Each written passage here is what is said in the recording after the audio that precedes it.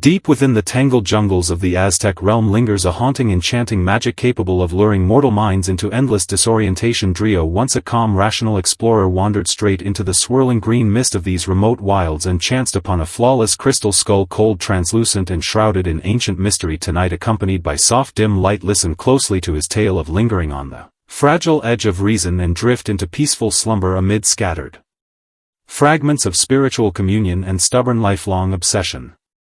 Some claim the crystal skull served as an ancient communication device bridging distant realms, while others regard it as a shadowed gateway leading straight into the realm of death. Drio devoted the first half of his life to uncovering this sacred relic, yet spent every remaining year struggling to flee its lingering influence. In his later days, confined within a room piled high with tattered ancient manuscripts, he poured out his deepest inner thoughts and sorrows to that silent stone carving. Alone tonight, step into Drio's ethereal, sorrow-filled dream woven from exotic ancient lore, and let your soul sink into profound soothing calm amid the lingering echoes of long-vanished civilizations.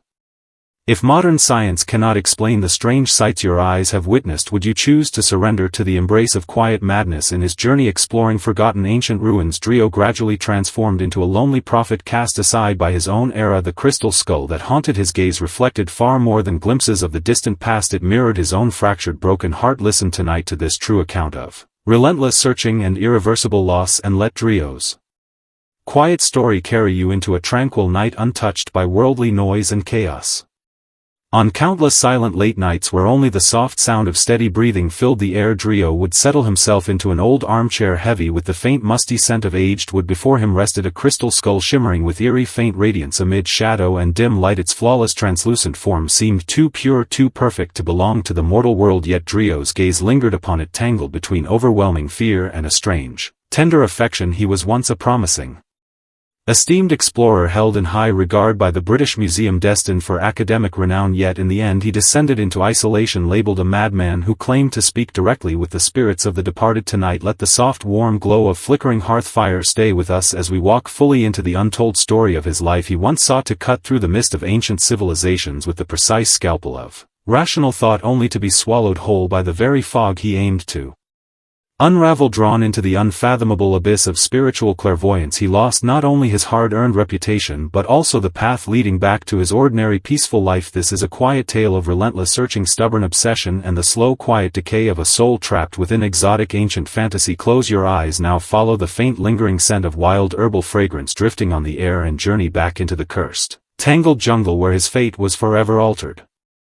The first quiet crack opening into Drio's extraordinary life emerged not before some grand towering ancient ruin, but on an ordinary quiet afternoon in the late 19th century. In those youthful days, Drio possessed enviable vitality alongside the strict, dignified pride typical of Victorian-era scholars. Appointed as a field collector for the British Museum, he was dispatched to the remote wilds of Central America, tasked with uncovering tangible relics that could prove the existence of long-lost ancient civilizations amid the damp, sweltering, oppressive jungle-era wilderness that seemed capable of corroding even the firmest will of steel. Drio felt the foundations of his rational certainty waver for the very first time. Local native guides spoke to him in trembling, urgent tones, warning him never to disturb forgotten ancient idols, explaining these sacred carvings served as vessels where divine spirits chose to abide. Yet Drio merely responded with quiet disdain, placing unshakable faith only in clay shards, weathered stones, and physical relics unearthed from the earth. Then one fateful day, beneath the collapsed ruins of an ancient altar, he lifted a perfect, unblemished crystal skull into his arms. Its icy cold touch traveled up his fingertips, coursing straight through his bones and spinal cord, and in that fleeting instant he seemed to hear a strange resonant frequency entirely foreign to human perception. He believed he had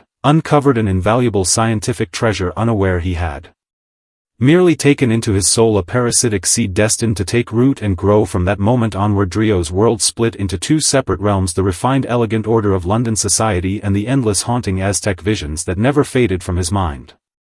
Upon returning to London, Drio enjoyed a brief period of dazzling renown, celebrated as a heroic explorer in newspaper headlines and a favored guest among elite social salons. Yet he soon found himself unable to adapt to refined formal dinner gatherings and rigid, narrow academic debates. Whenever night fell and the world sank into stillness, the crystal skull locked away within a museum display case seemed to call out to him. Silently across the distance, Drio began frequenting dimly lit spiritual clairvoyant salons experimenting with forbidden esoteric methods to establish communication with the ancient relic. He grew utterly convinced the skull functioned as a sacred vessel storing vast hidden knowledge, holding the ultimate untold secrets behind the downfall of the Maya civilization. Such unconventional beliefs amounted to professional ruin within academic circles. Former colleagues slowly drifted away and his superiors regarded him with growing suspicion and doubt. Drio paid no heed to their judgment, even selling off his personal property to fund another journey back to the jungle that had unsettled his mind long ago. In his private journal he wrote plainly, "I can see them moving. I watch the vanished ancient priests wandering silently through shifting light and shadow." His mental defenses steadily crumbled. The mystique of exotic ancient culture no longer remained merely an academic research subject but evolved into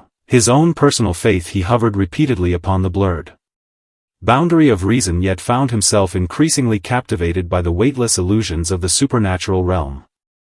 This became the coldest, most haunting chapter of Drio's life. As he turned his back completely upon the rigorous scientific training he had spent years mastering, he abandoned measuring instruments, excavation tools, and logical analysis, instead carrying crystal spheres, burning incense, and conducting so-called energy observations amid desolate wilderness. This stubborn obsessive shift drove his relationship with family to freezing isolation, his only companions becoming like-minded outsiders who claimed the ability to perceive lingering spirits. To Drio, the crystal skull was far more than a lifeless artifact. It held its own distinct personality, capable of stirring quiet anger when stared upon with unbroken gaze. Drio claimed he had heard the skull emit a low, deep humming sound on countless quiet nights, a mysterious tone whispering tales of solar eclipses, ancient rituals, and inevitable mortal demise. The turbulent global atmosphere of the era pressed heavily upon his mind too, as the shadow of World War loomed large, driving countless souls to seek solace in supernatural faith. Amid uncertainty, Drio wandered further into confusion. Amid this widespread spiritual turn, attempting to use the crystal skull to predict the outcome of global conflict, only sinking deeper into endless disorientation. His private letters revealed overwhelming inner anxiety, haunted by the fear that after his own passing no one remaining alive would understand or interpret the skull's quiet, whispered secrets. He began guarding the cold stone relics with the fierce protective devotion of a parent watching over a child, oblivious to his own gaunt, fading reflection in the mirror. His eyes no longer focused on tangible reality unfolding before him, filled instead with weary longing and yearning for another hidden dimension beyond the physical world. In his declining years, Drio resided in a gloomy house on the outskirts of London, half hidden beneath thick, twisting ivy. He retreated into profound seclusion, cutting nearly all contact with the outside world, his rooms crammed full of rare curiosities and ancient artifacts collected from across distant lands. The air hung perpetually filled with a mingled scent of aged timber and strong herbal blends, the very fragrance he used to soothe his mind and slip into vivid hallucinations. He embraced a theory known as holographic history, believing every event of the distant past remained permanently etched within the subtle vibrational energy of all physical matter. When official investigators visited his secluded home, they found the elderly man's fingernails caked with fresh soil, as if he still wandered ancient excavation sites, digging silently. Even within his dreams he would talk quietly to empty air, as if an invisible, wise elder stood beside him, offering silent guidance and instruction. Supernatural influence had seeped fully into the very core of his being, his lifelong obsession transforming him into a pale ghost disconnected from ordinary reality. He even came to believe the crystal skull had replaced his own heartbeat, pulsing steadily within his withered chest. This descent into complete madness brought him a strange, unforeseen peace, a quiet freedom born from breaking all ties with the conventional world. On the final page of his handwritten notes he left only a vague, haunting line: "The crystal never spoke, it merely reflected the loneliness hidden deep within my soul." Drio was discovered lifeless in his familiar armchair one quiet morning in 1956, still clutching a small smooth quartz stone tightly in his palm. His entire life unfolded like a prolonged sacrifice spanning half a century, dedicated to proving the existence of something intangible and unseen. Today, as we stand before museum glass viewing ancient crystal skull artifacts, we rarely pause to imagine the soul one man, surrendered entirely to their haunting allure. Modern scientific research has since confirmed most such skulls were elaborate forgeries crafted in the 19th century, yet this harsh truth only deepens the sorrowful tragedy of Drio's story. He poured a lifetime of genuine affection into loving a beautiful, timeless illusion and devoted decades of relentless exploration chasing an exit that never truly existed. Beneath his stubborn obsession with supernatural mystery, however, lingers the quiet loneliness dwelling within every human heart, the innate longing to discover a trace of profound understanding and transcendent warmth within the cold and different material world. Drio has long slipped into the eternal dream he believed in wholeheartedly, and on this quiet night we too release all tangled worries and restless doubts. Questions of truth and illusion no longer hold meaning. What matters most is the sincere beating of a soul forever driven to reach out toward the unknown. Close your eyes and drift away. May your own dreams shine clear and translucent like crystal, free from the heavy loneliness that shadowed his life. Good night and sweet dreams. Beneath the sapphire coasts of Santorini lies a silent dream buried away for 3,000 years. The archaeologist Spiridon Marinatos devoted his entire life to breaking through the thick layer of volcanic ash that sealed off the past. Tonight follow his steady hand and trowel as we gently lift the ancient seal laid down by time and listen to the final quiet breath of a magnificent civilization moments before it was swallowed by raging molten lava. Some ancient secrets are hidden by the gods beneath the dark waves of the ocean, while others are buried deep under our feet by the fury of volcanoes. Spiridon Marinatos held unwavering faith that Atlantis was far more than a distant fanciful legend. Tonight, accompanied by the soft flickering glow of hearth fire, we step deep into the profound journey of his life. Witness how this lonely visionary wandered among broken ruins to recover the lost aesthetic grace and noble dignity of ancient humanity. When he finally fell within the very ruins he had unearthed with his own hands, people whispered that he had simply returned home. The life of Spiridon Marinatos was one spent struggling against ruin and racing against the relentless flow of time. Within this gentle story meant only for quiet listening you will sense the cold tender texture of ancient volcanic ash wrapping around your heart. May this tranquility spanning 3,000 years cradle you into the most peaceful untroubled sleep. Imagine lingering above the breathtaking blue waters of Santorini, where a slumbering giant has lain dormant for 3 millennia, a catastrophic volcanic eruption powerful enough to crack the Earth's crust and veil the sun once erased a splendid civilization from the surface of the world. For generations people dismissed this chapter as nothing more than myth and old legend until Spiridon Marinatos stepped forward and uncovered this quiet forgotten dream beneath layers of floating stone and volcanic sediment. Tonight let the soft warm glow of flickering firelight stay with us as we walk fully into the untold story of his life. He was an archaeologist bound closely to the shadow of death, his footsteps always lingering near the lingering warmth of cooled lava. His life bore the most striking contrast of fate. He unveiled the tragic destruction of the Atlantis legend, yet ultimately drew his last breath amid the beautiful ruins he himself had brought back to light. It was one calm morning in 1974 when he closed his eyes, forever bathed in the fading glow of Minoan civilization. His passing was no mere accident, it felt more like a homecoming across thousands of years, returning to that frozen eternal moment sealed away by volcanic ash. Now steady your breathing and let us brush away the cold ancient dust little by little alongside his loyal excavation trowel. In 1939 Europe lay shrouded under the heavy shadow of impending war, the ground trembling beneath the rumbling tracks of military tanks, yet Spiridon Marinatos kept his gaze fixed firmly upon the pale layers of pumice stone stretching across the island of Santorini. Before his bold insight the academic world remained trapped by an unsolved historical mystery. Why did the glorious Minoan civilization collapse so suddenly and without warning? Standing on the edge of the volcanic crater, sea wind swirling around his coat, he put forward a groundbreaking hypothesis that stunned every scholar of his age. He claimed it was not brutal warfare that destroyed Minoan grandeur, but an unprecedented cataclysmic eruption on the island of Santorini. In that pivotal moment he was no longer merely studying lifeless stones, he was interpreting the raw anger of the earth and the heartbreaking fragility of human civilizations. The outbreak of the Second World War soon forced all his excavation plans to a sudden halt. Amid the smoke and chaos of wartime, Marinatos set aside his compass and digging tools, dedicating himself instead to safeguarding Greece's fragile ancient relics. Threatened by ruin, he often fell into quiet contemplation late at night, wondering if the faded murals and painted pottery buried under volcanic ash were silently weeping in endless darkness. This long period of waiting was no bitter torment but a patient accumulation stretching across 30 long years. He stood as a quiet vigilant watchman, biding his time until the gods allowed him once more to push open the heavy stone door leading to the forgotten past. It was not until 1967 that 66-year-old Marinatos finally returned once again to Akrotiri on the island of Santorini. This time he ignored the obvious scattered ruins scattered across the land. Guided instead by an almost intuitive inner sense, he pointed toward an ordinary stretch of farmland and declared that the lost city lay hidden right here within just a few short hours of digging. A miraculous discovery unfolded before his eyes. His trowel brushed against a perfectly Preserved stone wall, no broken fragmented remnant but an entire ancient city frozen perfectly in time, protected by the unique properties of volcanic ash. The settlement suffered no decay, no weathering, locked in a state of timeless permanence. He wandered along streets laid 3,000 years prior, walking upon smooth stone pavements flanked by elegant residential buildings rising 3 stories high. He gazed upon vivid wall murals, their colors still fresh and bright as if painted only yesterday.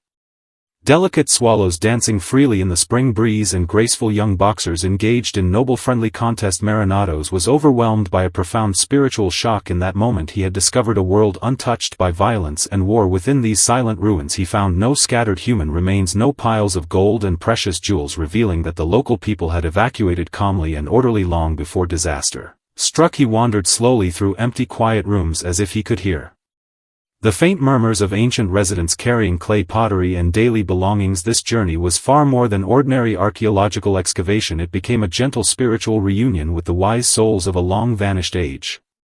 As excavation work advanced deeper into the layers of history, Marinados gradually became a modern hermit, living entirely within the ancient confines of Akrotiri. Refusing comfortable modern hotel accommodation, he chose to reside beneath reinforced makeshift shelters right beside the dig site. At sunset each day he would trace the delicate lines of murals depicting saffron gatherers sinking into long quiet reflection. Tensions grew between him and his local workers for his extreme meticulous caution aimed at never disturbing even the smallest hidden secret held within the ruins. Archaeological technology remained crude and limited in that era, forcing him to kneel directly in the soil using soft toothbrushes to brush away fine dust covering colorful ancient floor tiles. Hour after hour his back slowly curved with age, his hair turning as pale and gray as volcanic ash, yet the fiery passion burning in his eyes never dimmed. He grew increasingly certain that this preserved ancient city was the real-world prototype of Plato's legendary lost paradise Atlantis. This quiet obsession pushed him to the fringes of mainstream academia, yet he paid little mind to criticism and doubt, for he already held an entire timeless city within his heart. He no longer sought fame or academic renown, evolving instead into a poetic soul striving to restore the gentle warmth of forgotten history. He observed how deeply the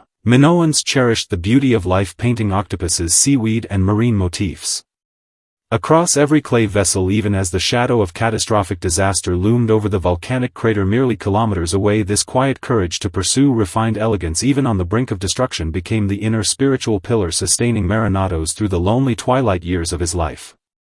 In his later years, Marinados' fate seemed to merge completely with the silent ruins of Akrotiri. During one interview he joked softly that he might himself be a lingering spirit left behind from that ancient era, accidentally wandering into the 20th century. In truth, he sacrificed his physical health and precious time with family to guard this sacred historical site. Turmoil spread across Greece in those years, the pressure of military rule and severe shortage of funding weighing heavily upon his mind. Still, he remained the first to arrive at the excavation site each morning and the last to leave each evening, standing faithful guard over the fragile fading murals. His relentless pursuit of preserving this perfect frozen moment in time made him increasingly sensitive, attuned even to the subtle drift of wind and dust across ancient stone. He often said archaeology was never merely digging up lifeless relics, it was granting forgotten silent souls the chance to speak once more to the world. On quiet nights when Santorini's sea wind swept through empty ancient streets, he could almost picture young Minoan maidens dressing and grooming themselves upon graceful balconies. He began documenting every shift of light and shadow over Akrotiri, striving endlessly to capture the last lingering charm of the fading civilization. For him this work was no longer just a professional duty, it became a sacred spiritual battle, a quiet fight against the erosion of time and the inevitability of death. October 1, 1974 remains one of the most sorrowful yet perfectly fulfilled days in the entire history of archaeology. Spiriton Marinados arrived as usual at his beloved excavation area where workers were reinforcing an ancient stone wall. He inspected every crack and crevice between the stones with meticulous care, determined to ensure this timeless dream would never crumble again. In an instant, a sudden collapse of wooden supports or a loosened stone fragment struck him down.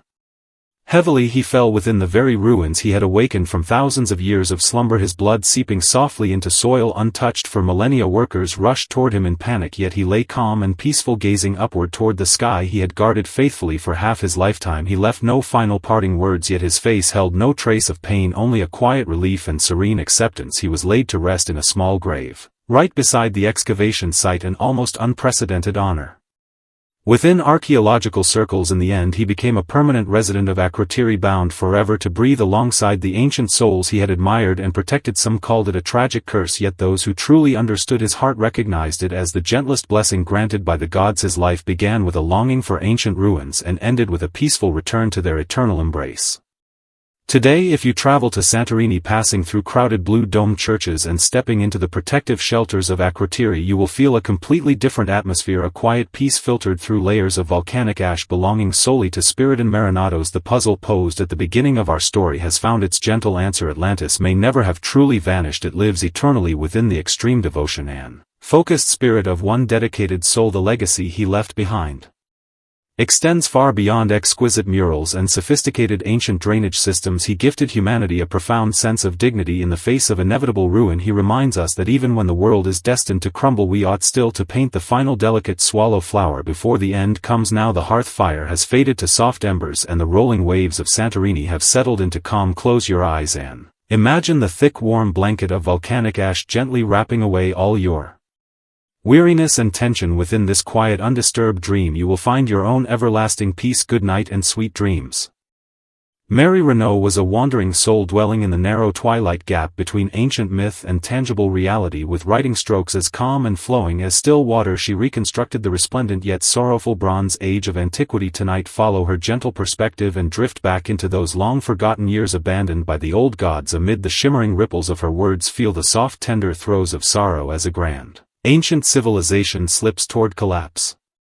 Some stories belong only to the bright light of day, yet the tales woven by Mary Renault belong solely to the quiet hush of the night. The heroes in her writings are no longer cold, rigid stone statues, but flesh and blood mortals who bear sorrow, shed tears, and carry fragile human weakness. Tonight, accompanied by the soft, faint glow of flickering hearth fire, we walk deep into the profound journey of her life. Within this timeless quest spanning across centuries, reclaim the long-lost quiet peace of classic literature. If you have ever felt mesmerized by the tangled labyrinth of Crete or the sweeping distant expeditions of Alexander the Great, then the writings of Mary Renault stand as the only secret passage leading straight into that ancient realm. Her entire life unfolds like a grand epic narrative woven with exile, unyielding perseverance, and quiet enduring love. Close your eyes and let this sorrowful, beautiful reconstruction of ancient history carry you into deep, undisturbed slumber. Stand for a moment upon the broken, weathered ruins of the Palace of Knossos, dating back to the 12th century before the Common Era. The sea wind drifts through fractured stone columns, carrying away the final quiet sigh of the fading Bronze Age as the immortal gods retreat silently, withdrawing their sacred oracles from the mortal world. Centuries later, within the quiet wards of a London hospital, a young female nurse amid the blazing fires of wartime bombing sought to stitch together this broken, fractured passage of time with nothing but her pen. The name Mary Renault lingers in the history of literature like a clear, distant moonlight, quiet, profound, and endlessly mesmerizing. Tonight, let the soft, warm glow of flickering firelight stay with us as we wander fully into the untold story of her life. She lived as an exile in the physical world, yet wore an invisible crown of spiritual royalty within her inner realm. The heroes she portrayed never truly perished and remained alive forever in the lines of her prose. She possessed a rare gift for drawing lofty, distant deities down into mortal dust, revealing their most touching human vulnerability in the final moments before civilizational ruin. Now close your eyes, let your thoughts drift with the rolling tides of the Aegean Sea, sinking deep into the sorrowful, beautifully textured ancient history she carefully recreated from the dust of time. The story of her life began not with the sapphire blue radiance of the Aegean coast, but with the cold, endless rain of London and the lingering sharp scent of antiseptic drifting through quiet hospital wards. In her 30s, Mary Renault lived the ordinary, quiet life of a dedicated nurse, spending every day walking the fragile boundary between life and death. It was the darkest period of the Second World War, with the thunder of German bomber planes echoing outside the windows and the painful groans of wounded soldiers filling every ward. This direct, intimate understanding of life's fragility laid the deepest foundational logic for her later reconstruction of ancient history. Every grand historical narrative eventually settles upon a trembling, vulnerable human body. Amid the heavy, exhausting duties of nursing work, by the faint glow of dim lamplight, she began crafting her very first modern novels. Yet her spirit had long soared far beyond the chaos of wartime London, settling down in the terrifying pivotal moment known to history as the Bronze Age collapse 3,000 years in the past. She discovered haunting similarities between the crumbling of that ancient era and the turbulent Europe of her own time, magnificent civilizations tottering helplessly before the surge of barbaric chaos. This resonant parallel of fate pushed her to make the most vital decision of her life, to flee the suffocating constraints of the old world forever, accompanied by Julie, her lifelong devoted companion. She boarded a ship bound for South Africa, embarking on a long journey of self-imposed exile. This fateful turning point allowed her to break free entirely from the trivial formalities and complexities of modern society and wholeheartedly embrace the wild ancient landscapes and lingering divine presence of classical Greece. Along the sunlit coast of Cape Town, Mary Renault finally reclaimed the inner tranquility she had long sought, where the warm golden sunlight carried the same soft texture as the skies over ancient Greece. She began to delve deeply into the layers of history buried beneath centuries of dust and time. Her work, far more than mere novel writing, it became a solemn ritual of summoning the spirits of the long-departed past in her literary work. The King Must Die. She stripped the Athenian hero Theseus free from layers of supernatural myth, placing him firmly within the real, ruthless struggles of ancient political power. Her portrayal carried profound sorrowful beauty. The legendary labyrinth of Crete was no longer a supernatural wonder, but the final fragile veil of a vast, tottering ancient empire on the brink of ruin. She depicted with delicate precision how the exquisite murals of the Bronze Age shattered violently amid catastrophic earthquakes, and how graceful bull dancers adorned with feathered ornaments performed their final desperate rituals in the face of inevitable doom. Mary Renault held an almost cruel, intuitive grasp of color and atmosphere in her writing. The blood of ancient conflicts always felt warm and vivid, while cold bronze carried the icy weight of time and fate. She never glorified the invincibility of legendary heroes. Instead, she dwelled upon their quiet grace and weary resignation when faced with unyielding, unavoidable destiny. Her unique literary style felt so vivid and authentic, as if she had stood witness to the end of that ancient era with her own eyes and heard the deafening crash of the Palace of Knossos as it crumbled into ruin. Shut away inside her study beneath the blazing South African sun, she wove page by page the lost dream of a civilization vanished for 3,000 years. Every word she penned gave voice once more to an age long fallen silent, letting out a long lingering sigh across the stretch of time. The greatest profound paradox of Mary Renault's life lay in the subtle tension between her profound lifelong fascination with masculine heroic tradition and her own marginal place in society. Her most celebrated literary legacy lies in her sweeping trilogy centered on Alexander the Great, pulling the legendary conqueror down from the lofty pedestal of divine myth and reimagining him as a restless soul endlessly gnawed by loneliness beneath the watchful gaze of the old gods. She keenly captured the unique emotional bonds of ancient Greek society, connections of loyal devotion, bitter rivalry, and heartfelt betrayal that transcended the logical boundaries of modern understanding. To restore the most authentic texture and atmosphere of that distant age, she traveled repeatedly to Greece, wandering alone for hours across desolate mountain ridges, tracing the very footsteps once walked by Alexander and his armies. She observed the exact angle of sunlight falling upon weathered broken marble and studied the worn traces on the feet of ancient soldiers after endless long marches. This almost obsessive pursuit of historical authenticity imbued her writing with a heavy, tangible sense of fate steeped in the salty tang of sea breeze. The literary world of her era remained puzzled by her unique writing style, with many critics even accusing her of disrespecting classic legends. Yet Mary Renault never bothered to respond to outside judgment. She simply smoked quietly, listening to the endless crash of ocean waves as she continued to build the ancient realms of Persia and Macedonia within her prose. She understood well that true history lies not in cold dates recorded in ancient manuscripts, but in the quiet moment of hesitant doubt felt by great heroes alone beside flickering oil lamps inside military tents.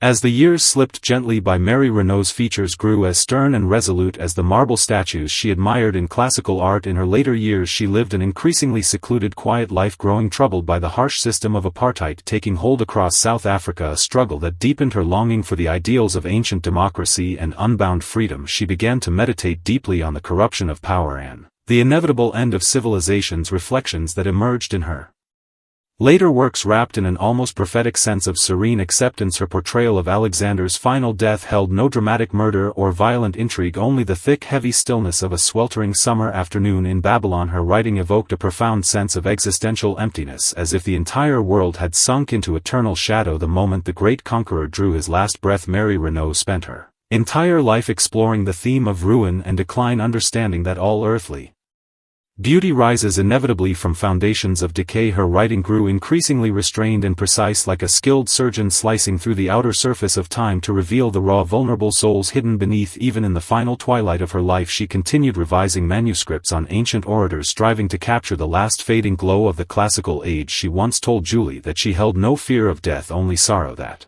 the unwritten heroes lingering in her mind might be condemned to eternal silence. Once more this reverent, almost religious devotion to the written word turned her into a solitary island, preserving the spirit of classical civilization amid a turbulent, restless modern world.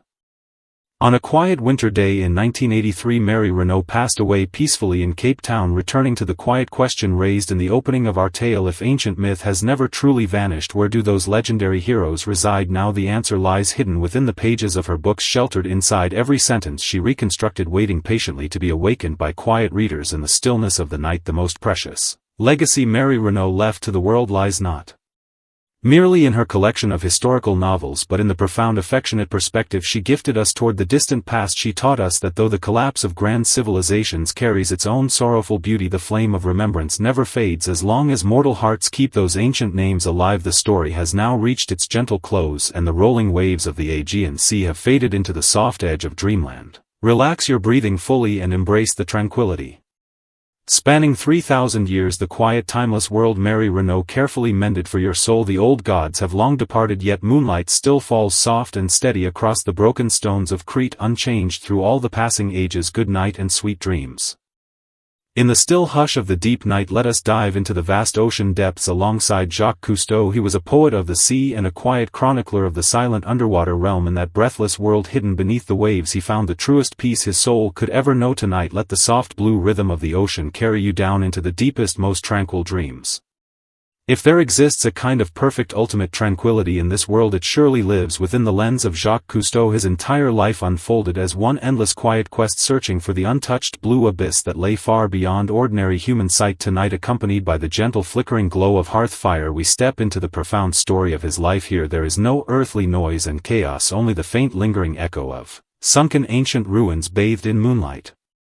Some souls are born destined for the boundless sky, while Jacques Cousteau's destiny belonged entirely to the silent depths of the ocean. With diving tanks and soft rubber fins, he unlocked the hidden gates of the underwater world that many feared as hell, yet brought back visions of pure heavenly beauty. Within this gentle story, meant only for quiet listening, you will feel the cool, soothing calm of still seawater wrapping around your mind. Jacques Cousteau, the wise guide of the deep blue, waits to lead you on a wordless journey into endless serenity.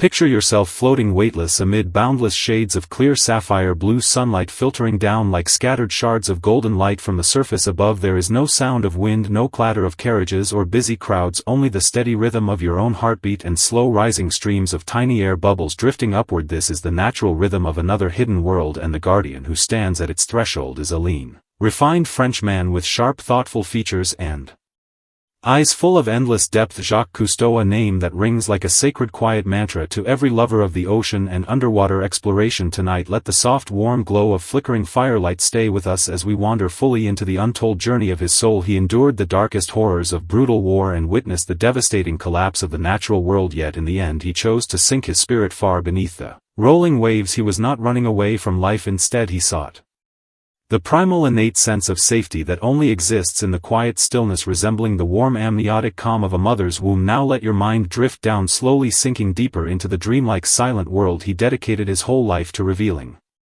The beginning of his journey held little romantic charm and carried instead the cruel hand of unescapable fate. In his youth, Cousteau dreamed endlessly of soaring high above the clouds as a pilot, embracing the heroic ambition shared by every passionate young man of his time. Yet a sudden violent car crash struck like a bolt of dark lightning, shattering all his dreams of flying free across the sky. Both his arms suffered severe compound fractures, and medical experts even suggested amputation, casting a gray shadow over what seemed to be a wasted future. To aid his painful recovery, he swam daily along the coastal shores of Toulon in southern France, and it was here he first felt the gentle, tender embrace of the sea. The ocean never turned him away for his broken body, instead wrapped him in buoyant calm, healing his fractured bones and restoring his wounded dignity. It was during these quiet seaside days that a friend lent him a simple pair of diving goggles, opening the first fateful crack into a whole new world. When he lowered his gaze and saw the underwater landscape clearly for the first time, he was utterly stunned. What lay beneath the surface was no empty lifeless void but a brilliant secluded kingdom filled with natural grace and quiet dignity. He would later recall that in that single moment his lungs no longer craved the open air of the land and his soul belonged forever to the saltwater and slow tides of the deep blue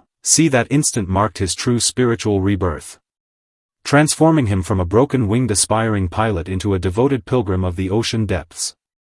Yet Cousteau refused to remain merely a passing visitor of the waves. He longed to stay submerged far longer, to breathe and move through the water as freely as any wild fish. World War II cast its dark shadow across Europe in those years, with Nazi tyranny sweeping over the continent, filling the land with screams, violence, and the heavy march of invading armies. Amid all this chaos, Cousteau worked in secret alongside the engineer Émile Gagnan, developing the revolutionary aqualung inside hidden underground laboratories. It stood as a bitter, profound paradox. While the surface world choked on poison, smoke, death, and relentless slaughter, Cousteau forged the key that granted humanity entry into an underwater paradise. When he strapped on his diving tank and descended into the open sea for the first time, he experienced a freedom unlike anything he had ever known, a freedom that rose above national borders, war, conflicts, and all earthly division. Amid the raging chaos of wartime, he clung to that long breathing tube beneath the waves, preserving the last pure, untouched part of his inner spirit. Every dive became a brief, quiet death and gentle rebirth, allowing him to hide away within the blue abyss and record the silent, forgotten ruins resting on the seabed. These early underwater adventures shaped his restrained, fate-touched character. He understood deeply how fragile human life truly was and felt the unspoken, majestic authority of the natural world surrounding all living things. He moved beyond being merely a technical innovator, evolving into a quiet philosopher, a spiritual wanderer who used the calm stillness beneath the waves to ease the reckless chaos raging across the land. When the war finally faded into memory, Cousteau purchased an old minesweeper once named Calypso, rebuilding and refitting it into his personal floating fortress. Wearing his iconic red knit cap, he sailed across oceans, wandering through seas and coastlines all over the globe. He sought no buried gold or hidden treasure, instead searching for the primal lost connection between humanity and the living planet itself. From the clear waters of the Red Sea to the vast stretches of the Indian Ocean and the frozen glacial depths of Antarctica, he dove endlessly, capturing rare, breathtaking footage. He brought mysterious, unseen marine life before the eyes of ordinary people: graceful seahorses, enormous blue whales, and glowing ethereal creatures dwelling in the darkest, remote trenches. Beneath Cousteau's lens, the ocean was no longer seen as a dangerous, desolate wilderness, but as a fragile, nurturing cradle deserving of gentle care and protection. He grew fascinated by ancient ruins sunken long ago beneath the waves, the faint remaining echoes of human civilization swallowed whole by the sea. He ran his hands over weathered Greek pottery covered in soft coral, as if touching the subtle texture of time itself. He once said, "Underwater ruins never speak aloud, yet they tell the emptiness of human triumph and failure far more clearly than any written history. Their quiet tranquility carries a penetrating, soothing power, wrapping every viewer of his documentaries in ancient, gentle comfort." Behind every legendary life lies hidden untold sorrow, and Jacques Cousteau too endured bitter wounds dealt by cruel fate. His second son Philippe, his closest companion and most capable assistant, perished unexpectedly in a seaplane accident. For an explorer who spent a lifetime lingering on the edge of danger, the pain of outliving his own child nearly broke his spirit completely. He fell into a long period of heavy silence, questioning whether his boundless love for the ocean carried some hidden curse. He had felt the soft whisper of death on countless dives, yet only when death stole someone he cherished did he grasp how small and vulnerable humanity truly is. This deep, piercing grief shifted the focus of his later life from pure exploration to earnest protection. He realized that if humanity continued to take greedily from the sea, the same ocean that had healed and sheltered him would one day crumble away forever. He began traveling widely, giving passionate speeches calling for the creation of protected reserves in Antarctica and urging all people to stop polluting and harming marine ecosystems. His expression grew more solemn, carrying a quiet, lonely sorrow, like a prophet crying out warnings on the eve of ruin. Through profound loss, he learned a deeper, more selfless love, one that stretched far beyond personal affection to embrace the entire future of the blue planet. Jacques Cousteau drew his final quiet breath amid a soft, gentle rain falling over Paris. Though his physical life ended in the city, his soul surely returned that night to the deck of the Calypso, drifting once more into the rolling heart of the Mediterranean Sea. We return to the quiet question posed at the start: what did he truly find hidden within the endless blue abyss? He discovered no treasure hoard, but gained the precious ability to reconcile with his own soul in perfect, wordless stillness. He Prove that even in the darkest, coldest reaches of the deep ocean, as long as you keep breathing and hold reverence in your heart, you will always find light. The story has now come to its peaceful close, and all the sound of rolling waves has faded into calm. May the silent underwater world portrayed by Jacques Cousteau wrap around your dreams like soft, gentle buoyancy. Embrace the profound tranquility of the deep sea. Release all tension and relax completely in that weightless, boundless realm. Good night and sweet dreams. The life of Franz Nopcsa is itself like a complex, fractured fossil, almost impossible to fully piece back together. He was not only a scientific genius unraveling the hidden puzzles of dinosaur evolution, but also a secret spy drifting across the borders of multiple nations, and even an ambitious dreamer who once sought to claim a royal throne. Beneath his cold, noble and haughty outer demeanor lay an insatiable, burning hunger for knowledge and a quiet, resolute tenderness hidden deep within his soul. Tonight, accompanied by soft, faint glow, we step into the legendary life of this Hungarian baron, a life filled with extreme contrasts, dreamlike melancholy and untold mystery.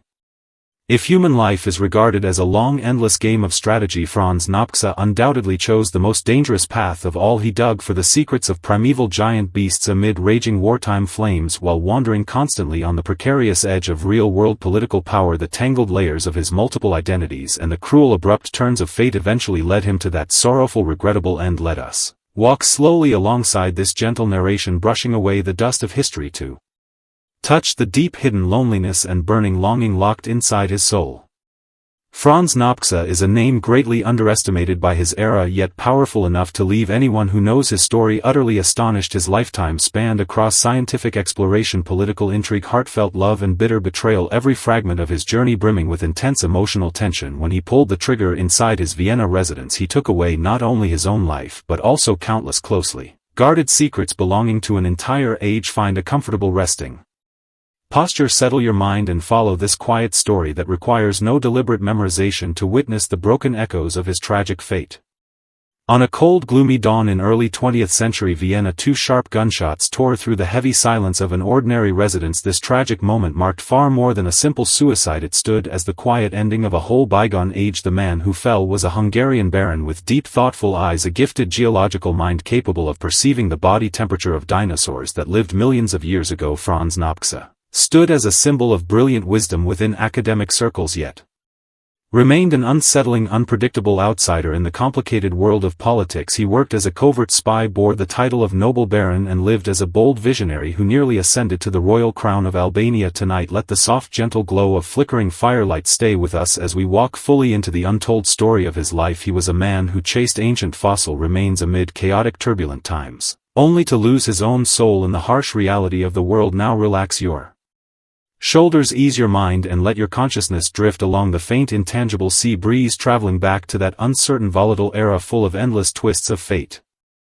In the summer of 1895, while most young noblemen spent their days leisurely hunting on private manors, 18-year-old Nopcsa discovered a single ancient bone on his family's ancestral lands in Transylvania, a discovery that would alter the entire course of his life. It was a dinosaur skull, unbelievably small in size, resembling a miniature version of the colossal prehistoric beasts that once ruled the earth. This unexplainable, unnatural anomaly embedded itself firmly into his thoughts, never fading away. Franz Nopcsa refused to follow the traditional path arranged by his family to indulge in idle, comfortable nobility. Instead, he devoted himself wholeheartedly to self-studying geology and comparative anatomy. He pioneered the revolutionary theory of island dwarfism, which perfectly explained why local dinosaurs evolved into such miniature forms, and for the first time injected clear evolutionary logic into the cold, silent world of fossil research. Yet within an academic circle obsessed with family background, inherited status and rigid school divisions, this lonely, aloof young scholar was treated like a foreign heretic stepping unwelcome into a sacred chapel. He dressed in perfectly tailored formal evening wear, yet spent countless hours climbing steep, dangerous cliff faces, searching for forgotten fossil teeth hidden by the passage of time. To him, the ancient living creatures from tens of millions of years ago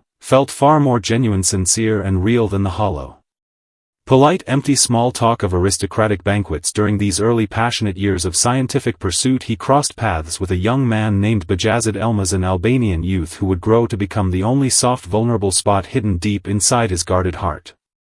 As cracks began spreading wider within the fading Austro-Hungarian Empire, Nopcsa slowly realized that the shifting political boundaries of the real world were far more treacherous and unpredictable than the slow movement of the Earth's crust. He held deep, sincere affection for the primitive, wild, untamed land of Albania, where he was no longer confined by the restrictions of his noble title but respected and honored as a profound, wise scholar driven by the desire to protect this vulnerable land.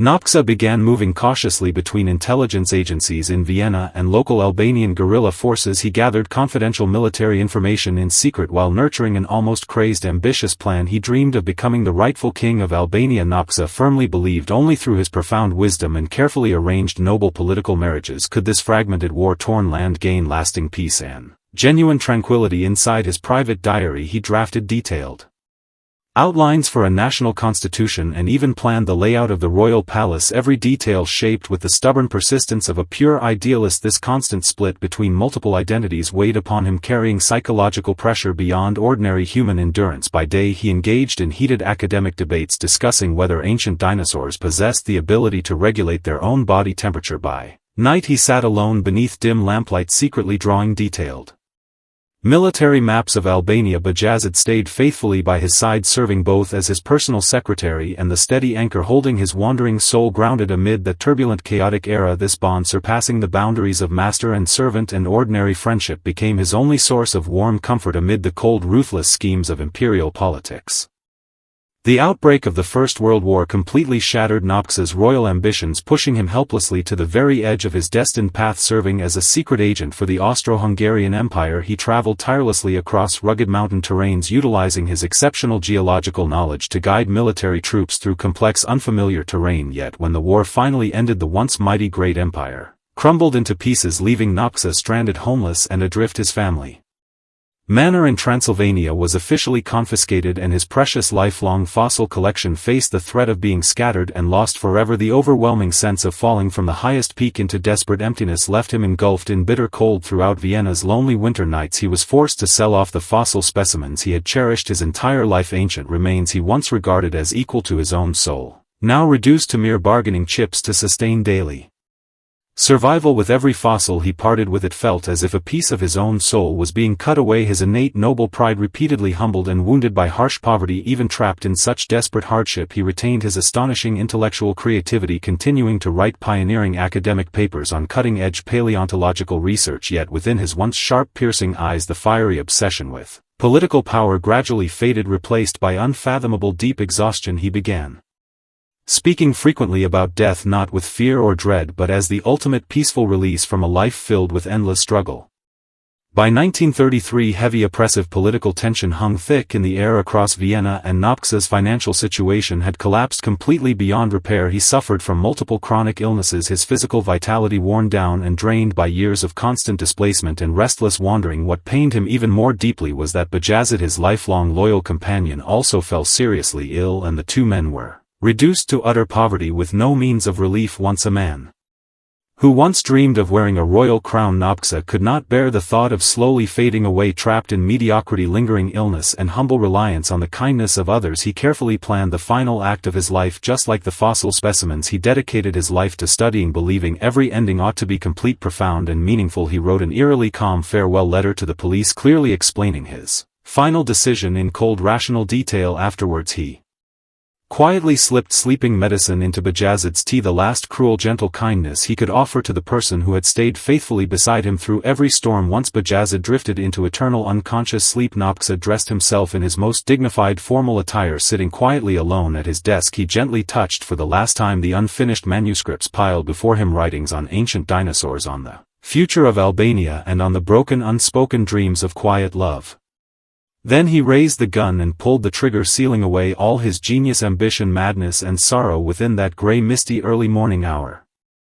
Franz Nopcsa departed from the world, yet his groundbreaking theory of island dwarfism remains an unshakable fundamental principle within modern paleontology. The fossil specimens he once sold have scattered across renowned museums in London, Budapest, and Vienna, continuing to narrate the untold stories of that long-lost prehistoric era. To every visitor, some regard him as a failed politician, others label him as a delusional wild dreamer. Yet in the quiet stillness of the late night, if you open his Handwritten manuscripts. You will discover a soul incredibly gentle and profoundly lonely, one who spent his whole life striving to find stable order amid a chaotic, turbulent universe. His entire journey resembled a search spanning hundreds of millions of years, only to finally sink into the muddy turmoil of harsh reality. Our story draws to a close here tonight. Franz Nopcsa has finally found lasting peace within the earth he loved so deeply. Broken royal fantasies, complicated spy codes, and unfulfilled ambitions have all drifted away with the passing wind. Now close your eyes, let the heavy weight of fate soften into gentle, quiet tides, carrying you into a dream free from conflict, struggle, and sorrow. The firelight has faded into dimness. Good night.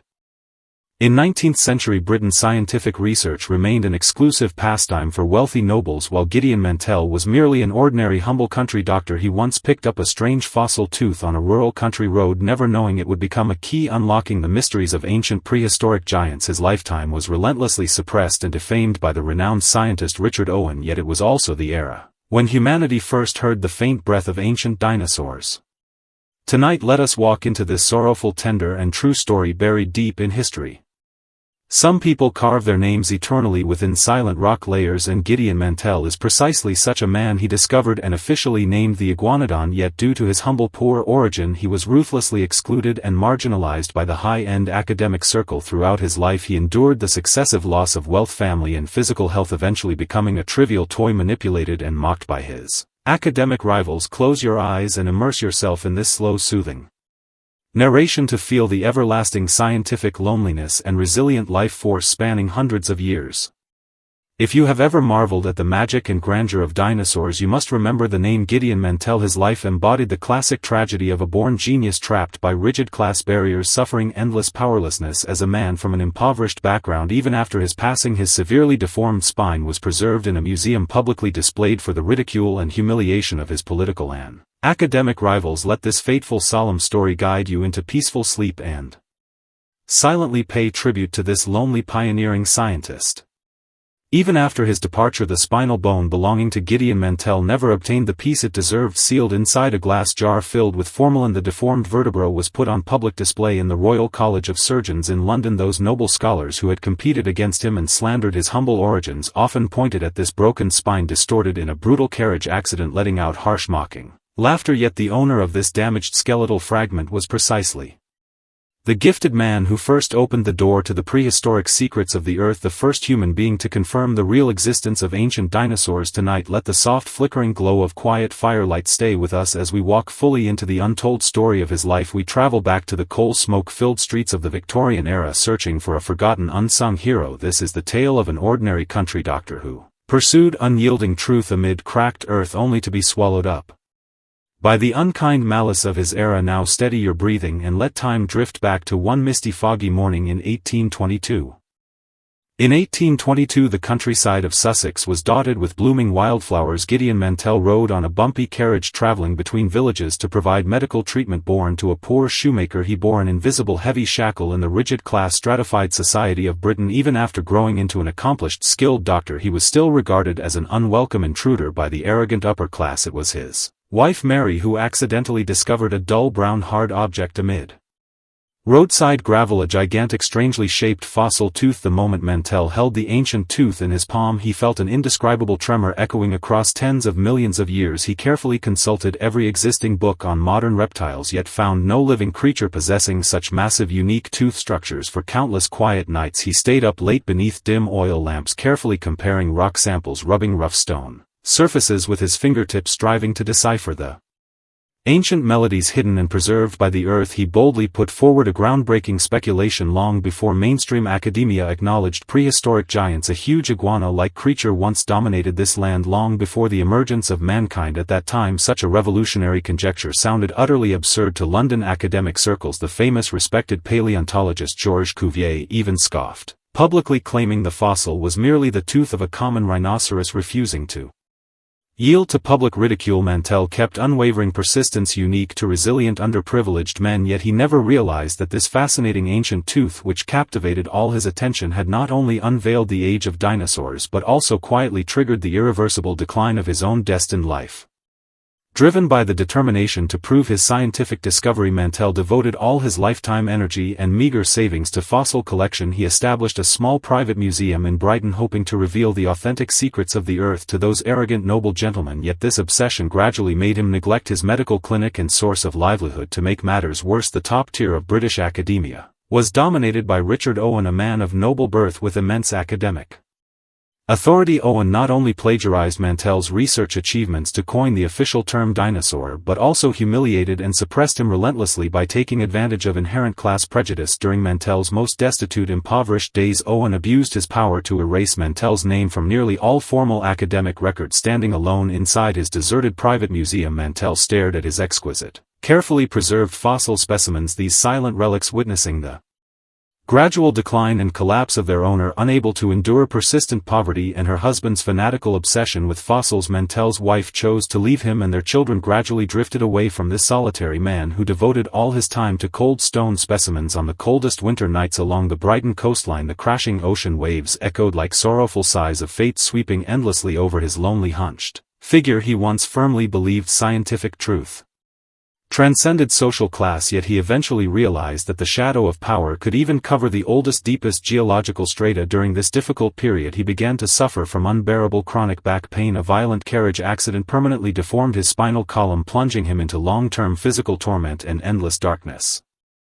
Physical disability never extinguished the blazing fire burning within Gideon Mantell's soul, instead granting him a serene mentality similar to a devout martyr. He had to wear heavy, rigid steel braces to support his severely curved spine, enduring piercing, stabbing pain with every single step he took. Even trapped in such physical agony, he still hired carriages to travel to remote geological excavation sites, and sometimes allowed workers to carry him down into muddy, dark mining pits simply to catch a glimpse of newly unearthed skeletal remains. In letters written to close friends, he confessed that his physical body was broken and fractured, yet his mind roamed freely and endlessly through the ancient depths of the earth. During this period, Richard Owen had already become an unshakable monarch, dominating the British scientific circle. While Mantell was still alive, Owen attempted to purchase his precious fossil collections, arbitrarily altering recorded descriptions to claim research priority. For a time, Mantell anonymously published articles in local newspapers, fighting stubbornly to regain the deserved credit for his discoveries, yet his feeble voice was easily drowned out by the powerful, rigid academic bureaucracy. The restored Iguanodon model, which he had painstakingly researched and reconstructed, was displayed in London's Crystal Palace Park, admired and praised by countless visitors, none of whom knew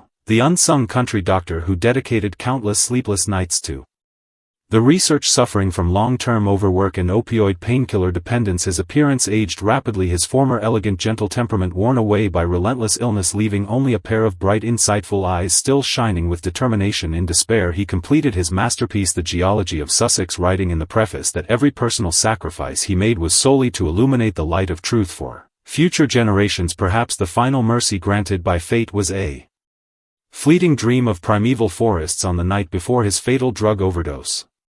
In the dead of night in 1852, Gideon Mantell passed away quietly inside his London lodging due to an accidental painkiller overdose. His death aroused no sorrow or mourning within academic circles. Richard Owen even published a cold, anonymous obituary contemptuously describing him as a mediocre, arrogant fossil collector. Crueler humiliation followed without mercy. Using his privileged academic authority, Owen excised Mantell's severely deformed spine, preserving it as a pathological specimen for permanent public display. For an entire century, the discoverer of the Iguanodon remained in museums in such an unbearably humiliating form. Owen attempted to completely destroy Mantell's dignity both in written records and physical reality, yet he underestimated the irreversible power of time. The precious fossil specimens collected painstakingly by Mantell were eventually scattered across renowned museums all over the world that once misjudged rhinoceros tooth, becoming an irreplaceable cornerstone of modern paleontology. As the arrogance of the Victorian era gradually faded, people began to sort through dusty old archives, rediscovering this long obscured, forgotten name. Modern scientific research confirmed that despite minor flaws in Mantell's fossil restoration, his judgment of ancient ecological niches and geological strata was far more forward-thinking and accurate than that of his malicious rivals. He resembled a towering, stubborn tree rooted in barren, infertile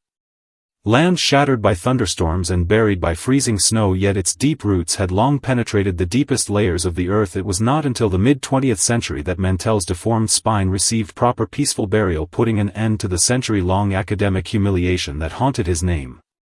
Today, whenever we stand before towering majestic iguanodon skeletons in museums, please pause to remember the ordinary doctor named Gideon Mantell. His lifetime was never marked by glorious success, filled instead with destitution, sorrow and suffering, yet he never yielded to the humble lowly origin imposed upon him. He bent down in excruciating back pain to observe ancient relics, gazing at distant stars amid persistent poverty. With his broken, tortured body he pieced together the long-lost prehistoric territory of planet Earth. His life story tells us that truth may be temporarily concealed by power and trampled by malicious villains, yet it will never vanish completely. On this quiet night, as you drift into sleep, there is no need to worry about unfair treatment and worldly grievances, for even cold hard rocks will remember every sincere persistent soul. Gideon Mantell has finally returned to the quiet geological strata he cherished deeply, a place free of rigid class boundaries and cruel humiliation, filled with eternal tranquil peace. The warm fire has faded and the howling wind outside the window has gradually subsided. You may sink into peaceful sleep enveloped by this powerful, resilient life force. May your dreams be filled with vast primeval wilderness, timeless forgiveness, and a lush green ancient forest belonging only to yourself. Good night.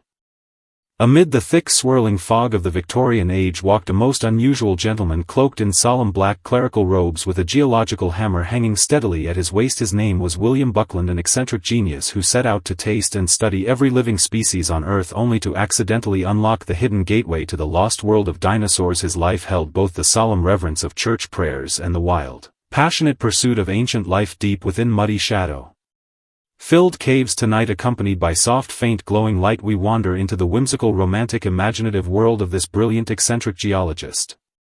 If someone told you they hoped to understand all living things through the simple act of tasting them, you might dismiss the thought as utterly absurd. William Buckland was exactly such a trailblazing figure, moving freely back and forth between religious faith and the silent layers of ancient rock. He was the first scholar to scientifically describe dinosaur remains, and also the most puzzling yet endlessly fascinating tutor at the University of Oxford. Relax your breath and let this low, soothing tone carry you across 200 years of time to meet this wonderfully unique soul whose spirit remains endlessly vivid and alive. Some lives can never be confined to a single simple label, and the life of William Buckland stands as a boundless adventure crossing countless boundaries. He was a pioneering giant in the field of geology, yet never abandoned his sacred duties as a clergyman, his dining table always covered with the strangest, most unusual scientific specimens collected from nature. Within this quiet late-night companionship, may Buckland's humorous twists of fate bring you calm, undisturbed dreams. This is far more than just a story about dinosaurs. It is a marvelous journey exploring how human minds dare to stretch and expand the very boundaries of knowledge and understanding.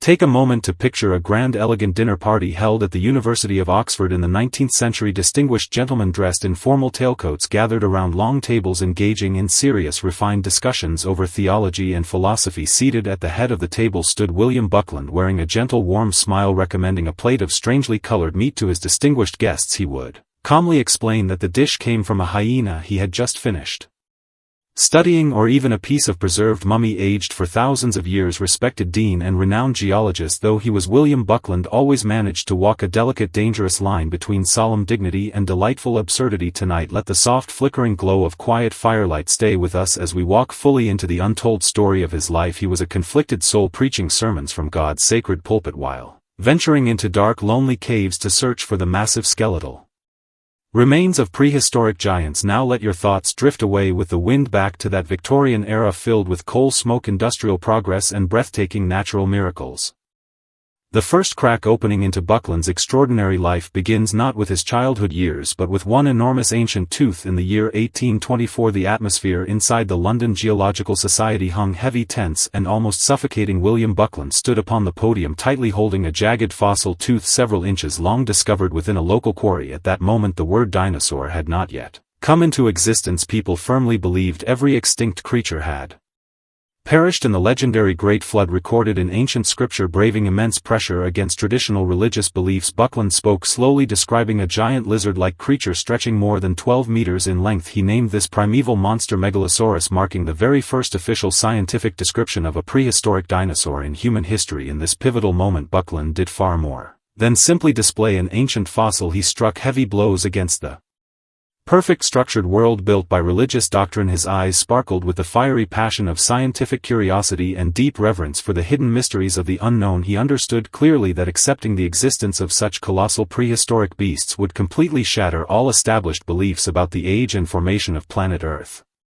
Yet if you imagine William Buckland as nothing more than a stern, serious academic, you would misunderstand him entirely. He held a famous, almost obsessive lifelong ambition to taste and sample every living creature found across the natural world. Inside his office piled high with fossil specimens and rough rock samples, Buckland cooked and dined on leopard meat, ostrich flesh, and even blue bottle flies. He truly believed understanding all creations made by God required more than observing outward appearances. It meant using the sense of taste to comprehend the hidden logic and vitality woven into every living being. This quiet, peculiar sense of humor appeared even more delightfully bizarre framed by his formal black clerical robes. On one occasion, while visiting a friend's residence, his host proudly showed off an ancient stone slab claimed to bear the sacred blood of a saint. Without hesitation, Buckland leaned forward, touched his tongue to the surface, then calmly declared the mark to be nothing more than dried bat urine. His deadpan wit paired with unshakable rationality turned him into an unpredictable enigma across the entire campus of Oxford University. He challenged not only the limits of ordinary human diet but also used his unconventional ways to dissolve blind, superstitious belief in supernatural phenomena deeply rooted within society.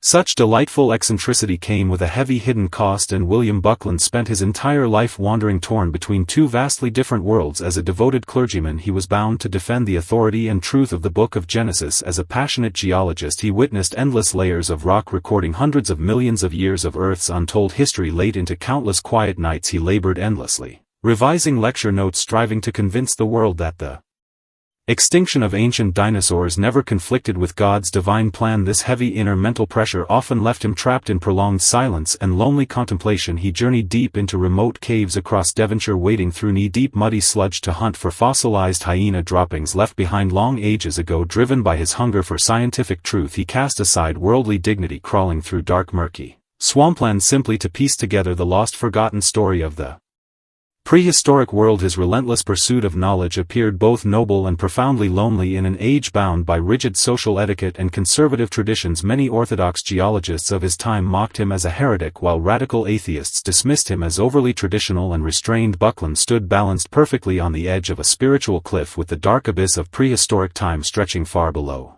and the sacred vast sky of faith rising above, forced to walk a thin, fragile line of harmony between the two.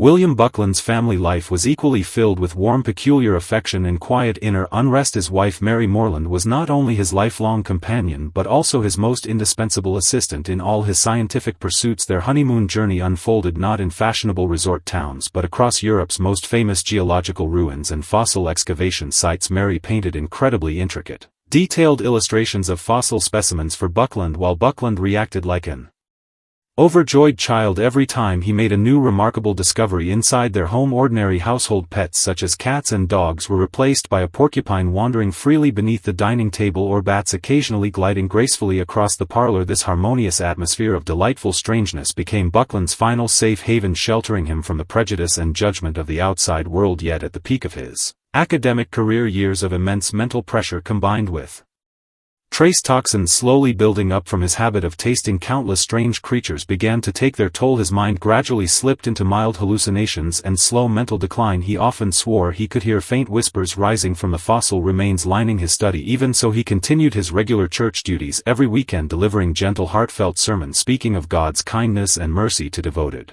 followers. He spent half his life gently striving to stitch together two seemingly incompatible worlds of religious faith and scientific reason. In 1856, this remarkable eccentric scholar, who spent his whole life tasting and studying the secrets of the earth, passed away peacefully into eternal rest. He spent his final days in a simple, quiet rectory, far removed from bustling grand dinners and exotic wild game meals. Surrounding him lay only the cold, solid rock and fossil specimens that had accompanied him faithfully through every chapter of his life. In his final journal entries he wrote that he felt no fear of death, for he had already witnessed the endless cycle of life stretching across hundreds of millions of years of geological time. Buckland understood that whether it was the mighty Megalosaurus that once ruled ancient lands or ordinary humans reading his story centuries later, all living things eventually fade into tiny particles buried within the quiet layers of soil. The eccentricity once labeled as madness softened into profound wisdom. and calm acceptance in the face of mortality, he was laid to rest in a quiet churchyard at Islip, marked only by a simple understated tombstone. His life seemed little more than a brief playful footnote etched within the endless vast timeline of geological history, yet he left behind humanity's very first systematic thoughtful gaze directed toward the mysterious lost world of prehistoric life. Today, as we wander the quiet corridors of natural history museums gazing up at towering reconstructed dinosaur skeletons, pause to remember the solemn-robed gentleman who dared to taste the bitter and sweet wonders of nature just to uncover their true hidden forms. William Buckland was never broken by his own delightful eccentricity. Instead, he used that very uniqueness to resist the dull mediocrity of his era. He showed the world that a complete human spirit could hold deep reverence for sacred faith while fully embracing rational scientific exploration. The story has reached its quiet end, and the familiar clink of Buckland's geological hammer has long faded into the dust of history, yet his boundless childlike curiosity toward every living thing still flickers softly like glowing fireflies in the stillness of the night. Now steady your breathing, sink into calm, and embrace the restrained gentle humor that has traveled across 2 centuries. The world is vast, time stretches endlessly forward, and you now rest peacefully on the quiet edge of a deep untroubled dream. Good night and sweet dreams.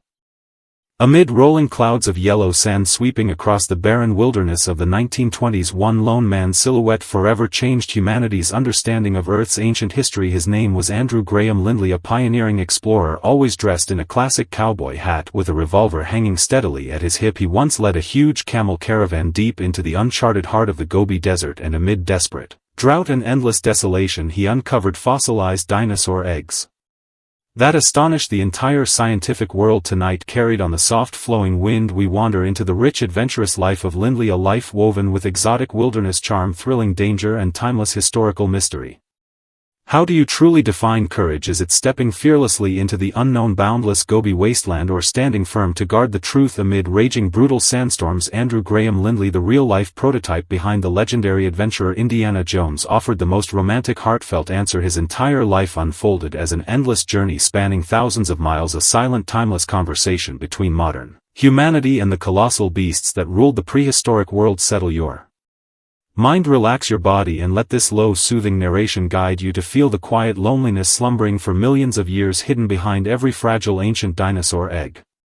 Some souls are born to wander freely across the widest, farthest horizons. Andrew Graham Lindley, the tough, fearless explorer. In the early morning of 1922, the thin mist still lingered over the streets of Beijing, while Lindley's camel caravan had already gathered and stood ready for the long journey ahead. This was no casual sightseeing trip, it was a daring gamble, risking his entire reputation, personal safety, and the lives of every member of his team. Before this groundbreaking expedition, mainstream academic circles firmly believed dinosaurs were viviparous, giving birth to live young, or that all traces of their ancient life cycles had vanished completely amid endless geological changes. Standing beside his lined-up camels, Lindley adjusted his wide-brimmed sun hat, his gaze firm and steady, fixed firmly toward the distant northwest horizon. He knew he would face ruthless bandits, endless sandstorms, unbearable extreme dehydration, and the inner fear of returning home empty-handed. In the prime of his life, he possessed a lean, refined face and eyes filled with unyielding perseverance and quiet resolve. Dressed in a neat khaki hunting suit, his sturdy leather boots still dusted with soil from his last excavation site, he understood deep within his heart that hidden far inside the desolate wasteland known as the Sea of Death lay ancient secrets powerful enough to rewrite every textbook of human knowledge. The clear ringing of camel bells drifted farther and farther, echoing along the ancient city walls, marking the start of a lonely, legendary journey belonging only to the bravest of explorers. Nights in the vast desert grow bitterly cold and frigid. Lindley would often sit beside the crackling campfire, quietly flipping through his worn, tattered diary. Illuminated by the warm, dancing flames, his features appeared deep, thoughtful, and faintly melancholic, as if locked in a silent, unspoken struggle with the ancient wilderness itself. By day, his team labored beneath scorching temperatures reaching nearly 50 degrees Celsius, swinging heavy shovels to dig through hardened rock layers, every drop of sweat falling onto parched stone vanishing in an instant. These long, grueling hours of repetitive work stood as the driest, most exhausting part of the expedition, testing human willpower and endurance to their very limits. Supplies slowly dwindled, water reserves grew dangerously low, and the confidence of his companions gradually faded, worn away by endless, violent sandstorms. Yet Lindley always maintained his natural, refined calm and steady composure. He comforted nervous, restless camels Beneath the moonlight and precisely calculated geographical latitude and longitude to navigate their path, he often pondered quietly to himself, if nature truly guarded precious hidden treasures deep within its embrace, it would surely lay countless harsh trials and deadly traps to select those worthy enough to discover them. This heavy inner pressure weighed far more heavily than physical exhaustion, yet he never grew restless or impulsive. He learned to endure and conserve strength just like the hardy desert cactus, thriving silently amid the harshest, most unforgiving natural conditions.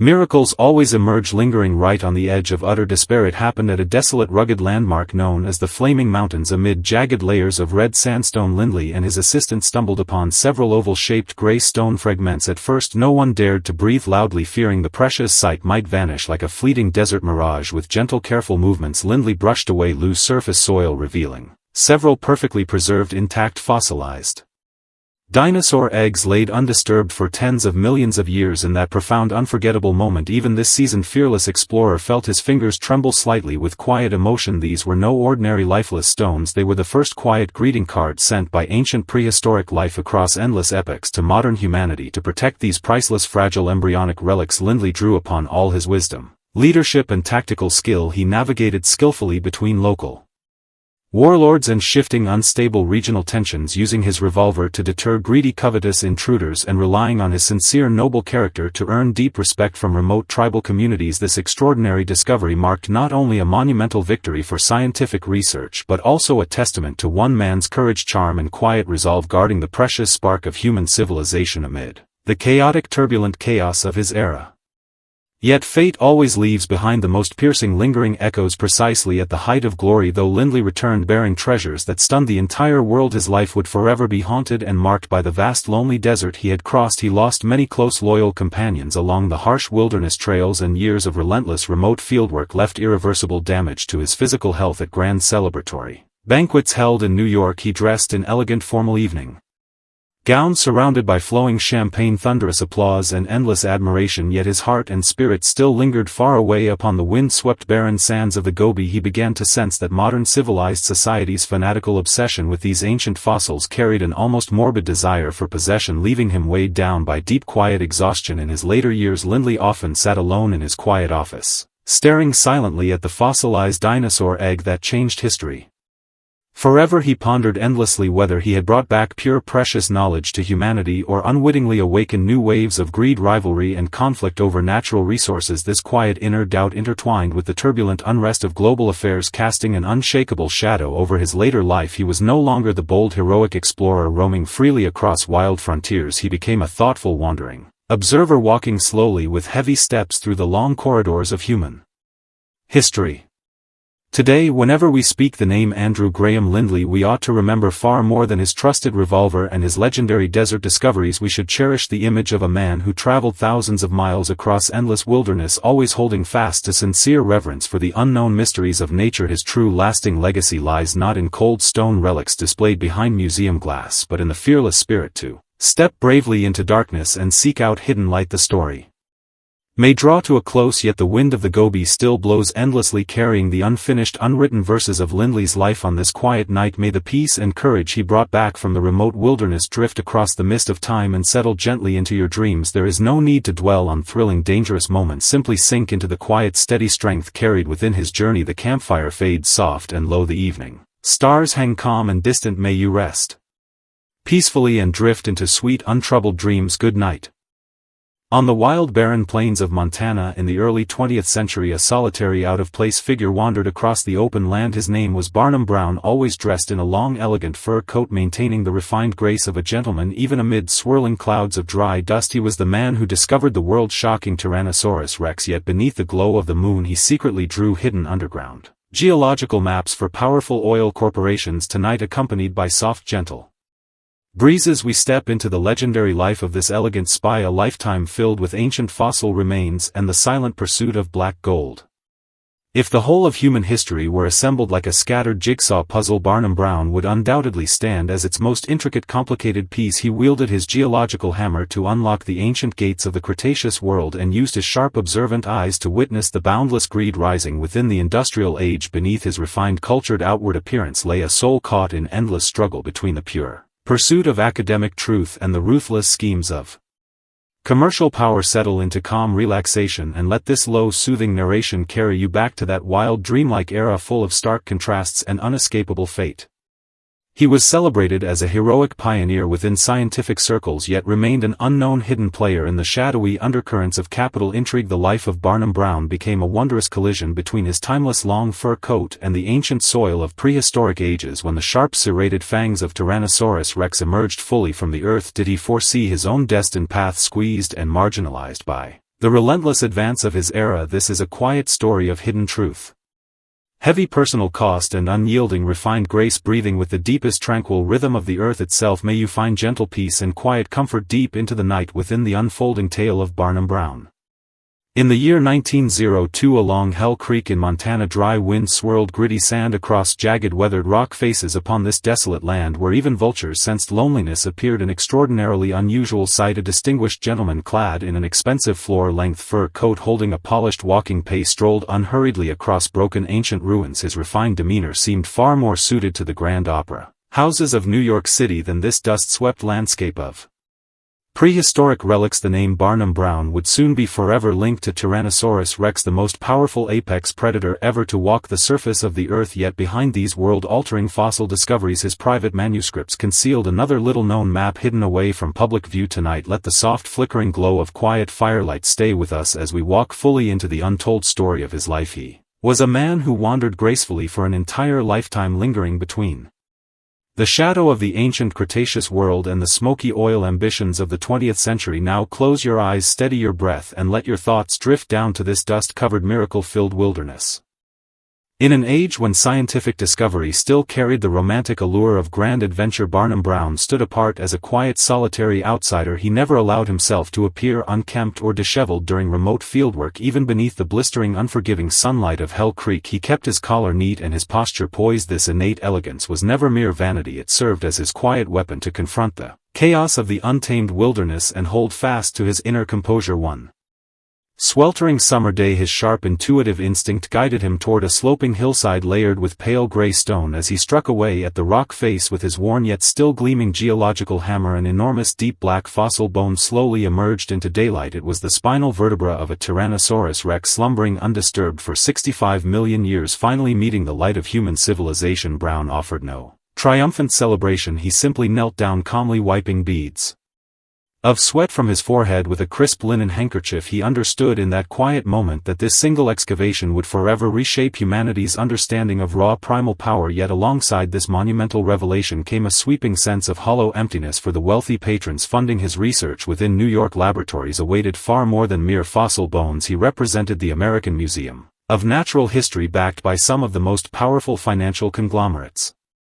of the Gilded Age. Standing beside the massive Tyrannosaurus rex remains, he could already smell the future industrial world's hungry longing for this untouched land, the distinct rich scent of buried oil. The lifetime journey of Barnum Brown was destined to swim endlessly within two parallel tides of existence. One current led far back into ancient time, chasing the silent colossal beasts that had vanished from the earth ages ago. The other flowed forward into the modern age, searching relentlessly for the precious energy known as black gold. Hidden beneath his iconic long fur coat, worn on every excavation site, lay multiple bound notebooks. One carefully recorded the layout, structure, and alignment of dinosaur skeletal remains, the other sketched underground rock formations marking geological layers, most likely holding vast oil reserves. He worked as a discreet corporate spy for powerful oil tycoons, using the noble cover of fossil hunting to deploy his unmatched geological expertise, exploring hidden terrain and locating untapped oil deposits. This double identity left him trapped in quiet mental division, serving two vastly different eras at once beneath moonlit skies. As he sorted through complex data on geological fault lines, he would often pause to stare silently at the partially excavated Tyrannosaurus rex skeleton outside his camp. These ancient prehistoric predators once ruled the land as unrivaled overlords before fading into dust and memory, and the modern oil magnates backing his work were no less the dominant rulers of their own time. He moved cautiously within the narrow gaps of hidden power, masking every secret scheme behind his gentle, refined smile. Every piece of intelligence he supplied to oil corporations quietly accumulated energy and resources for the global wars yet to come. This burden of unspoken guilt woven into his scientific pursuits cast an unfathomable shadow over Brown's calm, sophisticated smile.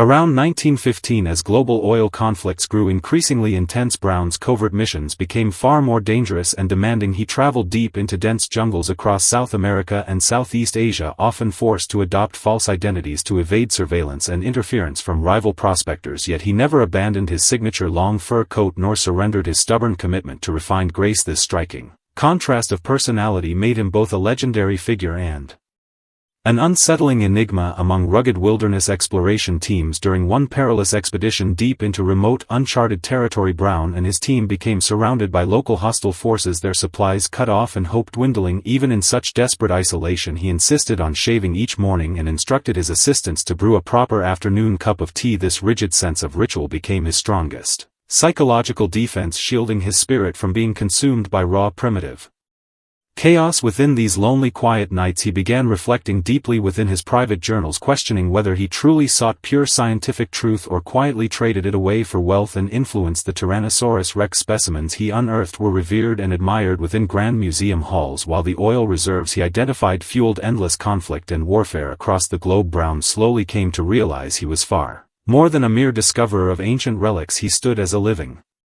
bridge connecting silent prehistoric ruins to the noisy, chaotic battlefields of modern humanity. This heavy sense of unavoidable fate flowed quietly beneath his polished formal attire, like a slow-acting poison settling deep into his soul. In his later years, Barnum Brown remained the respected, beloved dinosaur gentleman, his name engraved prominently at the entrance of every Tyrannosaurus Rex exhibition hall across the nation. Yet he preferred spending his days alone in his top-floor office within the museum, gazing out over the bustling, crowded streets of New York City. The endless streams of automobiles racing past burned the very underground reserves he had once identified. Amid quiet wilderness, he no longer wore his heavy, known fur coat. Age had thinned his frame, yet his sharp, hawk-like eyes retained their piercing clarity. In his twilight years, he rarely spoke of oil and corporate intrigue, instead losing himself in quiet daydreams, imagining how these mighty prehistoric giants might have survived into the modern world. He once remarked to colleagues that Tyrannosaurus Rex perished with the ending of an ancient era, while modern humanity might one day fall victim to its own boundless greed. His innate elegant poise slowly faded with age, much like fossilized bone, hard and polished on the surface yet hollow and empty deep inside. All his life he balanced the noble detachment of academic pursuit against the harsh, realistic demands of commercial power, yet he never offered a final, clear resolution to his inner conflict. This unresolved ambiguity is precisely what makes him the most genuine, compelling witness of his turbulent era. He gained everlasting fame amid piles of ancient fossil remains and accumulated great wealth by pinpointing valuable oil locations, yet in the end he carried away only a lingering aura of refined grace, forever mingled with the faint scent of gasoline.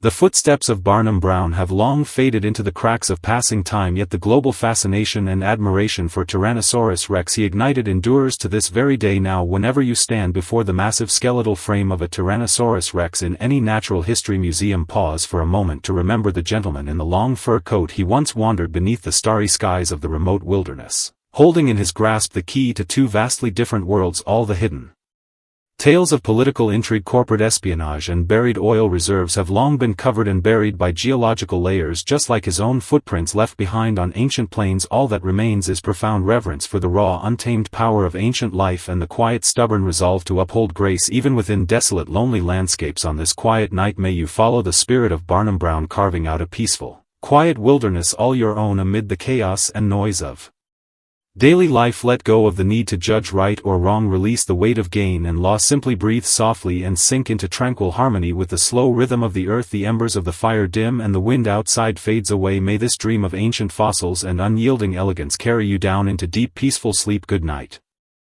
More than 2,000 years ago, in the ancient city of Athens, a wise man spoke softly to his circle of disciples. He told them of a magnificent, glorious civilization that had sunk beneath the waves in a single day and night, the legendary realm known to later ages as Atlantis. From that moment onward, the name of Plato became forever intertwined with one of the greatest, most enduring unsolved mysteries known to human civilization. Tonight we follow the lingering fragments of his philosophical writing, stepping into the profound, divine, dreamlike journey that shaped his entire life. If ultimate eternal truth truly exists within this world, Plato must have glimpsed its pure form amid the golden haze of such timeless dreams. He not only laid down the fundamental foundation of human rational thought and philosophical reasoning, but also left behind a lost, forgotten paradise etched into the collective imagination of humanity. Tonight, set aside the trivial worries and trivialities of everyday life and let Your thoughts drift slowly downward, carried by the gentle resonant voice of Plato. Wander amid the soft moonlight of ancient Athens and the rolling endless waves of the Atlantic Ocean to rediscover the long-lost inner peace hidden deep within your heart. While countless explorers and seekers wander the dark depths of the ocean searching for traces of sunken ruins, they often overlook the man who first wove the timeless tale into being. Plato. His life was defined by an unyielding, relentless pursuit of perfection balanced with the destined rhythm of exile, departure and quiet return. This is a timeless story woven from divine wisdom, bitter disillusionment and the quiet eternity of being forgotten, perfectly suited for quiet reflection and gentle listening in the stillness of late-night hours. May the vision of Atlantis crafted within Plato's writings transform into the softest, most peaceful island dwelling waiting for you within the quiet realm of dreams. Beneath the vast blue restless waves of the Atlantic Ocean does a civilization beyond human imagination truly lie, hidden in eternal slumber. For over 2,000 years countless bold explorers, devoted scholars and passionate dreamers have journeyed far and wide, chasing faint traces of lost golden splendor buried beneath the sea. Yet this mystery that has captivated the entire world for millennia began simply as an old wise man sharing thoughtful words in quiet conversation. The name of Plato stands almost synonymous with human reason, intellect and profound wisdom, yet he himself opened the door to one of humanity's most enduring and mesmerizing illusions. Tonight let the soft gentle glow of flickering firelight stay with us as we walk fully into the untold story of his life. This is far more than a simple biography of a great philosopher. It is a profound echo of divinity, eternal truth and the destined disillusionment woven into human fate. As an aristocrat of ancient Athens, having witnessed the collapse and decline of his own era, why did he pour his deepest sorrows, worries and reflections into the tale of an isolated island sunk forever beneath the deep ocean? Now slow your breathing, calm your mind and journey back to Athens in the 4th century before Christ to meet the thoughtful wise elder lost in quiet contemplation. Plato was not born with the name we know today. The word Plato means broad and wide in ancient Greek, a nickname he earned for his strong, imposing build during youthful wrestling contests. Born into one of the most prominent noble families of Athens, he possessed a robust physical frame and extraordinary brilliant talent, destined to rise to great heights within the city's political arena. Yet long before the quiet turning point that reshaped his entire destiny, he was merely a privileged young noble, immersed in the joys of poetic creation, athletic sports and the leisurely pleasures of aristocratic life. That pivotal moment of fate arrived with the appearance of Socrates, when Plato encountered this barefoot, unassuming, peculiar man wandering the city marketplace, asking thoughtful, profound questions of every stranger he met. The carefully planned path of power, status and aristocratic privilege shattered completely. He burned all his early poetic manuscripts, choosing instead to devote himself wholeheartedly to following the man many Athenians dismissed as a foolish eccentric. From Socrates he learned the most vital eternal lesson: the physical world we perceive with our senses is merely a faint shadow of pure eternal ideal forms, much like fleeting illusions cast upon the walls of a dark cave. Yet ancient Athens could never embrace the uncompromising wisdom of Socrates. The city-state condemned this wisest of men to end his life by drinking deadly poisonous hemlock. Plato stood witness to his beloved teacher's tragic passing. In that sorrowful moment he felt far more than personal grief and mourning. He endured a profound, crushing disillusionment toward the so-called civilized society he had always known. This deep sense of disenchantment laid the very first foundation for the tragic undertones he would later weave into the legend of Atlantis. To escape the city that had broken his spirit and shattered his faith, he embarked upon a long 12-year journey of self-imposed exile, wandering far from the home he once cherished. During his years of distant wandering, Plato crossed the sparkling waters of the Aegean Sea, traveled deep into the mysterious ancient land of Egypt and listened closely to age-old legends preserved by sacred priests in the ancient city of Memphis. Tales of divine royal lineage, catastrophic great floods and magnificent civilizations swallowed by the sea tens of thousands of years earlier slowly took root and unfolded within his mind. He hoped to realize the unfinished ideal of his departed teacher. Within the real world, journeying 3 times to Syracuse on the island of Sicily, striving to guide and enlighten the region's ruthless tyrant, yet pure idealism appeared utterly absurd and powerless. Standing before the raw, unbridled hunger of political ambition, he was publicly sold into slavery, facing the very real threat of dying alone, forgotten in a foreign, distant land. These piercing, humiliating, painful moments opened his eyes fully to how fragile, dangerous and overwhelming human desire could truly be when he finally returned to his beloved Athens, planting the first olive tree within the grounds of the newly founded academy on the city's outskirts. He was no longer the impulsive, passionate young idealist of his youth. He had transformed into a solitary, quiet dreamer, determined to build through written words the perfect ideal city that could never truly exist within mortal reality. Gradually Atlantis took clear vivid shape within his writings, an empire founded by descendants of the sea. God Poseidon, ringed by 3 circular waterways lined with walls covered in gleaming gold, it boasted fleets far ahead of its time and peaceful herds of gentle elephants roaming its fertile lands. This was far more than merely a legend he had heard from distant priests. It became his profound prophetic vision of an ideal civilization corrupted, consumed, and ultimately destroyed by the insatiable greed of mortal humanity.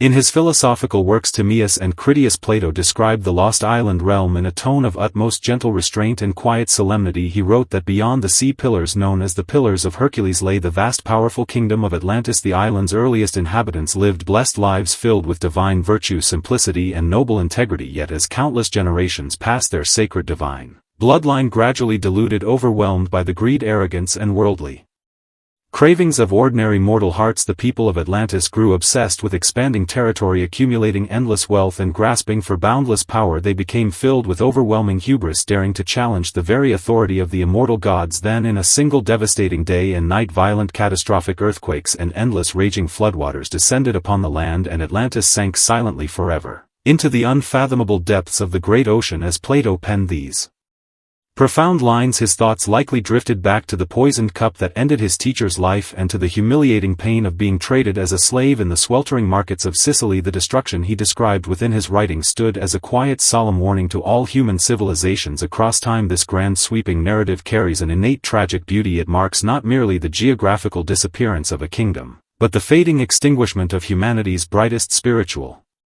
light. For those listening quietly in the stillness of night, this vast sense of disillusionment brings a quiet sense of release and breadth amid the narrow constraints of ordinary mortal existence. Within his profound, thoughtful gaze, the sinking of Atlantis was never truly an end. It was meant to awaken purer, wiser wisdom within the hearts of those who survived the fall of worldly glory.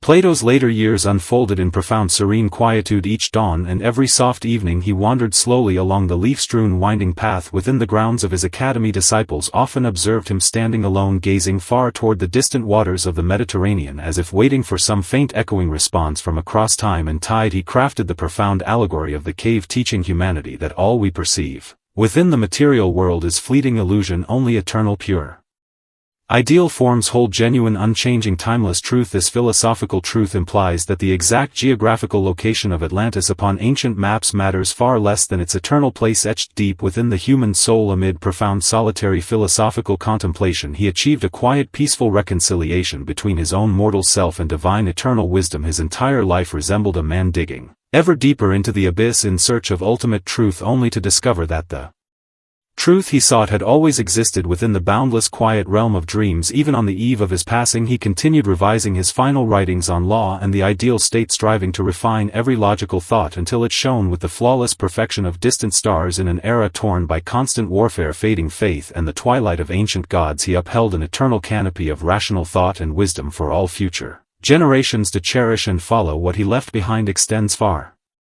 beyond the haunting legend of Atlantis. It is an eternal, profound longing for perfect virtue, ideal society, and untainted truth. As he closed his eyes for the final time, he likely already heard the soft, gentle rhythm of ocean tides rising from the sunken ruins deep beneath the sea.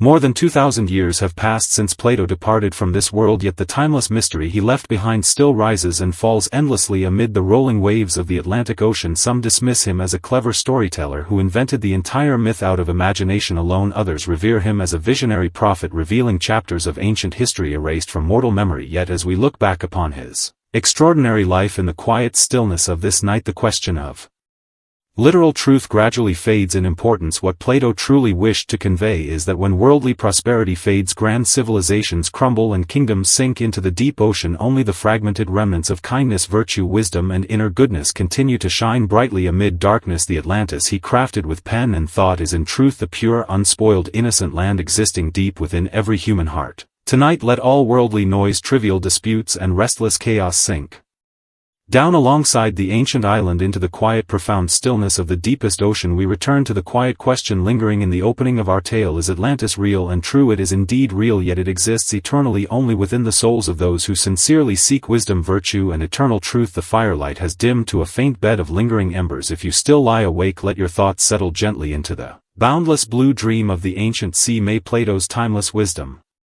guard your slumber. May you embrace a sleep as clear, peaceful, and profound as the quiet logic of classical philosophy. Good night and sweet dreams.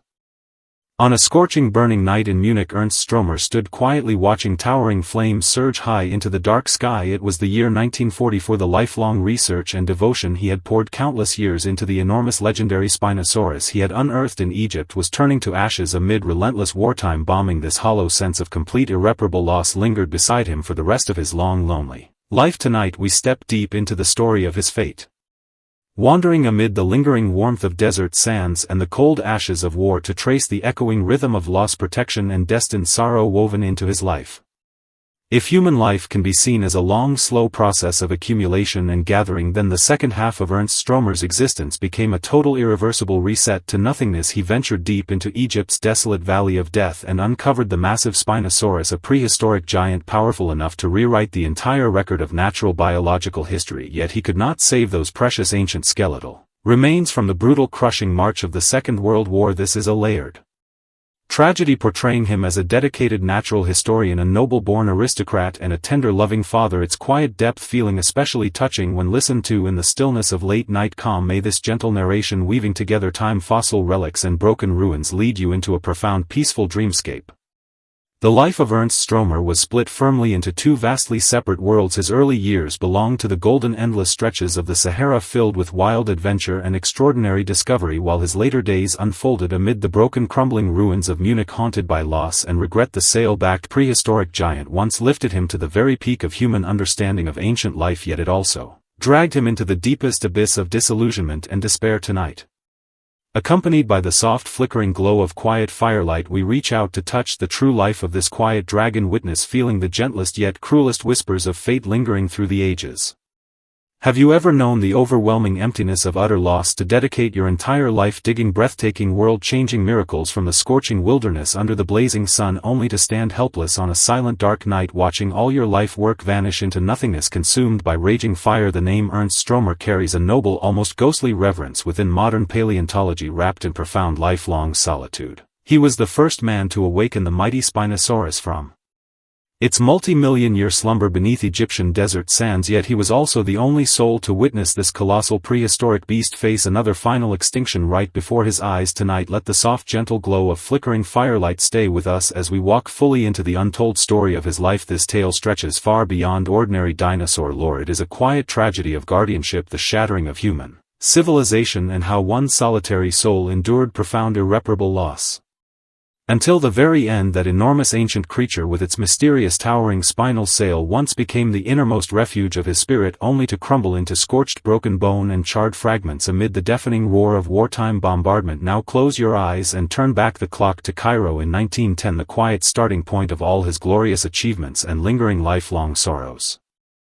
Ernst Stromer was never a reckless, impulsive adventurer born into an ancient noble family of Bavaria. He carried an innate quiet reserve, rigorous precision and dignified restraint in every part of his being. In 1910, while other young aristocrats of his generation wasted their days indulging in grand Victorian balls and lavish social gatherings, he settled upon the swaying back of a camel, journeying deep into the remote, untamed Egyptian desert along the barren edges of the Bahariya oasis.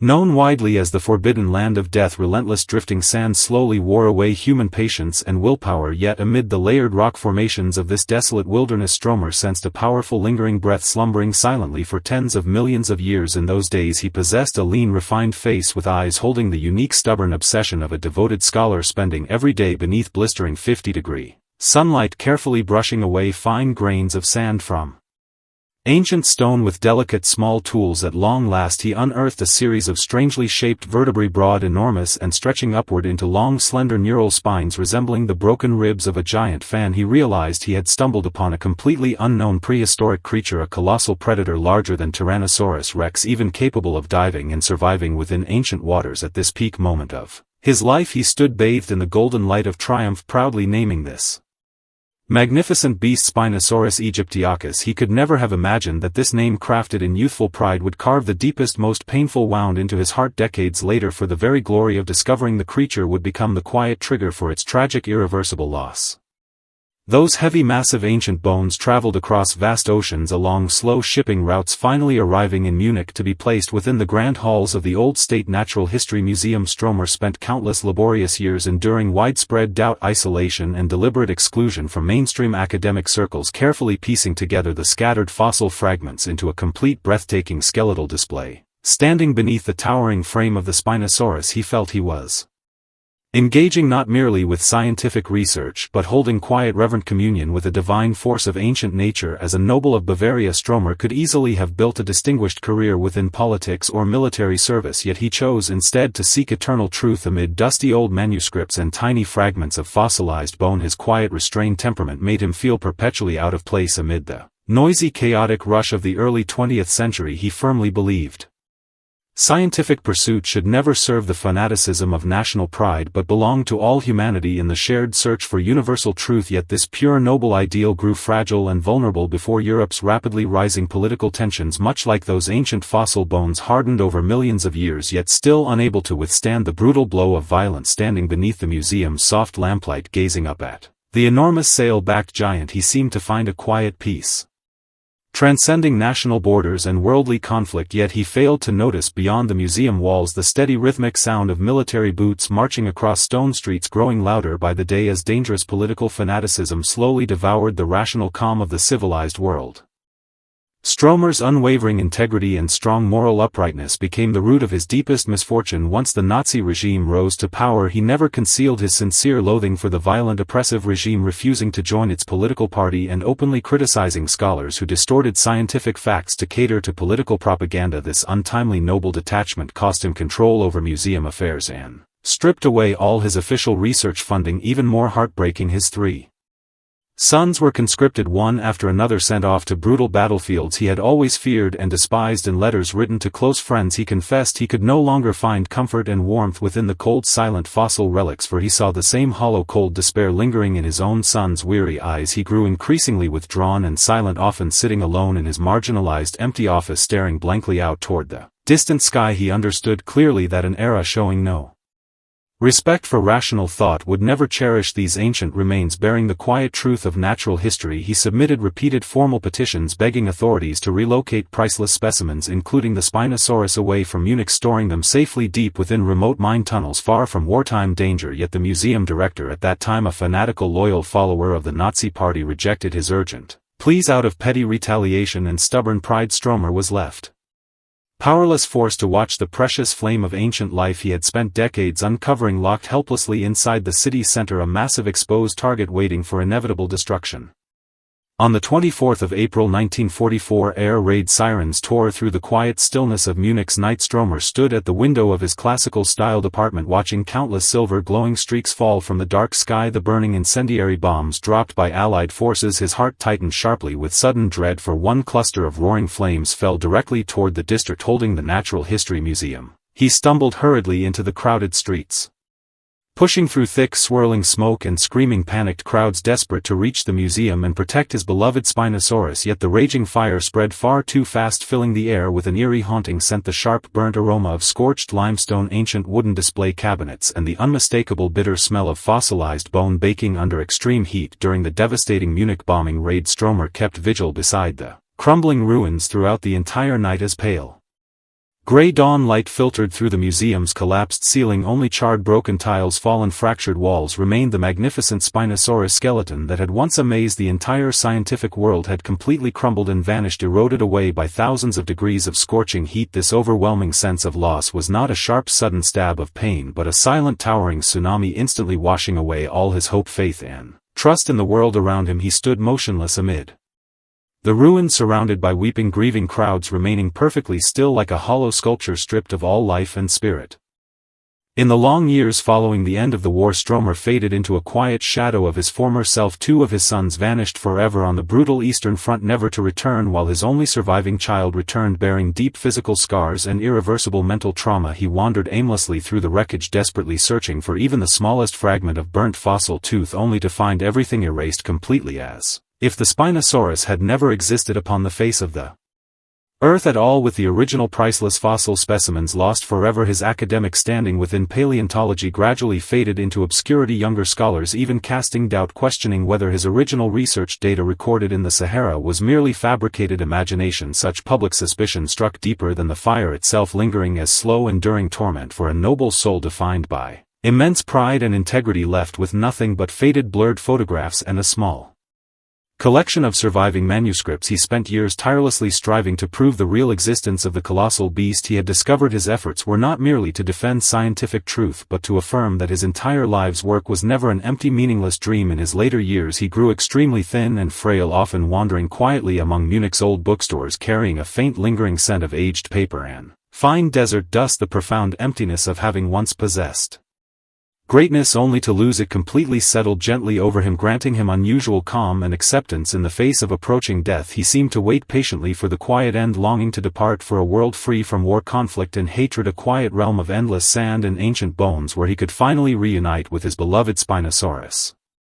Ernst Stromer passed away peacefully in 1952, departing silently without fanfare or grand remembrance, fading away like an ancient eggshell worn smooth by endless drifting desert sand. Decades later, advanced modern scientific technology combined with remarkable new fossil discoveries unearthed in Morocco finally confirmed the genius, insight and accuracy of his early research. Humanity once again acknowledged the immense significance of Spinosaurus, yet the man who dedicated his life to discovering, protecting and cherishing the ancient giant had long since fallen into eternal slumber amid broken wartime ruins. Looking back across time, his life unfolds like a grand fleeting illusion, searching for the spark of life within the most desolate, barren wilderness, only to meet devastating destruction within the heart of civilized society. This destined sense of hollow emptiness holds within it a rare, profound purity, for what he cherished deeply was never the fame and reputation brought by fossil discovery, but the trembling awe of witnessing pure truth in the moment of revelation. Now the tale draws to its gentle close. The thunder of wartime bombardment, charred broken ruins and crimson desert sands have all drifted away with the passing wind. Ernst Stromer no longer needs to carry sorrow or regret over the lost ancient bones. He has found eternal peace within a remote wilderness, untouched by pain, conflict and sorrow. The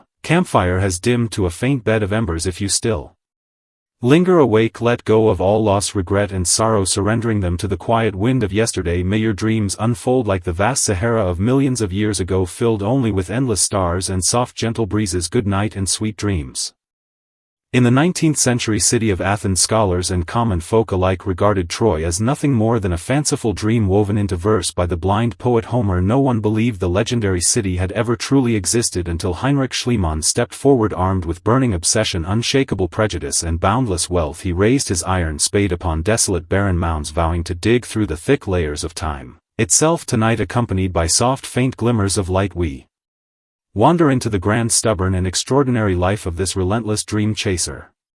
If a person is willing to wager an entire lifetime of fortune and fate just to believe an ancient 3,000-year-old legend is real, then Heinrich Schliemann was exactly that bold, reckless dreamer. His whole life became a never-ending race against myth and ancient memory. He searched for the true faces of legendary heroes behind gleaming golden masks and sought the silent tears of Helen amid charred, scarred earth. Tonight, set aside all doubt and skepticism and drift with him into the golden, distant memories of a long-forgotten heroic age. Heinrich Schliemann's iron spade stirred the twilight of the old gods, awakening ancient lost civilizations to once again see the light of day. He began life as a poor humble apprentice, then grew into a shrewd successful merchant, yet in the end he became the loyal quiet guardian of age-old mythology. When the hidden treasures of Troy emerged once more beneath the blazing sun, he finally kept the sacred promise he had made to his own youthful self. This is a gentle tale of relentless determination, unyielding courage and quiet final peace. May it cradle you into calm, undisturbed sleep. Imagine what it would be like to build your entire life upon a fairy tale the whole world dismisses as nothing but lies. In that rational, reason-driven age of the 19th century, respected scholars scoffed with absolute certainty, declaring Troy nothing but poetic imagination. Yet one man stood stubbornly upon the desolate, windswept hills of Hizarlik in Turkey, clutching tightly to an old yellowed book of epic verse. Heinrich Schliemann, self-made merchant with no formal archaeological training, prepared to use his vast fortune and the rest of his days to shake down the towering wall of forgotten time. Tonight, let the soft gentle glow of flickering firelight stay with us as we walk fully into the untold story of his life. This tale is far more than simple archaeology. It is a profound tribute to how stubborn devotion and obsession can conquer the slow erosion of time and oblivion. He heard the distant neighing of war horses, within quiet loamy soil and touched the cold warm glow of buried gold and utter stillness. Now close your eyes, let your mind drift with the faint fragrance of damp earth sinking back into that golden heroic era long lost to the ages.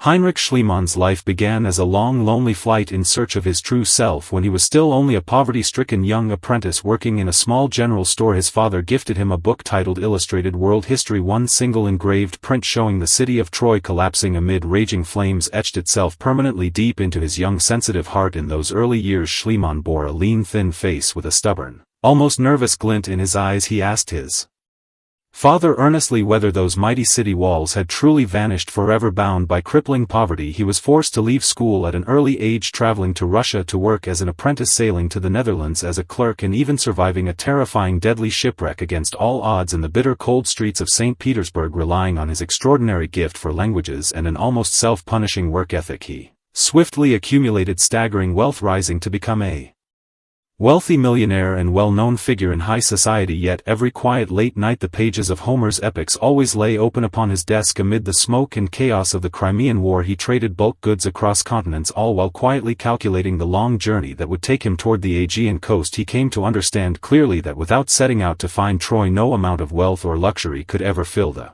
hollow emptiness in his soul. He would remain forever a spiritual wanderer. So at the age of 46 he made a decision that stunned the entire world. He sold off all his vast possessions, fortune and business to devote himself entirely to digging into ancient earth. Schliemann journeyed to Greece and found every inch of that ancient land breathing with the quiet allure of timeless mythology. He longed for a companion, a kindred spirit who could wander alongside him, searching for traces of the real world hidden within the lines of the Iliad. He placed an advertisement in local newspapers seeking a wife who loved Homer deeply and spoke fluent ancient Greek. In time he met Sophia, a much younger Greek maiden. On their wedding day she wore no luxurious bridal gown. Instead, walking beside him, wandering across barren wilderness and lonely hillsides, Schliemann, dressed in outdated formal evening wear topped with the silk top hat that marked his social standing, stood side by side with ordinary laborers deep inside muddy excavation pits, personally joining in the hard digging labor. He distrusted established professional archaeologists, entirely convinced every directional description written in Homer's verses formed an accurate, precise ancient map pointing toward a small unremarkable hill, ignored and dismissed by academic experts. His voice trembled with quiet emotion, declaring this very spot held the palace of King Priam. Laborers toiled relentlessly beneath the scorching sun, their sweat dripping into parched dry soil, while Schliemann watched every fragment of unearthed pottery and stone with the intense focus of a devoted guardian. He endured endless humiliation and scorn from the academic world, branded a vulgar upstart, a reckless amateur destroying precious ancient relics, yet he paid no mind to their criticism whatsoever. Then came the fateful life-changing morning of 1873 at the foot of an ancient stone wall in Hizarlik, when his eyes caught a dazzling streak of golden light glowing unnaturally amid ordinary soil.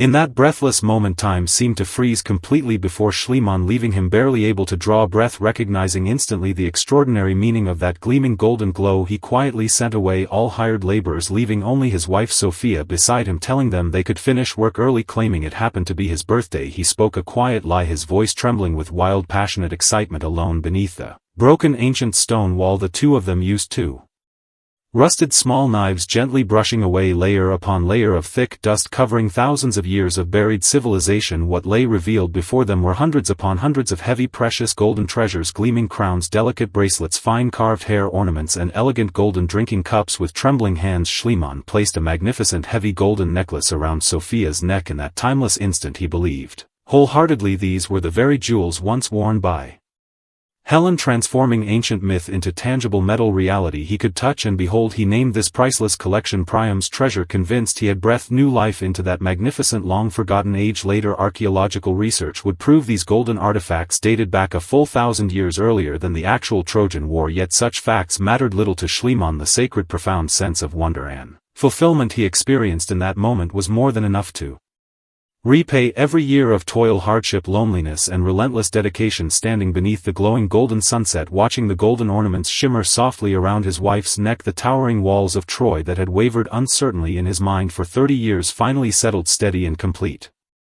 The astonishing discovery of Troy never slowed Schliemann's ambition. Instead, his longing to uncover hidden myths expanded endlessly. With every new excavation he traveled next to Mycenae, the legendary domain of King Agamemnon, described in epic verse as a land rich with gold. Beneath the famous landmark known as the Lion Gate, he unearthed a deep vertical shaft tomb hidden within the earth, and inside it he discovered a haunting mask. Crafted entirely from pure gold, the face carved upon the mask bore a solemn, dignified, imposing aura, carrying the ancient, majestic presence of a primordial royal ruler. Schliemann knelt down, gently pressing his lips against the cold surface of the mask, fully convinced he was gazing directly upon the true face of Agamemnon. In a telegram sent straight to the King of Greece, he wrote simply, "I have looked upon the face of Agamemnon." From that moment onward, Schliemann became a household celebrated hero across all of Europe. Though his rough, untrained excavation methods were crude and careless, damaging countless precious undiscovered relics, no one could resist being moved by his boundless, almost fanatical love for ancient legend. He filled his grand Athenian mansion, naming every single room after figures from Homer's epics. He taught his own children to read and speak ancient Greek, insisted even household servants memorize lines from the great poems, fully immersing his entire daily life into the world of myth. Yet beneath his fame and success lingered deep quiet loneliness, his rich, vivid inner spiritual world setting him apart from the trivial ordinariness of everyday reality. He spent his days searching for the shadows of people who had died 3,000 years before, slowly losing touch with how to embrace and cherish the living world around him. In his later years, Schliemann suffered from severe painful ear trouble, a quiet balance perhaps fate imposed for listening too closely to the faint whispers of ancient forgotten voices. On the eve of Christmas he collapsed suddenly on a street in Naples, Italy, no one recognizing the face of the great pioneering archaeologist beside him. He who once adorned his wife with radiant golden treasures ended his days confined alone in an unfamiliar hospital room, listening to endless persistent ringing echoing quietly in his ears. Even in his final fading moments he whispered softly of distant ancient soil and undiscovered resting places of long-lost heroes. All his life he had fled the shadow of his impoverished, humble beginnings, yet in every quiet dream he returned once more to the pages of that old illustrated world history. His funeral was held with grand solemn ceremony, attended by statesmen, scholars, and intellectuals from across the globe, all coming to pay tribute to the man many once called a reckless madman. Beside his coffin stood a marble statue of Homer, as if even on his journey into the next world he still needed the blind poet to guide his way. He carried not a single piece of golden treasure with him into the afterlife, only the quiet, profound satisfaction of having fulfilled his lifelong search. He proved to the entire world that within a planet driven by practical gain and material desire, romantic, unyielding obsession can still bloom into the most brilliant, extraordinary beauty. His tombstone bore no record of his vast wealth or fortune, only a simple, timeless inscription dedicated to the hero Schliemann. Today the wind still sweeps quietly across the rolling hills of Hizarlik, the ancient city walls once buried deep beneath earth now standing exposed as a famous scenic site for travelers. Controversy over Schliemann never fades away. Some label him a clever forger, others a reckless relic destroyer, many hail him as a self-taught genius. Yet we return to the quiet question posed at the very beginning: is a life built entirely upon an old legend still worthwhile? Schliemann answered that question fully.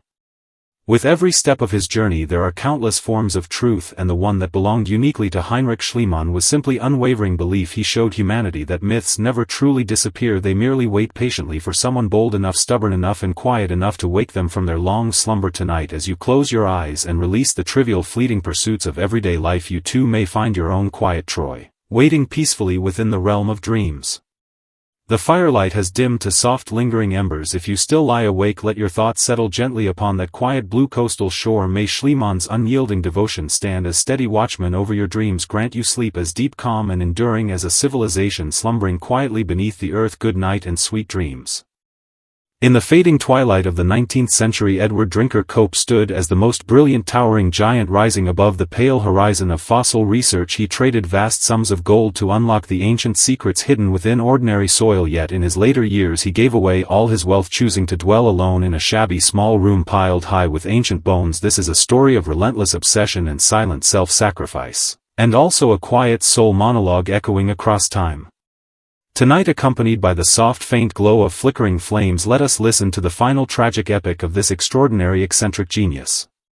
If a person's entire life is regarded as an endless never-ending high-stakes gamble, then Edward Drinker Cope gambled away nearly his entire world. He spent half his life locked in fierce bitter rivalry with his lifelong enemy, yet in his declining years he resolved to leave his own skeletal remains as the final most precious specimen for scientific research. This marked not only the quiet end of the legendary Bone Wars but also a peaceful silent reconciliation between one man and the cruel twists of fate. Relax your body, calm your mind, and let this gentle soothing narration lead you into the lingering sunset glow of his lonely later years.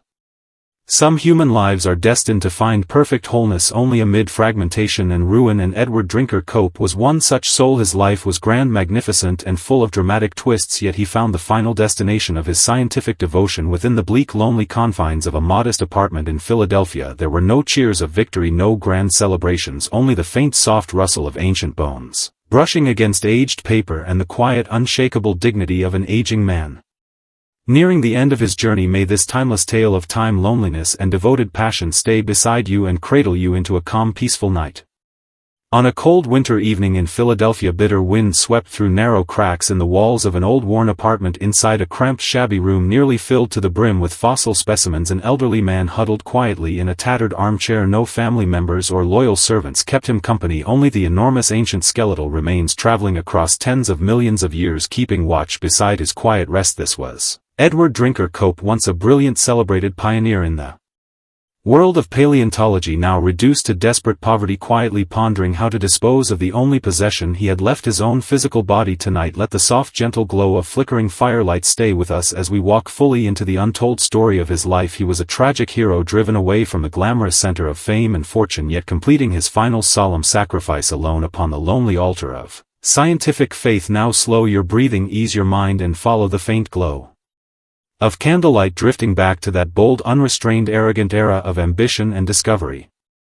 The first crack running through his fate began not with poverty and hardship but with an almost devastating sense of pride and unyielding arrogance. Cope was born into a prominent, wealthy family, inheriting a vast fortune, more than enough to grant him a lifetime of comfort, luxury, and ease, sheltered away from worldly hardship. Yet he deliberately chose the muddiest, wildest, and most desolate path of all, venturing deep into the untamed wilderness of the American West. During those years his fierce rivalry with Marsh's bitter, lifelong foe blazed like two brilliant meteors streaking across the night sky, refusing to yield ground to one another until every spark of passion and fortune burned completely away. Determined to discover more prehistoric giant species than his rival, Cope spared no expense, dipping deep into his family trust funds, purchasing entire quarries on a large scale, and hiring massive teams of excavators. He once worked beneath the blazing, scorching sun of Nebraska, stripping off his coat, digging frantically through layered rock, consumed by an insatiable hunger for ancient unknown life. Blind to the steady draining loss of his wealth, he firmly believed that once he mastered the hidden geological secrets of the earth he would reign as an eternal king of prehistoric knowledge. Yet this obsession, mortgaging his very soul to fossil relics, planted the quiet seeds of all the tragedy that followed. He imagined he was unearthing the lost chapters of natural history, while in truth he was digging deeper into the dark abyss of his own destined ruin. The first faint crack in his fortune, reputation, and spirit opened silently amid countless reckless, unrestrained bidding wars, all while he remained lost in wild elation over discovering brand new prehistoric species.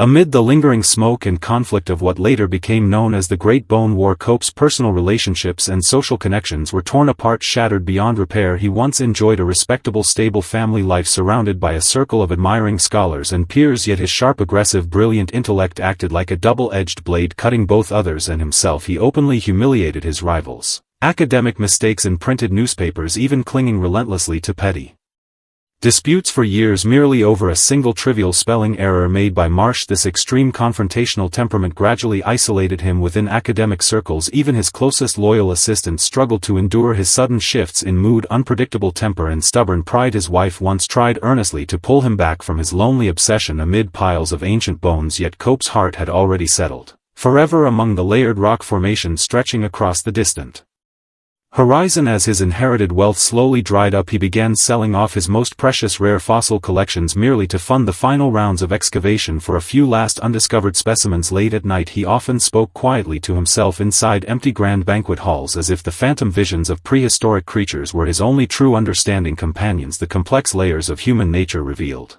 themselves fully in these lonely years. He was both a towering, pioneering giant of Scientific discovery and a pitiable soul imprisoned forever by his own stubborn paranoia, he gradually lost ground in the silent power struggles of academia, losing research funding, losing his official teaching position at renowned museums. The warm praises and admiration that once surrounded him faded rapidly into quiet mocking whispers the moment his fortune ran dry. The setting sun of the 1890s cast soft golden light into his new simple home in Philadelphia, a place better described as a quiet tomb of ancient bones than a residence hoping to save on rent. He moved into a cluttered narrow townhouse furnished with almost no daily living belongings, only endless rows of fossil specimens and heavy towering volumes of academic research. By this time Cope's physical health had already begun to decline. Sharp persistent kidney pain tormented him day and night, yet he refused expensive medical treatment. He chose instead to spend every last remaining penny printing and preserving his scientific papers, fearing his lifelong discoveries would be buried and forgotten by the passage of time. In his later years his features grew lean, solemn and deeply melancholic. The once sharp piercing light in his eyes softened, veiled behind a gentle weary mist. He grew far humbler with age, showing quiet, restrained kindness toward young junior researchers he had once overlooked and dismissed. He endured simple dry bread alone in his laboratory, surrounded by the sharp lingering scent of formalin, sorting through tons of raw field records and research notes. This dramatic fall from wealth, fame and glory never broke his spirit. Instead it washed away the impetuous arrogance of his younger days, revealing the pure, unadulterated essence of a devoted scholar. It was during these quiet, lonely years that he wrote his most profound, thoughtful reflections on life, how living creatures adapt to changing environments and how entire species evolve and survive amid harsh adversity. Perhaps because he himself stood trapped in the bitter winter of his own life, he understood better than anyone the quiet fate of ancient souls lost amid prehistoric storms.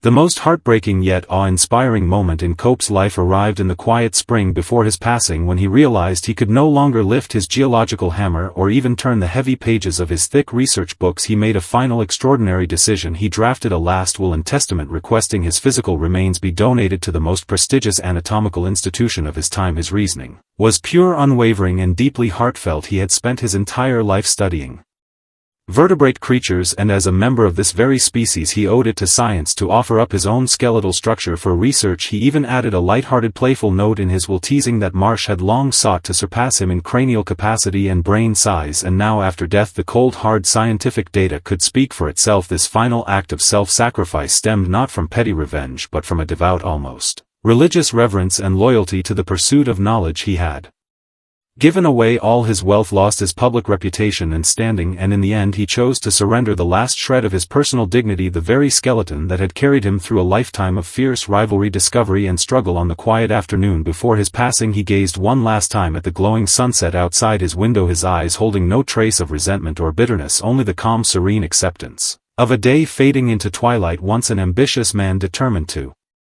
conquer and understand the entire natural world, he chose in the end to become a humble part of nature itself. This layer of tragic sorrow no longer felt dark and heavy, instead polished by the years into a golden, timeless epic texture full of quiet nobility and grandeur.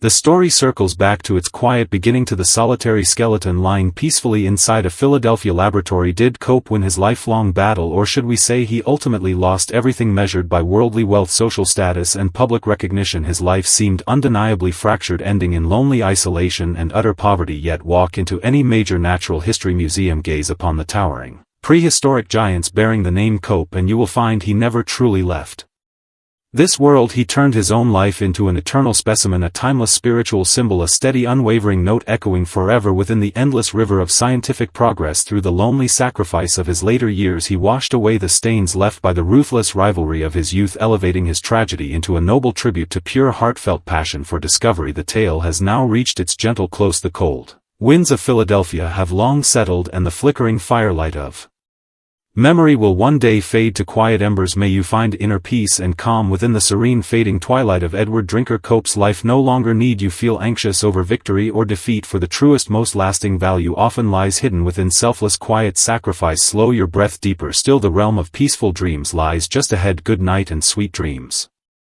Along the damp, misty coastline of 19th-century England, a young girl wandered endlessly beneath jagged, crumbling cliffs. Her name was Mary Anning, a child touched by violent thunder, a naturally gifted scientific genius who never once stepped inside a formal classroom. She unearthed gigantic ancient sea monsters that reshaped humanity's understanding of the world, yet her name was never printed upon elegant academic papers. Tonight, accompanied by the rhythmic crashing waves of Lyme Regis, we delve into her lonely, resilient and extraordinary lifetime. Her entire life was a quiet spiritual pilgrimage spent alongside rolling tides, raging thunderstorms and weathered stone strata. Born as a poor shoemaker's daughter, Mary Anning scavenged along desolate seashores, accidentally brushing away the thick dust of endless time. She discovered perfectly preserved ichthyosaurs and long-necked plesiosaurs, yet rigid gender discrimination and humble social status barred her from entering noble academic halls. Close your eyes and sink into this low, soothing narration to feel the silent, grounded tenderness hidden deep within the earth. If the ancient earth could speak, it would softly whisper and call out the name Mary Anning. Armed with nothing more than a tiny iron hammer, she chipped away at damp coastal cliffs, uncovering a long-lost prehistoric era that astonished the entire civilized world. This is a quiet tale of crippling loneliness, cruel social prejudice, persistent poverty, and pure, unyielding passion flowing with the serene stillness of the deep ocean. Let this gentle, forgotten story calm your mind and grant you pure, peaceful tranquility for your slumber.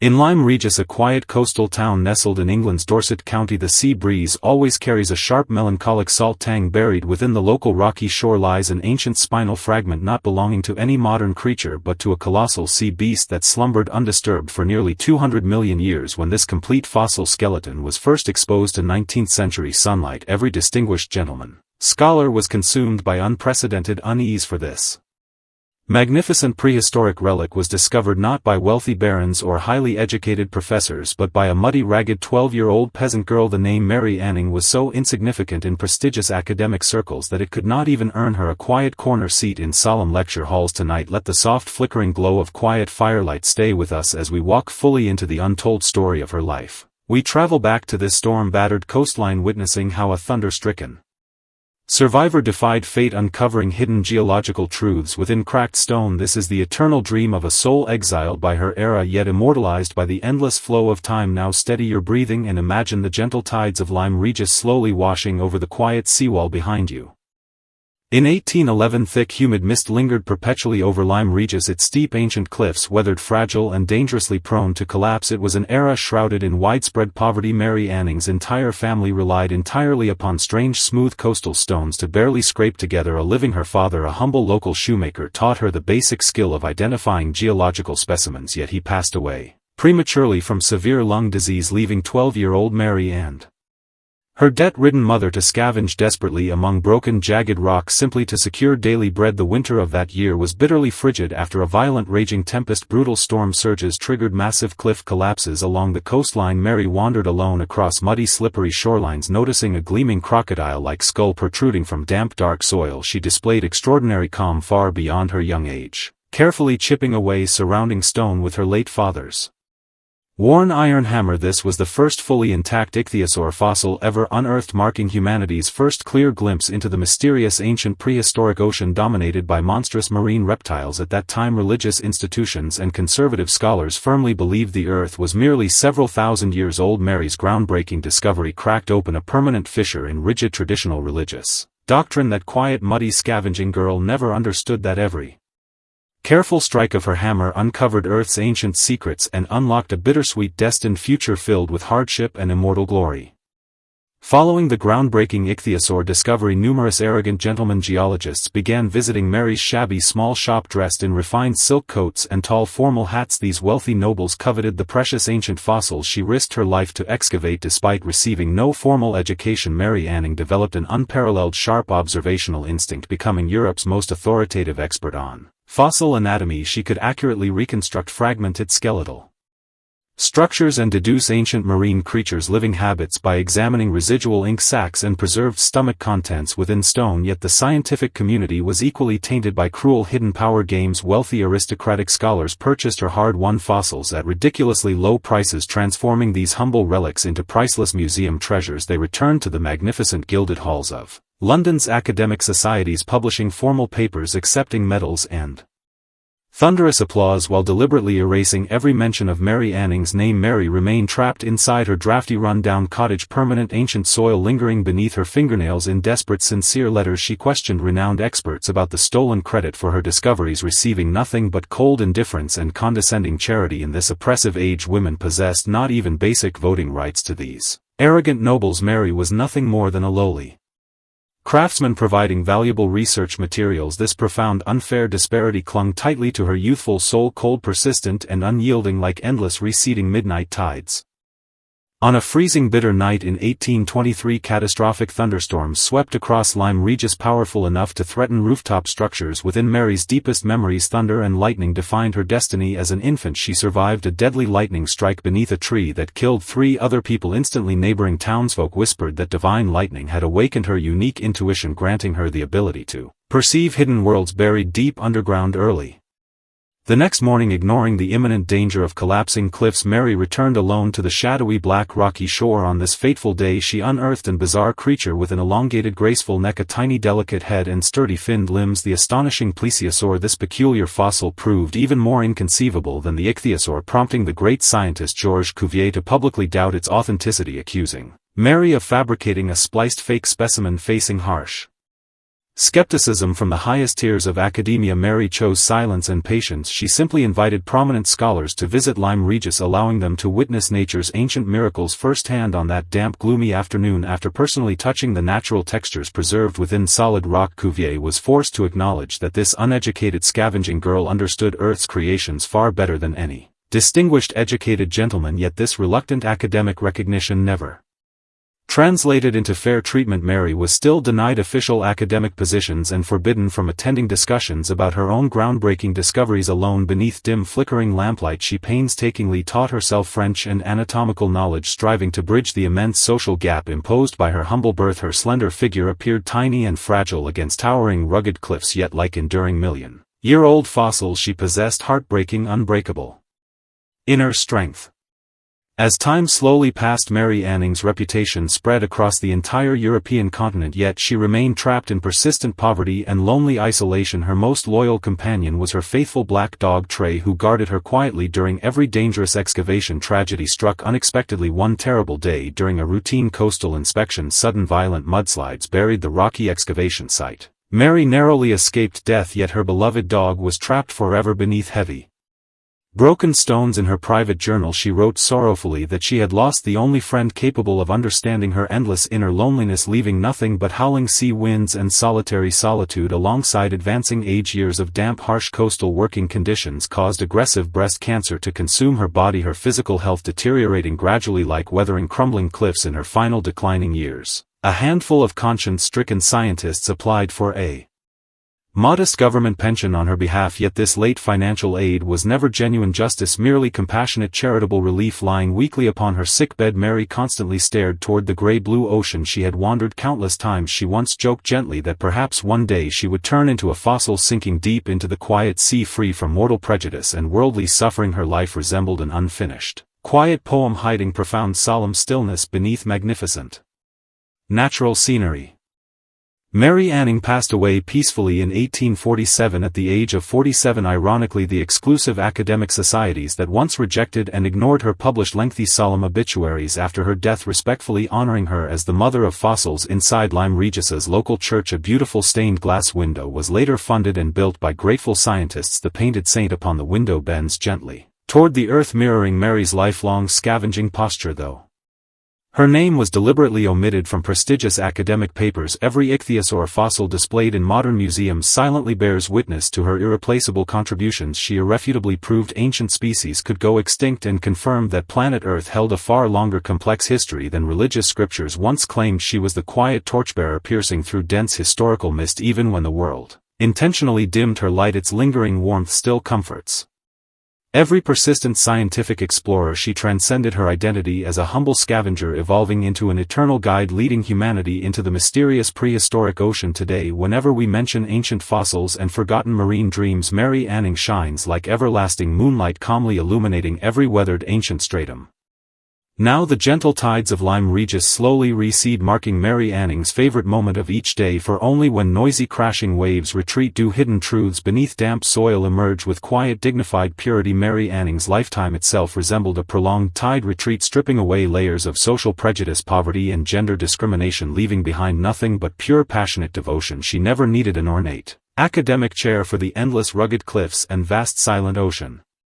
formed her grandest eternal pulpit. As you drift into peaceful sleep tonight, recall that thunder-stricken little girl and her tiny iron hammer capable of striking through endless time. Human lives may be underestimated, overlooked and forgotten, yet sincere passion dedicated to eternal truth remains unbreakable, genuine and everlasting, like ancient fossils embedded deep within stone. Release all daily exhaustion and weariness, sinking into tranquil stillness just like prehistoric creatures slumbering. Beneath Lyme Regis cliffs the dying fire fades and distant winds fall silent. May your dreams contain a quiet boundless beach belonging solely to you. Good night. In the fierce sweeping winds of the early 20th century, Roy Chapman Andrews led his motor convoy deep into the remote heart of the Gobi Desert, a desolate land long feared and named the place of death. He journeyed far beyond ordinary fossil hunting, for he sought to uncover humanity's earliest faint understanding of the primeval ancient world. Across this barren wilderness, abandoned and forgotten by modern civilization, he faced ruthless bandit gangs and stumbled upon wonders that would rewrite scientific history. Tonight, follow in his footsteps, wander back into those quiet profound tales hidden within desolate open lands, and sink into calm tranquility amid the low murmuring of drifting sand and wind. If there exists a life entirely devoted to wandering toward distant frontiers, it is undoubtedly the life of Roy Chapman Andrews. Armed with a loaded revolver and delicate precision scientific instruments, he discovered world-altering dinosaur egg nests beneath the towering red cliff faces of the eastern Gobi. This is a quiet story of extraordinary courage and deep thoughtful reflection, free from noisy chaos, filled only with the faint soft sound of weathered rock peeling away and the distant echoing breath of life from millions of years ago. May this gentle fate-filled narration stay beside you and guide you into a peaceful, untroubled dreamland. Tonight's story revolves around one bold explorer who dedicated his life to searching for traces of ancient life amid endless rolling yellow sand. His name was Roy Chapman Andrews. His whole journey was woven with striking contrasts. Rising from a humble museum cleaner to become a world-renowned naturalist, he spent every passing year wandering the open wilderness, searching endlessly for hidden answers. Listen closely as the brutal winds of the Gobi cut through the cracks of history, and feel the quiet solemn power lingering within those long-forgotten ancient bones. Close your eyes and let this profound soothing melody carry you back to that pure, perilous golden age of wilderness exploration. Picture the remote depths of the Gobi Desert in the 1920s, thick swirling clouds of crimson sand veiling the sun's full glow upon the horizon. A strange striking procession made up of sturdy Dodge automobiles and long winding camel caravans traveled slowly and silently across the almost entirely uninhabited wilderness. Leading the expedition stood a man with a revolver fastened firmly at his waist, his gaze sharp and piercing like that of a soaring eagle, guiding humanity forward into an ancient forbidden realm never before uncovered by modern eyes. He was Roy Chapman Andrews, later known to the world as the real-life prototype of Indiana Jones, yet in his later years he carried a deep, heavy sense of debt and regret toward the vast wilderness that had brought him boundless fame and glory. Tonight, let the soft, gentle glow of flickering firelight stay with us as we walk fully into the untold story of his life. This journey was far more than an expedition to hunt for fossil remains. It was a long quiet exile of the soul, wandering between desolate barren wilderness and the overwhelming grandeur of natural history. Now let your thoughts drift slowly away with the desert wind, traveling back to that windy dawn when the world of exploration awaited his arrival. In the late spring of 1922, Roy Chapman Andrews and his expedition team crossed the ancient city walls of Zhangjiago. In that turbulent, chaotic era, beyond the protective walls lay a gray, dangerous borderland tangled with warlords, roaming bandit gangs and brutal extreme weather conditions. Many regarded his ambition as sheer madness, for he planned to carry not only heavy, cumbersome research equipment but also expensive, fragile Dodge automobiles deep into trackless, barren desert lands. Yet his inner intuition spoke far louder than any warning from others. He firmly believed the hidden secrets of human origin lay concealed deep within the inner heart of the Asian continent. As the convoy jolted and rumbled across rough gravel terrain, fierce gusts of wind sent tiny sharp stones clattering against the vehicle windows. Andrews sat quietly in the passenger seat, sinking into prolonged, thoughtful silence. His mind drifted far from future fame and public praise back to the years long past, when he worked quietly mopping floors within the halls of a natural history museum. That restless longing to be seen and recognized by the world, tangled with the overwhelming unease of being an unknown ordinary soul, eventually drove him onward into this most primitive, untamed corner of the earth. This marked the first quiet crack in his destined journey. He risked all his sponsorship funding and even his own life, determined to unlock a door sealed away for hundreds of millions of years. On their first night camping beneath the open sky, distant wolf howls mingled with haunting rumors of roaming bandits around the crackling campfire. Andrews tightened his grip around the handle of his pistol, feeling for the first time the immense oppressive weight of the untamed wilderness.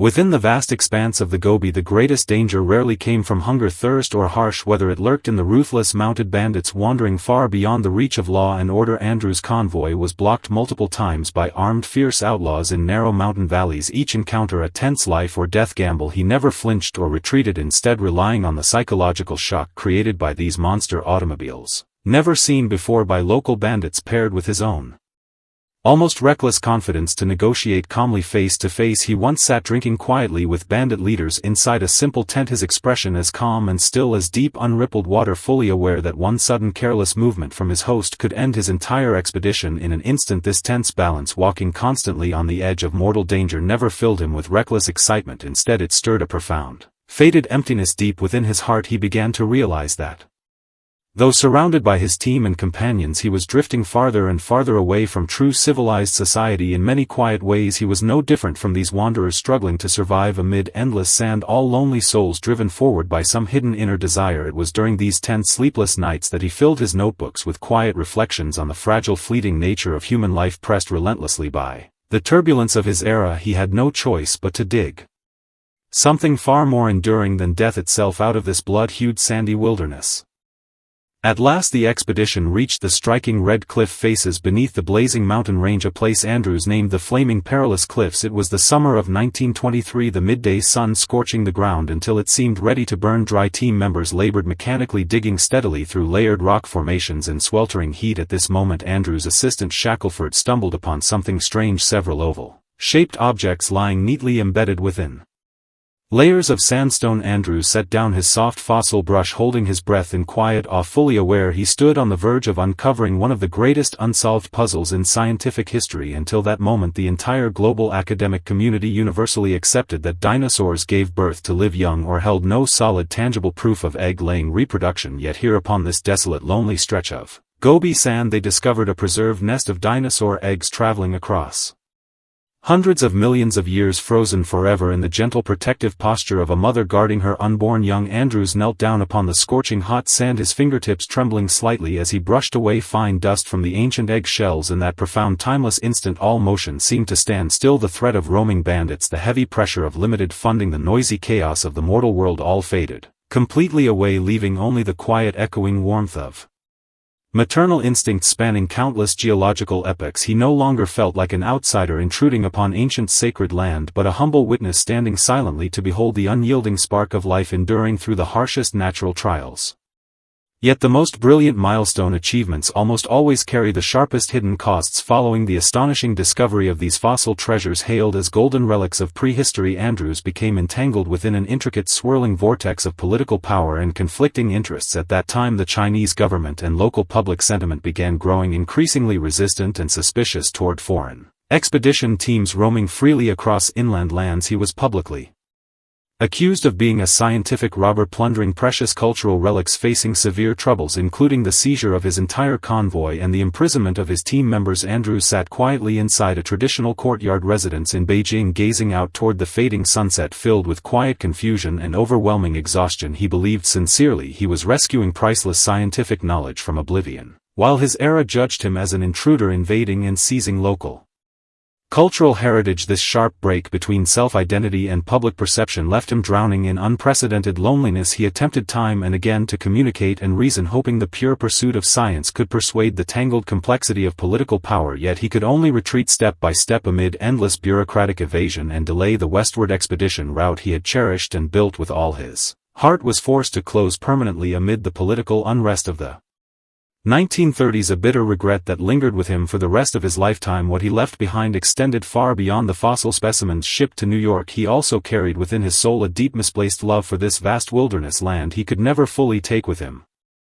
In his later retired years, Andrews withdrew to his quiet farm in California, yet his heart and spirit never truly left the endless sands of the Gobi. He often woke abruptly from vivid dreams, finding himself once again standing beneath those towering red cliff faces, fierce desert winds tangling wildly through his hair. He once wrote in his memoirs that whenever he closed his eyes, the absolute profound silence of the Gobi would sweep over him like endless rising tides, no longer the celebrated distinguished museum director, he was merely an aging man longing to hear once again the familiar distant ringing of camel bells. He spent hours sorting through old photographs of ancient bones and preserved dinosaur egg nests, yet what he saw was not worldly fame and glorious achievement but the memory of companions buried silently beneath drifting sand and the quiet ancient spirits he had disturbed by venturing into their timeless resting place. He came to understand that his own life resembled one of those ancient dinosaur eggs encased within the hard shell of fate, gradually stripped bare, displayed for the world to see, and slowly weathered away by the endless passage of time. In the fading twilight of his life he slowly learned to reconcile with unsolved mysteries, unfulfilled journeys, and lingering regrets. That profound sense of desolate solitude no longer brought fear, it turned into gentle quiet companionship, guiding him steadily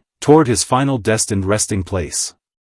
Now as we listen to this distant tale within the warmth and comfort of quiet rooms, the face of the Gobi Andrews once wandered may have changed greatly with time, yet the dinosaur eggs he unearthed still lie peacefully displayed behind museum glass cabinets, silently telling the timeless story of life's unbreakable resilience. His life answers the quiet lingering suspense woven into the opening tale. Amid extreme contrasts of fate, one person can carry both the mark of an outsider and the spirit of a devoted giver. What he bequeathed to the world stretches far beyond fossil relics. It is the unshakable courage to search for profound meaning hidden within desolate empty wilderness. The firelight softens low and faint and the story draws to its gentle close. May your dreams stretch as vast, deep and peaceful as the starry sky above the great desert. No need to dwell on what time may forget, for what is truly profound and eternal is already etched forever within the natural lines of ancient rock. Slow your breathing and let the fine soft drizzle of the desert wash away all weariness of the day. Good night and sweet dreams.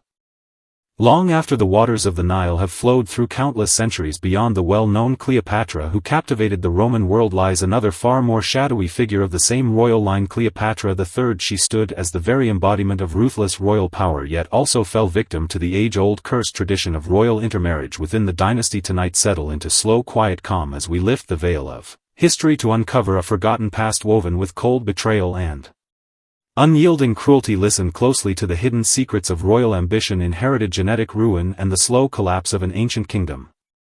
Some tales are destined to carry a cold somber chill, much like the tangled family legacy of Cleopatra III. This is far more than a simple struggle for royal political dominance. It is a cruel, unflinching experiment shaped by flawed bloodlines, fate and inherited destiny. How did she survive relentless betrayal from her own kin and in turn plant the seeds of ruin that would destroy her own descendants? Close your eyes, settle into the gentle warmth of quiet firelight and step into the shadow shrouded life of this little remembered queen mother whose days were wrapped in gloom, intrigue and unrelenting power plays.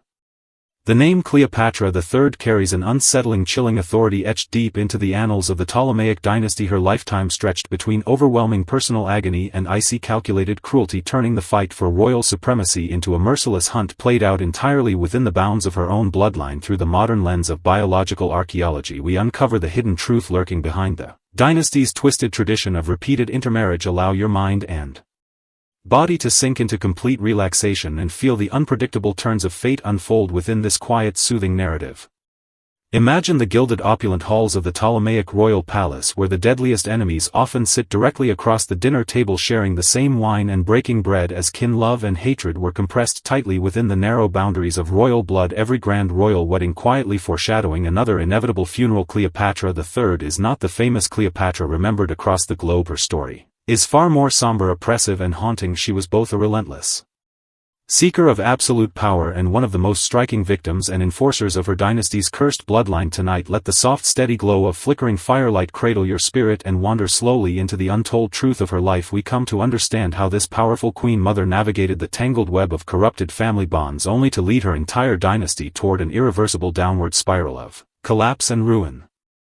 Her life began not with the innocent bloom of youth but with a repulsive transaction rooted purely in ruthless political gain. Cleopatra III was born as the daughter of Cleopatra II, yet within the twisted customs of her time she quickly became her own mother's bitter rival. Her uncle, known to history as Ptolemy the physicist, first married her mother before forcing the young Cleopatra III into his union, as well actions that seem incomprehensible and morally abhorrent by modern standards were accepted as normal practice within the Ptolemy royal house, all done to preserve what they believed to be an untainted pure royal bloodline. One can only imagine the inner turmoil of this young girl, forced to watch her own mother exiled, cast aside and powerless before being pushed herself into the bloody treacherous embrace of her ruthless uncle. In that pivotal moment, a part of Cleopatra III's innocence, humanity and softness died forever, replaced by an unhealthy obsessive hunger for unshakable power. She learned the bitter lesson that within her cursed family blood ties offered no safe harbor, no shelter, no loyalty. They were merely the sharpest unforgiving noose waiting to tighten around one's throat. She mastered patience, learned to weave subtle traps behind closed doors, and waited silently for her moment to strike back and claim what she believed she was owed.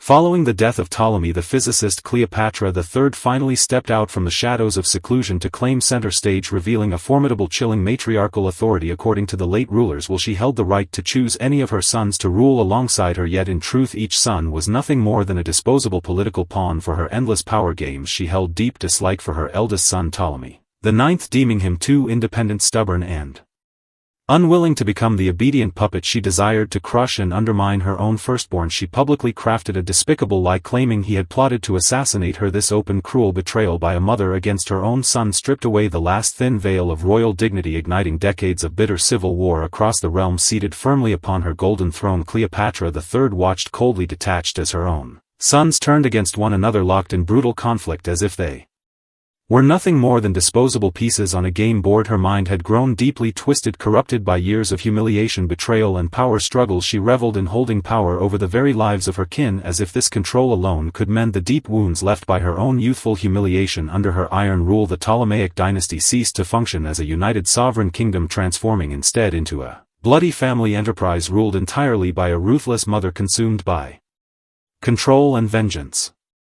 When viewed through the modern perspective of biological archaeology, the life of Cleopatra III reveals a deeper hidden tragedy shaped by what can only be called a genetic curse. Obsessed with preserving the supreme nobility of their royal lineage, the Ptolemy family practiced relentless close-kin marriage for generations, including unions between full siblings and even father and daughter. Extreme overlapping inherited genes created striking physical traits across the dynasty, such as prominent curved noses and recurring obesity, while also planting deep seeds of mental instability, madness, and psychological imbalance. Cleopatra III herself was a direct product of this long cycle of inbreeding, her family lineage stretching like a straight unbroken line with no outside blood to dilute its flaws. Biological research confirms such constrained genetic backgrounds greatly heighten the risk of severe psychological conditions, including extreme paranoia, obsessive fixation, and a complete lack of empathy and compassion. This explains the icy, heartless cruelty she displayed toward her own children. Her capacity for maternal affection long erased and consumed by the chaos embedded deep within her inherited DNA. Her twisted hunger for dominance was shaped not only by harsh life circumstances but also by silent, flawed genetic coding running through her veins. Slowly, inevitably, the entire dynasty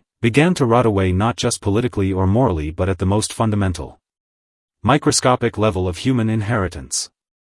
The pursuit of power always ends in desolation, and Cleopatra III's final fate echoed the very cycle of betrayal she had spent her entire life orchestrating. Her youngest favored son Ptolemy X, after enduring years of suffocating domination and forced shared rule, finally saw through his mother's relentless controlling grip. Once the obedient child she had favored, he yielded to the temptation of power and the raw instinct for survival, choosing the most final, irreversible act of defiance. In 101 before the Common Era, Ptolemy X ordered the secret execution of his own mother, accusing her of plotting to seize absolute authority. This queen mother, who had spent decades manipulating, betraying, and sacrificing her own children for power, ultimately fell beneath the very blade she had raised and nurtured throughout her life. As Cleopatra III faced her assassins within her private palace chambers, one cannot help but wonder if her mind drifted back to the despair of her youth when her uncle first claimed her against her will, or to the cold satisfaction she felt casting her eldest son into ruin. In that final breath, every scheme, every betrayal, every calculated manipulation dissolved into empty nothingness. Her death brought no peace or healing to the crumbling dynasty, instead accelerating the collapse of an empire already worn thin by endless internal strife. The waters of the Nile continued their eternal flow, yet the last warmth of the Ptolemy royal blood faded away, spent entirely by generations of bitter self-destruction. Tonight this tale draws to a quiet close, much like a dying fire fading softly into calm stillness. Cleopatra III, a queen mother often overlooked and forgotten within standard history books, leaves behind a haunting shadow cast over the nature of unbridled ambition. She reveals the sober truth that when a person places power above all else, willing to trample familial love, loyalty, and blood ties, the end result is almost always overwhelming loneliness, emptiness, and total ruin. This cursed bloodline after just a few more generations vanished completely beneath the advancing footsteps of Roman conquerors. The flawed, unearthed skeletal remains bearing clear signs of inherited genetic defects still whisper silently of that chaotic mad era. Life remains fragile, human desire unbearably heavy. When all worldly ambition fades away with the wind, nothing lingers but a quiet sigh carried down the endless river of history. Now, release every tension from your body, let your thoughts drift away. From the shadowy gilded palaces along the banks of the Nile, darkness carries a gentle quiet warmth, veiling all worldly power, struggle and intrigue, leaving only peaceful quiet companionship. Drift into rest, allow your dreams to be free of calculation, betrayal and cold scheming, filled only with pure unbroken tranquility. Good night. On the streets of Nuremberg in 1828 a young boy appeared, walking unsteadily with faltering steps. He clutched mysterious sealed letters in his hand, able to utter only one or two vague mumbled words. From that moment on, the name Kaspar Hauser became the greatest unsolved enigma in European history. Tonight, guided by the latest breakthroughs in DNA technology, we venture deep into this cold, shadowed chapter of the past, listening to the faint, fragile breath of a child who had never once seen sunlight in his life.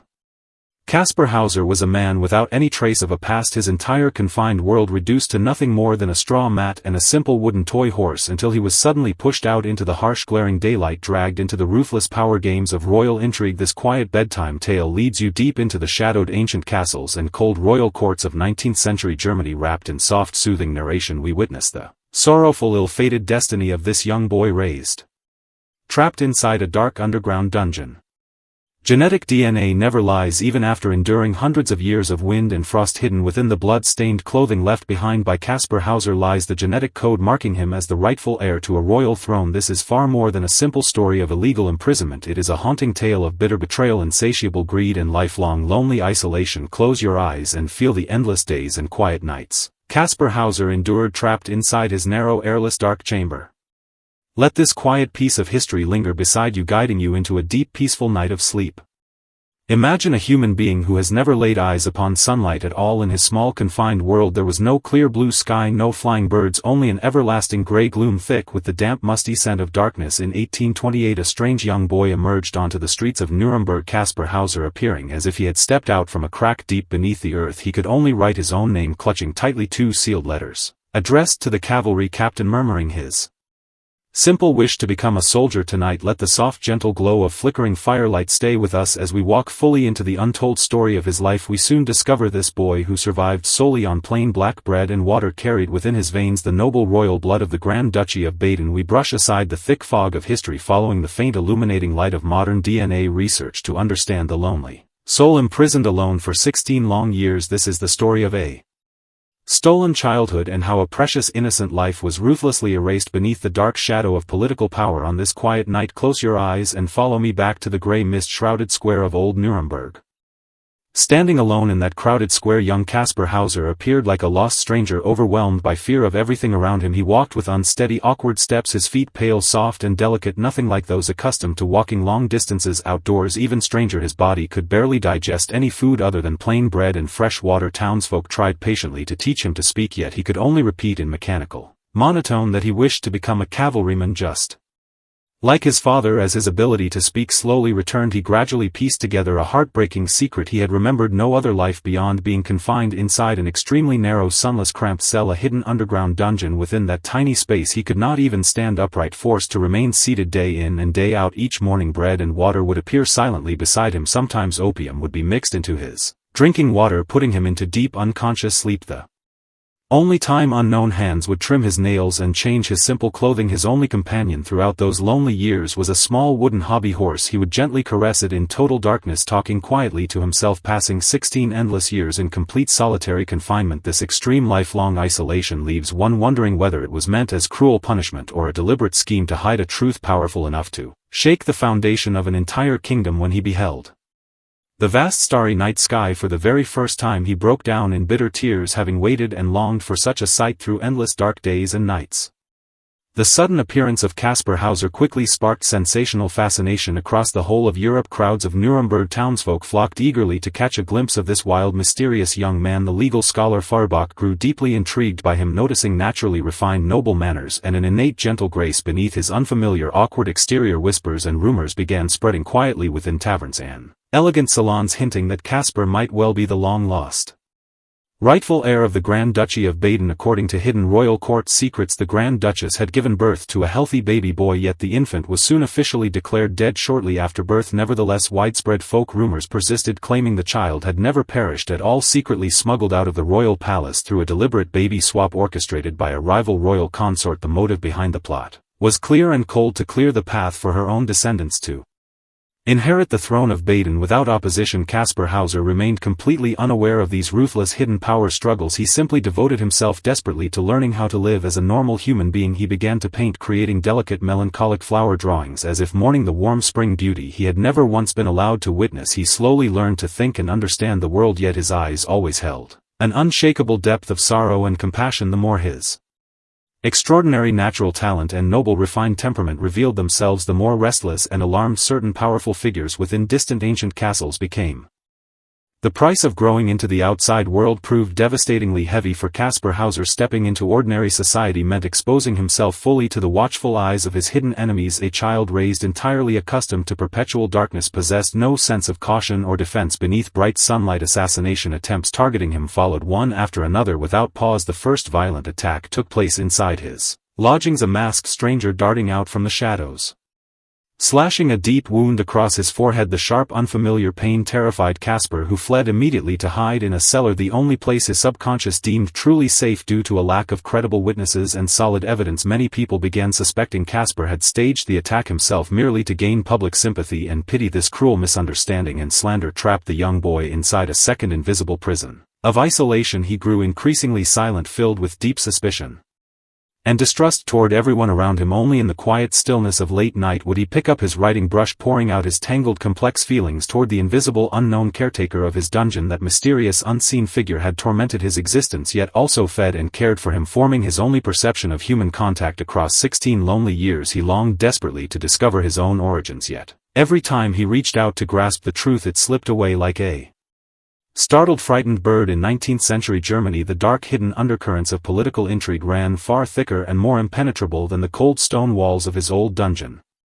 On a bitter cold winter day in 1833, Caspar Hauser was lured to the palace gardens of Ansbach by another mysterious unsigned letter. The messenger promised to reveal the name of his long unknown mother for a child who had never known a mother's warmth and affection. This promise held irresistible fatal appeal waiting for him amid the snow-covered garden grounds was not the truth he craved but the cold sharp blade of an assassin. The attacker severely wounded him before fleeing in haste, leaving behind only a simple purple silk purse containing a note written entirely in mirrored reversed script. The message read, "Hauser would reveal my appearance and origins to the world, yet I have chosen to strike first." 3 days later, lying on the brink of death, Caspar Hauser whispered softly that he had not staged the incident. Even in his final moments he remained haunted by the fear that the public would once again accuse him of orchestrating another fake attack. His sudden mysterious death sent the royal family's long-buried secret sinking back into silent obscurity. The church bells of Nuremberg tolled solemnly in mourning for him, and upon his tombstone was carved these poignant words: "Here lies Caspar Hauser, an enigmatic being born in obscurity, dying shrouded in mystery." His entire life unfolded as a brief haunting tragedy, drifting helplessly between endless darkness and blinding sunlight, left unresolved, filled with lingering sorrow that never faded away.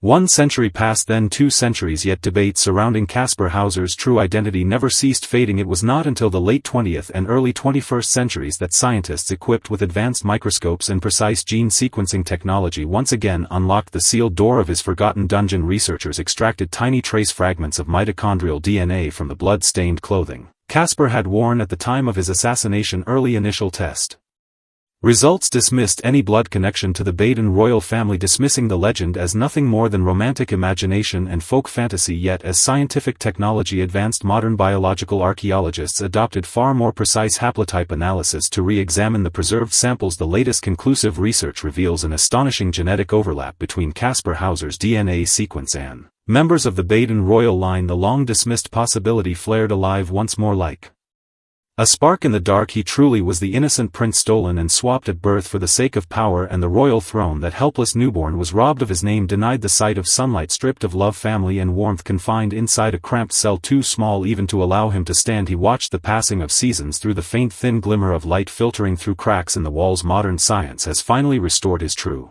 identity, yet this justice, arriving 200 years too late, could never mend the desolate loneliness and suffering that defined his entire lifetime. Today the name Kaspar Hauser stands far more than merely an unsolved historical puzzle. It has become a timeless symbol of quiet solitude and pure untouched innocence. Whenever we feel a sudden wave of quiet loneliness in the stillness of night, we can find a quiet echo within Kaspar Hauser's story. The simple wooden hobby horse that kept him company through endless dungeon years has long decayed into dust with the passage of time, yet his soul, forever yearning for sunlight, lingers eternally within. The pages of history can often be cruel, shaping legendary tales from one person's unbearable suffering, yet history also holds a gentle grace, allowing hidden truths to break through the dust of centuries and finally see the light. Tonight, as we drift slowly into peaceful sleep wrapped in this soft narration, pause to cherish every ray of sunlight and every gentle breeze surrounding us. Ordinary simple blessings. Kaspar Hauser waited 16 long lonely years in total darkness just to experience these small everyday gifts. His story has reached its quiet end, yet the quiet resilience of his spirit lingers gently within your heart. No need to grieve for the lonely boy any longer. He has returned to the quiet embrace of the stars, where no dark dungeons exist, only endless pure light. Night has deepened, the wind has softened. Release all the chaos and trivial worries of the day and sink fully into your own peaceful tranquility. Good night. Deep within the quiet misty peat bogs of Denmark rests the ancient soul known as the Talland Man. His eyelashes remain clearly preserved through time, a serene mysterious calm lingering at the corners of his mouth, as if the reaper simply leaned close and hummed a soft lullaby beside his ear. Tonight, wrapped in the gentle hush of evening, we wander quietly into the profound ritual of sacrifice and eternal stillness that defined his quiet fate. On a chilly spring morning more than 2,000 years ago, the Talland Man drank his final bowl of simple grain porridge and walked steadily toward the desolate wilderness. The leather noose wrapped tight around his neck never stripped away his dignity, instead freezing him forever in a state of unbroken peace. This discovery is far more than a mere archaeological find. It is a silent spiritual conversation bridging modern minds with an ancient forgotten world. Let go of all the weariness of the day, sink into this soft tranquil narration, feel the faint boundary between life and death, and find quiet peace deep within your heart. Why does a man put to death carry the peaceful innocent look of a sleeping child? The Talland Man, through his timeless calm preserved across 2 millennia, reveals traces of an ancient spiritual faith long lost to modern civilization. Every tiny detail, from the faint residue left in his stomach to the deep brown aged texture of his skin, holds the lingering warmth of a life once lived. This evening's tale carries no thrilling twists or dramatic turns, only a soft gentle sorrow like flowing water, accompanying you deep into the quiet ancient marshes as night settles around you.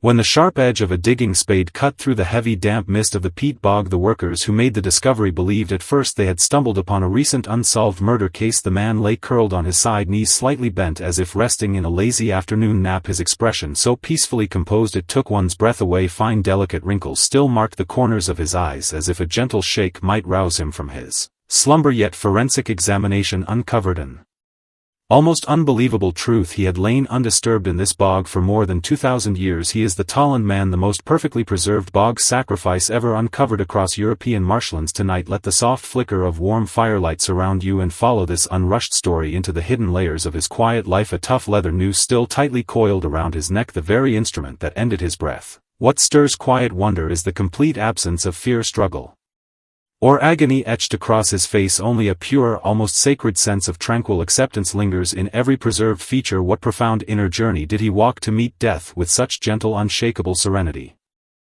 Northern Europe 2,000 years ago was a land shrouded in thick mist, endless peat marshes and dense primeval forests. For the small tribal community the Talland Man belonged to, winter arrived as a long cruel curse, locking the land in bitter frost, draining storehouses and bringing hardship to every household. When the first soft breath of spring drifted across the bog lands, people waited not only for warmer weather but for the merciful blessing of their ancient gods. This was an era steeped in animism, where every natural force held a spirit. The peat bogs regarded as a sacred gateway leading to the realm beyond, a natural altar where mortal people bargained with divine powers to summon fertile harvests. To ensure the survival and prosperity of the tribe, someone was chosen to become the most precious offering given back to the nurturing earth. The Talland Man was likely that chosen one, standing among the respected, honored members of his community, far from being a condemned criminal. Before the beginning of the grand spring ritual, he sat beside crackling tribal fires, surrounded by solemn silent clansmen. The air hung thick with the earthy damp scent of marsh soil mixed with the faint aromatic smoke of burning dried herbs. He understood clearly that his destiny led straight into the endless shadowed depths of the bog, yet he never turned away or sought escape. Within the quiet beliefs of his time, death was never an end but a solemn peaceful journey undertaken to exchange mortal life for the survival and renewal of all living things. To uncover the truth of his final hours, scientists carefully examined the preserved contents of the Talland man's stomach. They found faint remnants of simple porridge blended with barley, linseed and wild native grasses. This humble plain meal marked his last taste of mortal life. The mixture held no trace of meat, a deliberate detail steeped in ancient ritual tradition symbolizing purity and spiritual sanctity. He consumed this final meal between 12 and 24 hours before his passing, spending those quiet remaining hours in silent meditation and humble prayer. Imagine that cold misty spring morning as he sipped the last warm mouthful, feeling the simple grain slip gently down his throat. It was his final physical connection to the mortal world, every subtle texture and faint taste etched softly into his memory. Soon after, he was led slowly into the heart of the bog, stepping across soft yielding layers of thick moss, cold marsh water seeping steadily into his simple leather footwear. With every slow step he was never dragged roughly or forced forward, instead walking calmly of his own will toward the sacred predetermined spot. His immense inner resolve grew from unwavering faith in the sacred meaning of his sacrifice. He was far more than a single mortal soul. He embodied the entire tribe's hope, a living bridge connecting the parched frozen earth to the warmth and fertility of the coming spring. As the leather noose slipped firmly around his neck, the world around him held only the distant soft call of wild birds and the low gurgling whisper of water deep within the marsh. To modern minds, hanging represents harsh punishment, public shame and cruelty, yet in the Talland man's ancient culture it stood as the highest, most revered form of sacred sacrifice. The tough leather cord bit gently into his skin, cutting off his final breath, and in that moment the quiet miracle of the peat bog began. Unfolding rich in natural tannic acid and sealed away from oxygen, the bog environment halted all bacterial decay, wrapping his body in a tender, timeless embrace. For 2,000 years layers of peat slowly piled over him, sealing away outside wars, dynastic changes and the rise and fall of entire civilizations. Tannins dyed his skin a deep rich brown, taking on the tough subtle texture of aged leather while preserving every smallest physical detail, the faint hollow curve beneath his eyelids, his neatly trimmed short hair, even the fine stubble lining his jawline. The marsh preserved not only his physical form but froze forever the quiet peace in his heart. At the moment of his passing he closed his eyes willingly in his final breath, refusing to let fear invade his soul. This quiet inner restraint allowed every generation, centuries later, 500 years, 1,000 years, 2,000 years on, to feel the gentle warmth frozen within him. He did not perish in violent agony but drifted softly into an endless dream, guarded forever by the quiet earth. In 1950, when the Talland man emerged once more into daylight, the entire world stood stunned with awe. It seemed almost impossible that a soul bearing such calm, peaceful features could have endured such a profound ancient sacrificial ritual. Today he rests quietly housed inside a specially built glass display case at Silkeborg Museum in Denmark. Every visitor who draws near instinctively slows their steps, holds their breath, fearing they might disturb his eternal slumber. His iconic sheepskin pointed cap and simple leather belt remain perfectly intact, silent echoes reflecting the subtle clothing style and craft of the Iron Age. Biological archaeology reveals he was roughly 40 years old at the time of his passing, already middle-aged by the life standards of that distant era. His hands bear faint roughness from daily labor yet lack the severe deformation of lifelong heavy physical toil, hinting at a respected elevated place within his tribal society. Every scan of his skeletal structure and preserved internal organs is an attempt to reach across time and touch the fading spirit of a long-vanished civilization. By analyzing trace elements trapped within his hair, scientists can even trace his diet over his final months and map subtle shifts in the places he once wandered. Yet no matter how advanced modern technology grows, the deepest mystery lingers unanswered in the quiet stillness. Did he truly feel profound inner peace the moment he closed his eyes? Perhaps in that quiet spring dawn he glimpsed a gentle vision of his clansmen laughing, wandering freely through endless golden fields of ripening grain.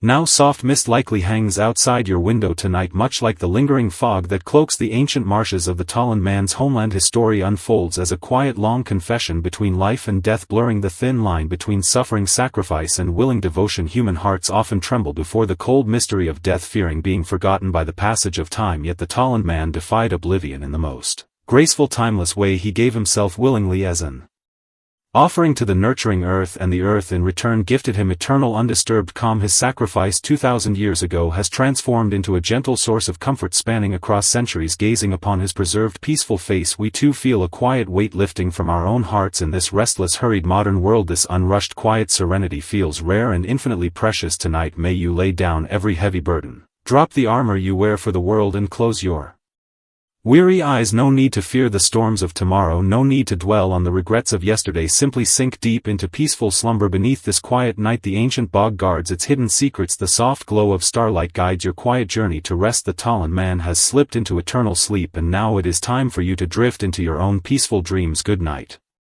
Beneath the glorious glow of the Victorian era, Sir John Franklin set sail toward the Arctic, commanding two of the most robust and advanced warships of his time. The whole nation waited eagerly for triumphant news, yet all that followed was a century of heavy silence and broken fragments of despair. Tonight, leave behind the noise and restlessness of the day, step into the desolate wilderness shrouded by endless polar night, and listen to the souls buried deep beneath ice and snow, how they guarded their final dignity even in the grip of utter ruin. Two expedition ships loaded high with hope were destined to become an icy tomb for 129 men. Sir Franklin's Arctic voyage was meant to be a grand display of human civilization, courage, and the unyielding spirit of exploration, yet cruel truths uncovered by biological archaeology have unfolded one of the heaviest and most haunting chapters of human nature. Within this slow, soothing narration we look anew at those fading figures who vanished forever into the endless snowstorms of the far north. Some truths remain hidden, waiting patiently for glaciers to melt before rising into the light of day. Sir Franklin's Arctic tragedy was far more than a simple navigational misfortune. It became a quiet psychological experiment stretched thin across the boundaries of human despair, from lead-poisoned canned provisions to the final footprints left upon the frozen tundra. Every small detail stirs deep sorrow and reflection, bathed in the soft warmth of quiet firelight. Tonight let us venture together into the collapsed narrative of humanity, unraveling slowly amid the endless polar night.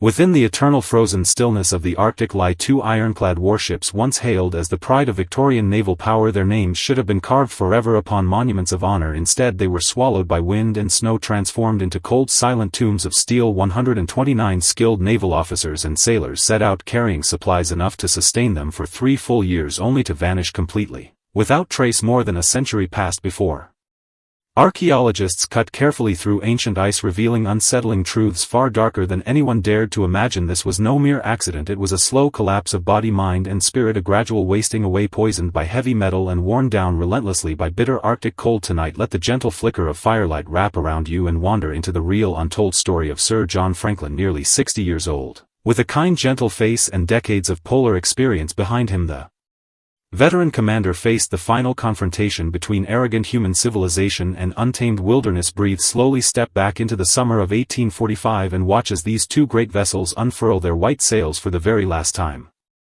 London in 1845 brimmed with the pride of industrial triumph and wild public fascination with conquering the uncharted Arctic. Sir John Franklin stood tall upon the deck of Erebus, his uniform immaculate, golden epaulets glinting softly under the setting sun. The two mighty ships were equipped with cutting-edge steam engines built in modern fashion, fitted with heating pipelines, and stocked with more than 10,000 books to sustain the men through long isolated months. It was the unspoken arrogance of the Victorian age, a firm belief that human steel technology and civilization could overcome every barren stretch of untamed nature. Franklin approached this expedition with unshakable confidence. Having led 3 previous Arctic voyages, his experience alone seemed enough to fill thick volumes of exploration lore, yet he never knew that hidden flaws of his era were quietly planting a fatal time bomb behind his journey. Thousands of sealed tin cans were custom-made to serve as their vital life-sustaining rations. Cheap lead soldering used to seal the containers slowly leached deadly heavy metal into every meal stored inside. By the time the ships departed their final resupply stop in Greenland, slipping silently beyond the western horizon, no one realized death had already crept inside those seemingly harmless sealed cans. It was the first silent crack in their fate, invisible, irreversible, and impossible to mend.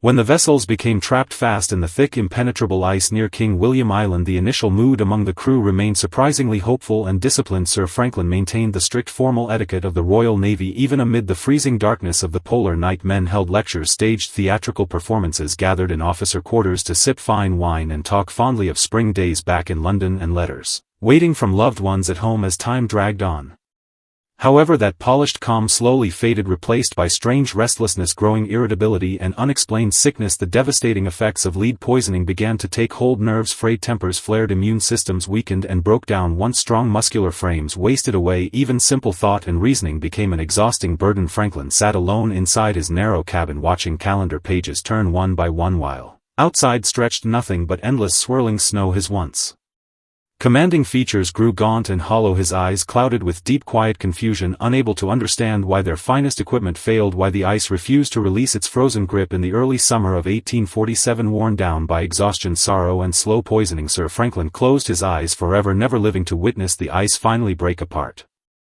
With their leader gone, the last thread holding the trapped men to civilized order finally snapped in April 1848. Under the command of their second-in-charge, the remaining survivors made the desperate choice to abandon ship and march overland in search of escape. Historians would later name this grim journey the Death March. Every step taken balanced precariously on the edge of hell. They trekked across frozen wastes weighed down by heavy provisions, cumbersome silver tableware and precious books, trudging slowly through bitter winds and temperatures plunging to 40 degrees below zero. Items that once marked status, education and refinement became crushing burdens, yet they clung stubbornly to them as the last fragile illusion of civilization. Lead poisoning had already clouded their judgment, leaving them making irrational choices. Even amid crippling weakness, they attempted to drag fully loaded lifeboats weighing several tons across frozen land, a sight both tragic and deeply absurd. One by one, exhausted men collapsed into the snow, quickly covered over by frost, becoming nameless mounds lost to the wilderness. Deep in the abyss of raw despair, primal survival instinct overruled all moral code and discipline. Biological archaeology uncovered clear-cut marks on ancient remains, laying bare the darkest chapter of their struggle, the haunting, painful truth of cannibalism born from utter starvation and hopelessness. When rescue parties finally discovered scattered remains years later, they faced a broken, shattered puzzle of collapsed human civilization. Beside stone cairns on King William Island lay shattered fragments of fine porcelain scarves embroidered with sailors' names and bones bearing clear signs of gnawing and breakage. Lady Jane Franklin dedicated her entire life organizing, funding and pushing relentlessly for rescue expeditions, refusing to accept that her celebrated husband and his loyal men could meet such a wretched end. This cruel twist of fate cast a long shadow over Victorian Britain, stirring deep silent sorrow and soul-searching across the nation. Humanity suddenly saw how proudly praised modern technology stood fragile and helpless against the raw, unbridled fury of untamed nature. One cannot help wondering whether those sailors in their final moments still clung to memories of soft breezes along the River Thames and the warm comfort of afternoon tea, or trapped within hallucinations brought on by severe lead poisoning. Did they lose all sense of line between reality and endless nightmare? Sir Franklin's own final resting place has never been found, his body perhaps still lying hidden deep beneath some forgotten glacier, silently watching the footsteps of modern visitors who come long after him. His defeat was not merely a setback in geographical discovery, it stands as a clear mirror reflecting the fragile limits of human dignity, courage and endurance. The two ships carried names that became hauntingly fitting symbols of their fate: terror and Erebus, fear, darkness and the shadow of the underworld, perfectly echoing the grim tragedy etched forever into Arctic history. Now the bitter polar winds have long settled and the screams and sorrows of that doomed expedition have faded quietly into dust. Sir Franklin and his 128 companions have dissolved gently into the quiet natural cycle of the Arctic. In 2014 and 2016 the sunken wrecks were finally discovered deep beneath the seafloor, preserved exactly as they rested after sinking. Books inside their cabins may have crumbled into silt and mud, yet the haunting ballad of exploration, sacrifice and human frailty still echoes softly beneath the ice. Each one of us walks our own lonely expedition through the cold winters of life, maintaining grace and dignity amid hardship, seeking faint glimmers of light in isolation and quiet solitude, and that alone stands as the truest form of courage. Night has fallen deep outside your window, moonlight spreading cold clear radiance much like the distant stars shining over the Arctic. Let go of life's heavy silver tableware, release your obsessive pursuit of success and retreat quietly into rest like a weary bird returning to the woods. No need to linger over unfinished journeys, no need to dwell on suspicions hidden like silent poison. Sir Franklin has long made peace with the glaciers, and now you too may make peace with this passing day. Good night, may your warm dreams reunite you with loved ones far away. Deep within the shadowed quiet of the underground, Madame Shinjue has lain undisturbed for 2,000 years. When we peel away layer upon layer of delicate silk, we witness far more than the miraculous preservation of an ancient wet corpse. We glimpse the everyday life of Han Dynasty nobility. Tonight let us begin with a single sweet melon and step into her magnificent yet quietly painful mortal world. May this ancient, lingering voice cradle you into deep serene sleep. More than 2,000 years ago Madame Shinjue passed away suddenly amid the sweltering summer heat of ancient Changsha. Modern biological archaeology pierces through the mist of time, restoring every intricate detail of her affluent noble life. Those exquisite luxurious delicacies that once delighted her palate eventually became an unbearable burden hidden deep within her body. Tonight, wrapped in soft gentle narration, we pause to reflect on the profound lingering echo of life and time.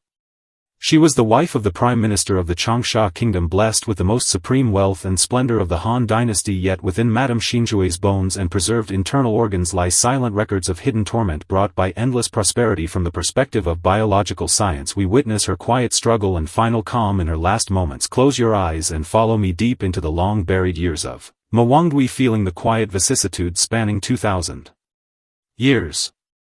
Imagine unwrapping 20 layers of fine embroidered silk brocade only to behold a face that has slumbered untouched for 2 millennia. Her skin remains perfectly intact, retaining an incredible soft elasticity when gently pressed with a fingertip. This is Madame Xinjue of Mawangdui, an astonishing marvel that stirs awe within modern medicine and archaeology alike. Yet hidden inside this timeless preserved body lies a secret both exquisitely refined and deeply unsettling. Tonight let the soft, flickering glow of warm firelight accompany you as we step fully into the untold truth of her life. We set aside the dazzling ornate splendor of Han Dynasty burial artifacts and gaze directly into the real quiet life of a noble woman wrapped in wealth and privilege. Beneath the microscope of biological archaeology, we witness her quiet indulgence and fragile humanity. Every twist of fate traces back to one sweltering afternoon 2,000 years ago and a single bowl of irresistibly sweet ripe melon. Madame Xinjue was not born as an eternal motionless mummy. She once lived as the devoted noble wife of Li Tsang, Prime Minister of the Changsha Kingdom, in the prosperous ancient city of Changsha. As the cherished household lady of the highest ruling class, her days were surrounded by overwhelming material luxury and extravagant comfort. Through unearthed lacquer tableware and residual food remains, archaeologists have reconstructed the lavish banquets that filled her daily life. Her table overflowed with venison, tender beef, wild duck, and countless exquisite delicacies harvested from the rivers and lakes of the region, rich in fat, sweetness, and fine flavor. Yet behind this enviable life of fine clothing and sumptuous feasts, subtle warning signs quietly took root within her body. Under scientific examination, traces of accumulated fat still linger within her ancient blood vessels, revealing severe hardening of the coronary arteries. Long before her passing, this hidden physical condition was like a delicately wrapped slow poison, consumed little by little with every indulgent meal. There were no electrocardiograms, no modern blood pressure medication in her time, only occasional dull heaviness lingering in her chest. This quiet chronic strain, born from endless affluence, marked the first crack in the course of her fate. She paced slowly along long corridors decorated with intricate painted lacquer, unaware that death had already settled silently within her heart. Power and wealth granted Madame Xinjue the most dignified outward grace, yet confined her freedom. To preserve her health as the Prime Minister's wife, she never toiled with manual labor, surrounded at all times by countless attendants, leaving her almost no chance for physical movement. Archaeological analysis of her skeletal remains reveals obvious degenerative changes in her spine, proof that she endured persistent chronic pain in her waist and legs throughout her lifetime. A life of endless stillness left her body heavy, stiff, and weakened. Worse still, medical examination uncovered multiple densely clustered gallstones inside her gallbladder, each one capable of triggering excruciating agony. One can easily picture her enduring sharp abdominal pain in quiet restraint amid grand banquets filled with elegant music and fine entertainment. In search of relief, she likely tried countless ancient herbal remedies of the Han Dynasty and even prayed devoutly for divine blessing. Yet even the height of power and noble status could not calm the painful spasms of her bile duct torment that grew increasingly severe in her later years. Her entire life unfolded quietly, enduring a hidden chronic affliction brought solely by wealth and luxury. This graceful composure, masking inner physical collapse, reveals another raw, authentic side of life among Han Dynasty nobility. It was an unbearably humid, sweltering summer during the Western Han Dynasty, the heat of Changsha hanging thick and heavy in the air, almost suffocating even those accustomed to the climate. Already well into her 50s, Madame Xinjue found her coronary heart disease growing increasingly unbearable beneath the oppressive summer warmth. Seeking cool refreshment on that fateful day, she ordered servants to bring forth a plate of sweet, ripe, chilled melon. Such sweet, juicy fruit was an extravagant, rare luxury in her time. She ate quickly and eagerly, swallowing 138 melon seeds in a single sitting. Modern medical autopsy examining the contents of her stomach perfectly preserves this final small detail of her mortal life. The sweet, refreshing taste of the melon had barely slipped down her throat when a sudden violent angina struck her chest like thunder, overwhelming her in an instant. Overwhelmed by suffocating pressure, she collapsed abruptly onto her elegant couch as surrounding maids cried out and fled in panic. Yet for someone suffering from severely blocked coronary arteries, such sudden intense stimulation proved instantly fatal. Her passing was a graceful, quiet, sudden death, unfolding right after a simple bowl of melon within the familiar, luxurious comfort of her noble residence. That sweet, refreshing midday meal became her final passage into the afterlife. After Madame Xinjue's sudden passing, the entire Changsha kingdom spared no expense attempting endlessly to preserve her beauty and mortal form for eternity, whether driven by deep genuine affection or the desire to uphold the final dignity of the prime minister's household. Li Tsang arranged an extraordinarily elaborate royal funeral. Her body was carefully immersed in a mysterious weakly acidic liquid blended with cinnabar and rare herbal ingredients. 4 layers of ornate lacquer coffins painted with swirling cloud patterns were nested one inside another, completely sealing off all air and outside influence. Workers dug dozens of meters deep into the earth surrounding the burial chamber with tens of thousands of caddies of charcoal and thick layers of white plaster clay. This airtight sealed design served not only to guard against tomb robbers but stood as a deliberate quiet challenge against the relentless passage of time. Wrapped in 20 layers of fine silk robes like a precious gift, bound for a distant journey, Madame Xinjue was laid deep beneath the soil of Mwangwi. Sealed away in dark underground stillness, she remained cut off from the world above long after ancient empires crumbled into dust. Her mortal physical ailments faded away, her heart ceased its steady beat, and the pressure within her blood vessels dissolved into quiet nothingness. Enveloped safely within the cool protective clay, she achieved the ultimate, timeless art of bodily preservation and eternal rest.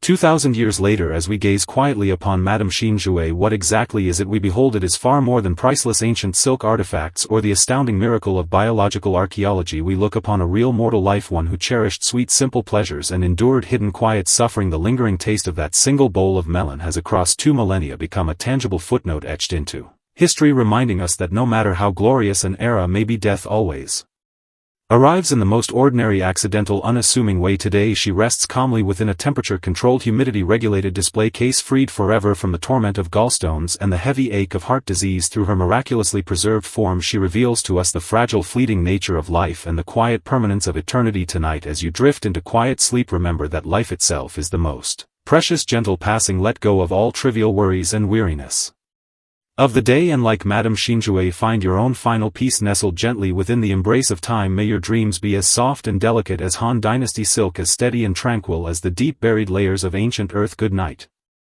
Charles Sternberg did not devote his life to chasing fame, wealth, or worldly glory. He walked the barren Badlands like a devout pilgrim on a sacred spiritual journey. When he uncovered faint traces of preserved dinosaur skin amid the scorching rocky terrain of Hell Creek, time seemed to stand perfectly still for a moment. Tonight we follow in his quiet footsteps, stepping into his lifetime career as a fossil hunter filled with solemn devotion and profound lonely solitude. Wrapped in low, soothing narration, we feel the lingering warmth left behind 60 million years ago, gently comforting a weary human soul. He stood as the respected elder of an entire family lineage of fossil collectors, yet possessed one of the softest, most humble hearts imaginable. During the driest, harshest seasons of drought, Charles Sternberg ventured alone into remote native ancestral lands, driven by a quiet longing to discover natural wonder. What he unearthed went far beyond ancient dinosaur bones. He uncovered the unyielding dignity of life preserved eternally within layers of stone. Close your eyes, sink into the warmth of this gentle story, and drift peacefully into rest beside him beneath the vast starry sky of the open wilderness. If the barren earth could speak, it would surely whisper the ancient forgotten secrets of prehistoric life straight to Charles Sternberg's ears. Deep within the most desolate, cracked valleys and barren ravines, he made an extraordinarily rare discovery: a naturally mummified dinosaur specimen retaining intact skin textures, surface scales, and subtle tissue contours, locked in stone for eternity. This extraordinary find stands not only as a monumental scientific achievement but also as one man's most heartfelt, sincere tribute to the beauty and mystery of all living nature. Tonight, let Charles Sternberg's quiet humility, unwavering reverence, and spiritual faith guide you into a steady, deep, untroubled sleep. Imagine standing utterly alone deep within the cracked, rugged badland ravines of the American western frontier. Above your head blazes an unforgiving midday sun, fierce enough to wear down human willpower. Beneath your feet stretches endless cracked limestone, parched and dried for millions of years. In your hands you hold nothing more than a small soft painting brush and a heavy blunt pickaxe, searching patiently for the faint echo of a single breath, taken tens of millions of years in the distant past. It was within one such forgotten, drought-stricken wasteland that Charles Sternberg knelt, trembling gently before the remains of an ancient dinosaur. Tonight, let the soft flickering glow of quiet firelight stay with us as we walk fully into the untold quiet story of his life. This is not the tale of a proud conqueror of nature, but of a humble spiritual seeker wandering the wilderness of time, longing endlessly to hear the faint, lingering echoes of primeval life. What he uncovered were never Mere cold lifeless stones, they were the tenderest, most delicate evidence that life once thrived, endured and lingered across endless vast stretches of geological epochs. Perhaps right now you too find yourself wandering through your own weary, lonely valley of hardship. Slow your breathing, settle your mind and listen closely to the quiet wind sweeping across the open, untamed wilderness.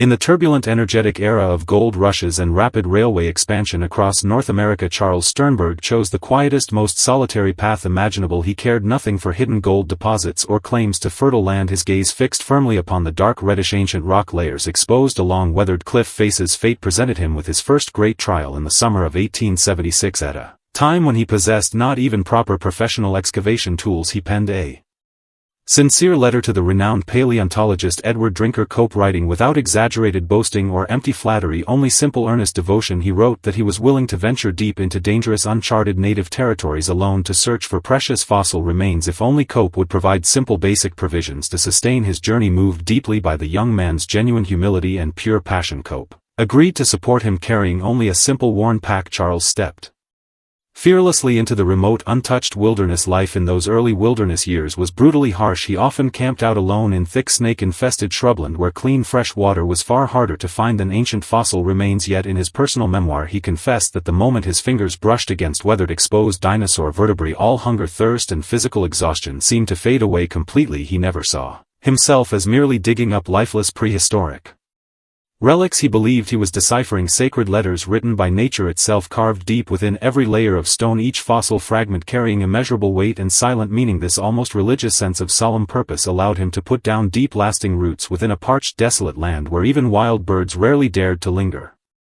The discovery that forever carved the name Charles Sternberg into the pages of paleontological history came as a miraculous breakthrough during an extreme, crippling drought. It unfolded across the barren, endless wilderness of Wyoming, where the air hung so dry and charged that even gentle friction seemed capable of sparking flame. Local native guides urged him to turn back and abandon his futile search, yet Charles followed a quiet inner intuition, certain that something ancient and extraordinary lay hidden, calling to him from within the geological layers known as Hell Creek. Alongside his 3 sons he spent weeks digging relentlessly through scorching, ash-covered earth until their water skins ran empty, their lips cracked raw and bleeding from relentless thirst. On the twilight hour before everyone planned to abandon the search entirely, Charles's pickaxe struck a strange, unfamiliar texture beneath the rock. It lacked the hard, unyielding surface of fossilized bone, instead revealing an incredibly fine, delicate, layered texture holding subtle natural tension. He held his breath, brushing away fine grains of dust slowly, gently with his soft, finest brush, and what unfolded before his eyes moved the elderly fossil hunter to quiet tears. It was perfectly preserved dinosaur skin retaining 60-million-year-old skin folds, intricate scale patterns and faint outlines of underlying muscle tissue sealed flawlessly within the surrounding stone. This extraordinary specimen, later named a dinosaur mummy, became one of the most coveted, treasured discoveries in paleontological history, emerging unexpectedly beside what seemed a hopeless, barren, lifeless wasteland. Charles offered no triumphant celebration or loud rejoicing. Instead, beneath a sky blazing with brilliant, unobscured wilderness stars, he knelt beside the ancient fossil and offered a long, sincere prayer to him. This precious gift was nature's highest reward, granted to a lonely, wandering pilgrim, and the most solid, unshakable confirmation of a lifetime of quiet faith and devotion. Within the tight, competitive circle of 19th-century fossil collectors, Charles Sternberg always remained an outsider, standing apart from grand, prestigious museum affiliations. He worked as an independent, freelance fossil hunter, meaning he bore all excavation costs personally before seeking buyers for his finds, perpetually balancing precariously on the edge of financial ruin. During that era, the famous Bitter Bone Wars raged across academic circles, rival scholars attacking one another relentlessly over fame, reputation and priority, often recklessly damaging priceless fossil specimens in their ruthless pursuit of glory. Charles grew deeply disillusioned and weary of such human vanity, often remarking how petty, trivial human pride appeared when placed beside the colossal remains of giant prehistoric beasts slumbering silently for millions of years. He preferred spending his time among native tribal communities, where locals regarded him as a strange, gentle elder capable of communicating with the quiet spirits of the earth. He taught his 3 sons how to carefully wrap fragile fossil bones in plaster-soaked linen cloth, handling each ancient relic with the tender care of swaddling a newborn infant. On one occasion, transporting an enormous hadrosaur fossil required them to push and carry the massive, heavy specimen manually for miles across rugged, pathless mountain valleys. Every jolt and rough movement made Charles's heart ache, fearing even the slightest scratch or damage to the ancient relics he had guarded and cherished in quiet dreams for so long. Though the fossils he sold filled exhibition halls and established world-class museums across the globe, he himself lived simply, always residing in a plain, modest cottage. He often said his greatest reward needed no material gain, it was simply the chance once again to spot the faint, subtle shadow of hidden ancient relics emerging softly from weathered rock layers beneath the quiet glow of early morning sunlight. If you turn the pages of Charles Sternberg's memoir titled Life of a Fossil Hunter, you will find his writing filled with remarkable calm simplicity. He rarely detailed tales of mortal danger or thrilling adventure, choosing instead to describe soft, glowing wilderness sunsets, the quiet movement of cloud shadows across rocky ridges, or a small desert lizard pausing briefly beside his excavation pit. To him, the life of a fossil hunter was never a rush of adrenaline-fueled excitement. It resembled instead a long, quiet, meditative retreat immersed in the stillness of nature. This peaceful, grounded mindset shaped the character of his entire family, all three of his sons growing to become leading, respected paleontologists, a legacy he cherished above all worldly achievements. Yet time and natural weathering proved far more relentless than the slow erosion of ancient rock layers. As Charles advanced in years, his back curved with age, his eyesight faded steadily, yet he stubbornly refused to settle into comfortable, quiet city life. Even in his later years, he returned faithfully to the wilderness each season, carrying only a simple, lightweight tent. Passing by old excavation sites where he once labored tirelessly, he would sit quietly upon familiar boulders for long hours, as if visiting dear old long-lost friends. The massive bones he unearthed now stand displayed brightly lit inside modern museum cases, yet in his heart their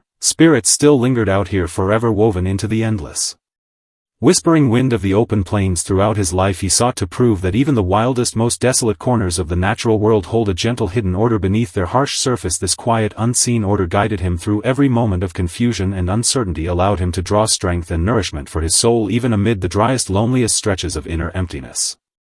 The final chapter of Charles Sternberg's life draws to a close on a quiet, unhurried afternoon when excavation work finally came to an end. Forever he wandered, his entire existence standing on the boundary between life, death, and unimaginable geological epochs, witnessing the grandest remains of ancient extinction and touching the most delicate, subtle traces of primeval vitality. People often asked him what meaningful purpose lay in searching for creatures vanished from the earth millions of years ago. He would respond only with gentle, humble silence, offering no elaborate explanation, perhaps knowing certain truths can only be fully understood within the profound stillness of the wilderness. He pursued fossil specimens not merely to advance scientific knowledge, he searched endlessly to uncover the quiet possibility of immortality hidden within every ordinary, fragile life. If even delicate, fragile dinosaur skin could survive unharmed through millions of years of geological chaos, sealed safely within layers of stone, then surely human love, faith, and inner conviction need never simply fade away into nothingness. In his final later years his writing grew shorter, simpler, and far more profound, letting go of grand, spectacular discoveries to instead offer quiet, heartfelt praise for the very land that had gifted him endless hardship, solitude, and breathtaking wonder. He stood like an ancient, gnarled pine tree rooted firmly upon Wyoming's rugged cliffs, finally choosing to merge gently back into the earth, becoming one with the wild landscape he had loved faithfully his entire life. His name never gained the widespread fame of celebrated academic scientists, yet the quiet peace and spiritual stillness he uncovered lingers softly, echoing through every quiet nightfall.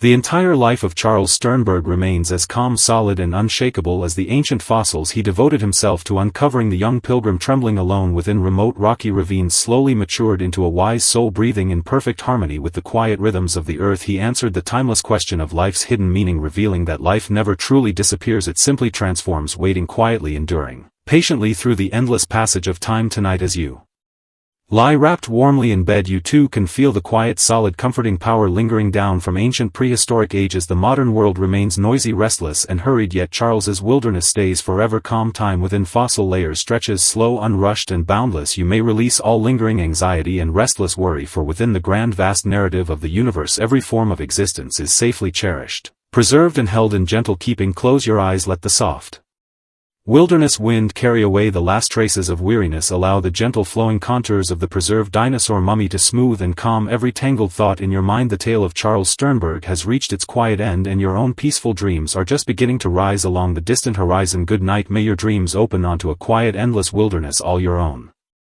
On the rugged ridges of the Alps, 3,000 meters above sea level, bitter winds have swept across the barren land for more than 5,000 years.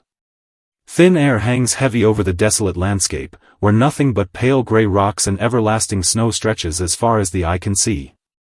Time itself seems to freeze in this frigid solitude, and it is here that a man named Otzi lies curled in a rocky crevice, trapped in the exact posture he took in his final moments.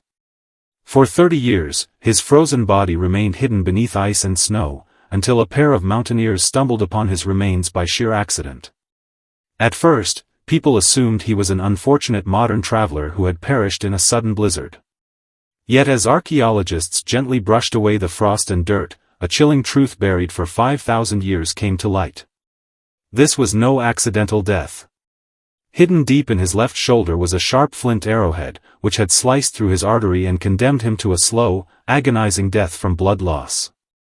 Beside his body lay an exquisitely crafted copper axe, a priceless treasure that symbolized supreme status in his era.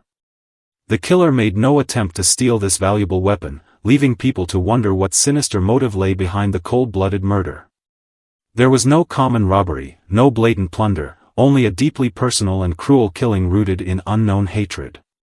Tonight, accompanied by the faint glow of flickering firelight, we will walk back to the Bronze Age, trace every step of Otzi's desperate final 72 hours, and uncover the hidden truth shrouded by alpine glaciers. 72 hours before his death, Otzi wandered through the dense forested canyons at lower altitudes. Biological archaeological research on the pollen particles extracted from his digestive tract has completely mapped his final journey. He once stayed in a peaceful village at the foot of the mountain, yet he chose to leave abruptly and climb upward into the harsh alpine zone. This was never an ordinary hunting trip. His hurried footsteps and resolute demeanor revealed a man on the run, as if invisible eyes were staring at him from every shadow of the woods. During his last few days of life, he traveled back and forth repeatedly between the mountain valleys and the high ridges. This abnormal traveling pattern was an obvious sign of avoidance in ancient human societies. He was escaping from relentless pursuers, fleeing an irreversible violent conflict. Traces of old wounds covered his body. A deep cutting scar on the tiger's mouth of his right hand served as clear evidence of brutal hand-to-hand combat. On one cold morning, he hastily ate a simple meal of wild mutton and primitive grains, which turned out to be his last hearty supper. Even when exhaustion weighed heavily on his body, he never let down his guard. His sharp eyes scanned every cedar tree in the forest, and his calloused hand tightly gripped his precious copper axe. In that primitive age, owning a refined copper axe meant noble status and immense power. Perhaps it was this prestigious identity that made him a target of envy and conspiracy. He could never have imagined that his pursuers would never give up the chase despite the soaring altitude. The shadow of death crept closer with every step he climbed, slowly eroding his last glimmer of hope for survival. When Otzi finally climbed to the 3,000-meter mountain ridge, the thin alpine air made his head throb with dizziness. He clung to a naive belief that this desolate high-altitude zone, known as the Death Territory, would bring him temporary safety. He set down his heavy quiver, leaned against a wind-eroded boulder, and sank into a brief rest, striving to regain his fading strength in the biting cold. The pale winter sun hung slantwise over the sharp alpine peaks, its rays reflecting off the snow and casting harsh, dazzling white light across the silent wilderness. Just as Otzi lowered his head to check his bodily wounds, a faint sharp sound cut through the dead silence. A flint arrowhead tore through the cold air at a deadly speed, shooting out from his blind spot and piercing obliquely into the underside of his left shoulder blade. Archaeological scanning shows the arrowhead was aimed with terrifying precision, instantly severing his subclavian artery and triggering severe internal bleeding.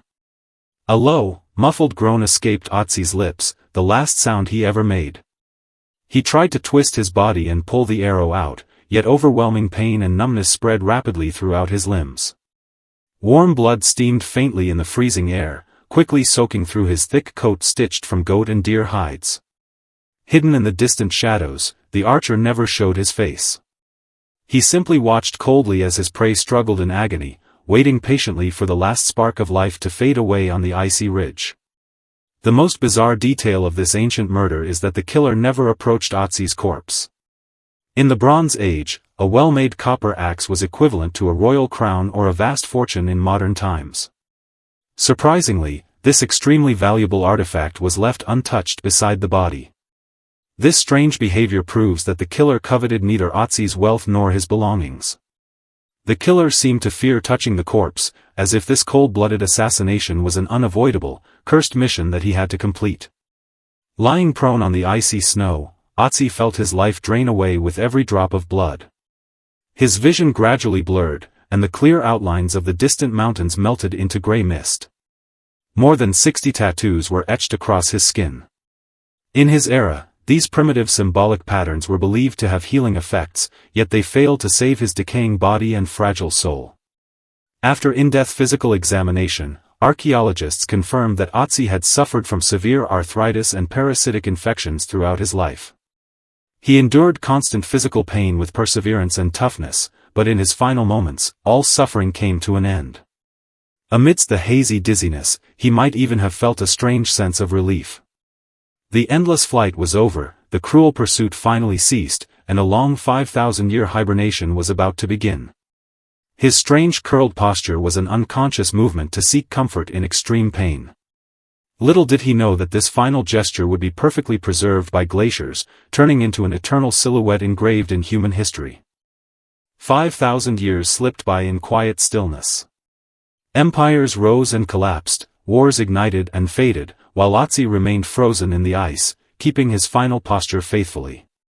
It was not until modern times that this ancient traveler stepped out of the glaciers as a silent witness of history. Under scientific microscopes, his bones, genes and relics filled the blank pages of human prehistory. The rustless arrowhead buried in his shoulder records not only an ancient murder case, but also the eternal complexity and fragility of human nature. Ötzi is no longer merely a poor victim of an ancient conspiracy. He has become a timeless guardian of time, carrying the forgotten memories of primitive civilization through millennia. Now, let your mind calm down gently, just like the drifting snowflakes in the Alps. The Alpine ridge still witnesses endless snowfalls, yet the panicked footsteps have long vanished. Only eternal and gentle silence lingers in the frigid mountains. Immersed in this quietness spanning 5,000 years, let go of all your trivial troubles and heavy burdens. Slow down your breathing, relax your body and mind, and sink into peaceful tranquility. All disputes and disturbances are far away from this quiet night. May you embrace a soft and peaceful dream. Good night. Beneath an ordinary parking lot in Leicestershire lies the final resting place of Richard III, the last English king to fall dead upon the battlefield. For 5 long centuries he was buried under a cloud of slander, painted as a twisted hunchback tyrant filled with malice and cruelty, yet modern science and archaeological discovery have finally torn away the veil of prejudice and distortion that has shrouded his true legacy. Tonight, under the soft hush of fading daylight, we step quietly closer to the real life of Richard III, a soul long misunderstood and misjudged by history. Richard III remains a name forever tarnished by the dramatic portrayal of William Shakespeare, seen by generations as a scheming usurper who murdered his young nephews and wore a face carved with wickedness. Yet beneath the calm light of biological archaeology, the real man emerges, fragile in body yet unyielding in spirit. Severe scoliosis curved his spine, yet it never broke his courage nor dulled his prowess in battle. Instead, it became a convenient tool for later generations to attack his character and stain his soul. Cast aside the noisy whispers of old tales, sink into the peace of this quiet story, and walk alongside this lonely king back to the turbulent era of the Wars of the Roses. How did a king lost deep in the dust of centuries suddenly reappear beneath the asphalt of a modern parking lot in the 21st century? The skeletal remains of Richard III bear silent witness to the bloodiest moments of the Battle of Bosworth Field. They also tell the quiet story of a man who spent his whole life enduring and overcoming a physical disability he was born with. Let this quiet evening belong entirely to this misunderstood soul. Drift gently with the night breeze and allow us to restore history to its soft, untarnished truth. Picture a quiet afternoon in rural England as you stroll across a public parking lot in Leicestershire. Underneath the grey asphalt and faded parking lines, barely less than a metre beneath your feet, lies the body of a king who once ruled the entire realm. He was laid to rest without an ornate coffin, without precious burial treasures, without even decent robes to cover his skin. His hands appear bound tightly in death, his spine curved into a heartbreaking stoop. This is how Richard III was rediscovered after 500 years of silent slumber. Tonight, let the soft glow of flickering firelight wrap around you and follow this gentle, unhurried tale into the hidden truth of his life. Was he truly the hunchbacked villain depicted in Shakespeare's plays, a ruthless usurper who betrayed his family and murdered innocent children, or was he a noble last hero deliberately smeared and demonized by the rising Tudor dynasty? Every Answer lies etched into his scarred skeletal remains, waiting patiently for time to brush away the dust and reveal the truth.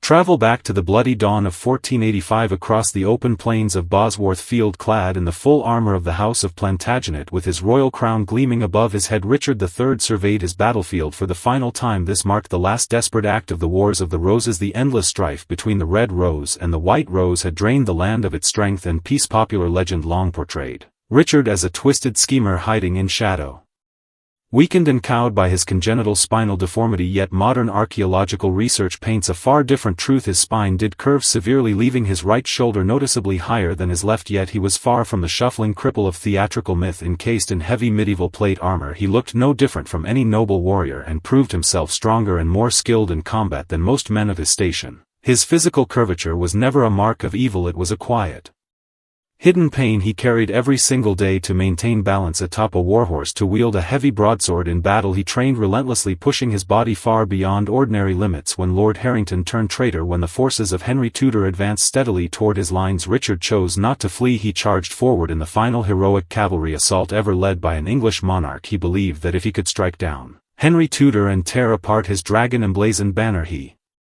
might end decades of civil war in one decisive blow. It was his final gamble against fate, the last proud stand of a king who refused to surrender without a fight.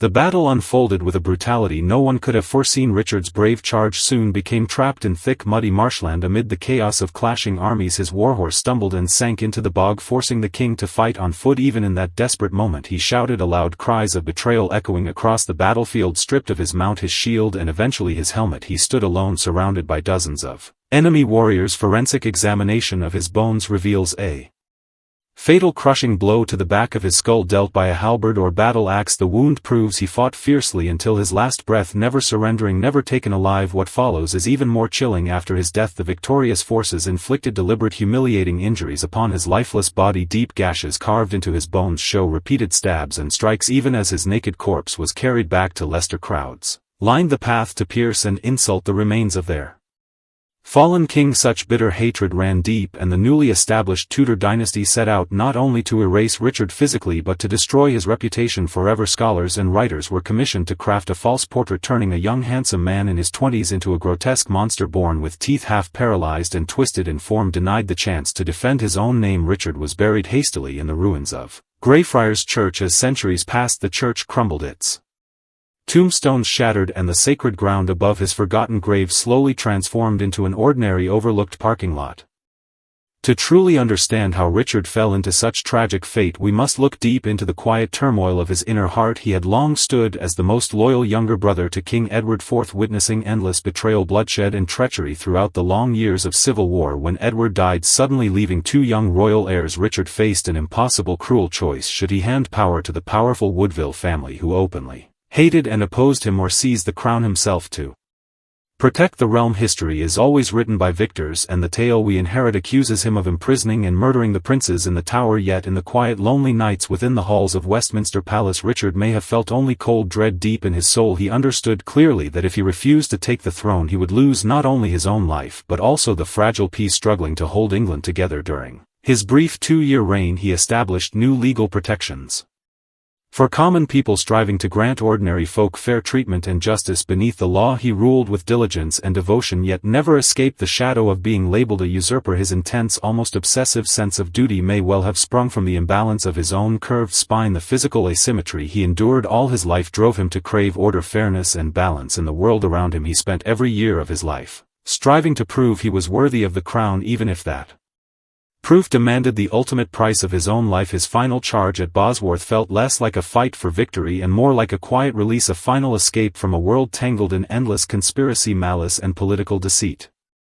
No one truly believed the Search for Richard campaign launched excavation work at the Leicester parking lot in 2012. After 500 years, most relics fade into nothing, swallowed by time and earth. Yet when archaeologists uncovered a skeleton marked by severe spinal scoliosis, the entire world fell silent. DNA testing confirmed beyond doubt that the remains belonged to Richard III. His rediscovery felt like a silent accusation echoing across centuries. Facial reconstruction revealed A young man with quiet melancholy and unyielding resolve in his eyes, nothing like the cunning sinister figure of legend. Bone analysis shows traces of rich nourishing food confirming his royal lifestyle alongside permanent marks of lifelong physical strain and hardship. Most importantly, biological archaeology unveiled the genuine Richard hidden behind myth and slander. He was a resilient survivor, an ordinary man struggling bravely against physical limitation and the raging storms of political conflict. The Tudor regime sought to discredit his rule by mocking and distorting his physical form, yet that very imperfect skeleton became irrefutable proof of his innocence 5 centuries later when his remains were reinterred with full honor at Leicester Cathedral. Thousands of people filled the streets. They came no longer to gaze upon a legendary villain but to pay humble respect to a soul finally granted long overdue justice.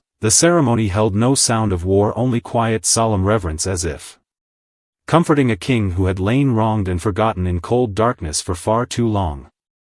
The night has now settled into perfect stillness. The story of Richard III is like a broken mirror carefully pieced back together again. In its reflection we witness the cruelty of unbridled power and the absurd unfairness of recorded history. The king discovered beneath a simple parking lot is no longer the raging tyrant of Shakespeare's stage crying that he would trade his entire kingdom for a horse. He was simply a mortal man, torn between pain and duty, a warrior who fell with honor amid battle. Each of us carries our own unseen burdens, our own hidden scars. Much like Richard's curved spine marks life leaves upon us weights we must carry through every quiet day. Richard's life reminds us that even when the world misjudges you, spreads false tales and casts you into shadow, your true self will always shine with calm quiet light. Once the dust finally settles tonight, may you lay down all pretense and heavy worry. Just like this ancient soul, return to peaceful rest, find your own inner calm and unbroken tranquility. The firelight softens the edge of night, dreams draw near. Richard III rests at last, and you too may slip gently into peaceful sleep. Good night.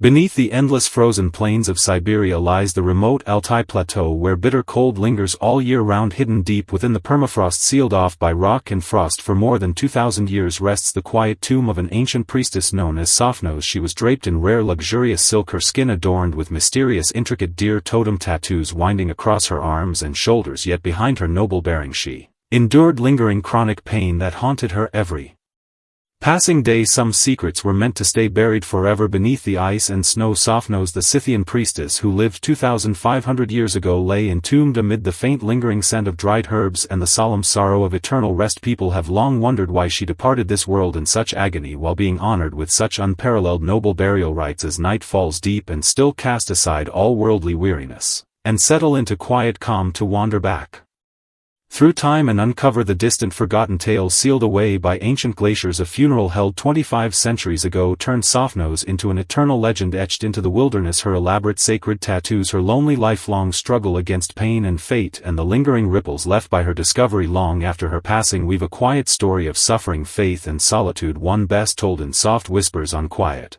late autumn evenings. Set aside your distractions, close your eyes and listen closely to the final quiet sigh Sophnos left behind for the world to remember.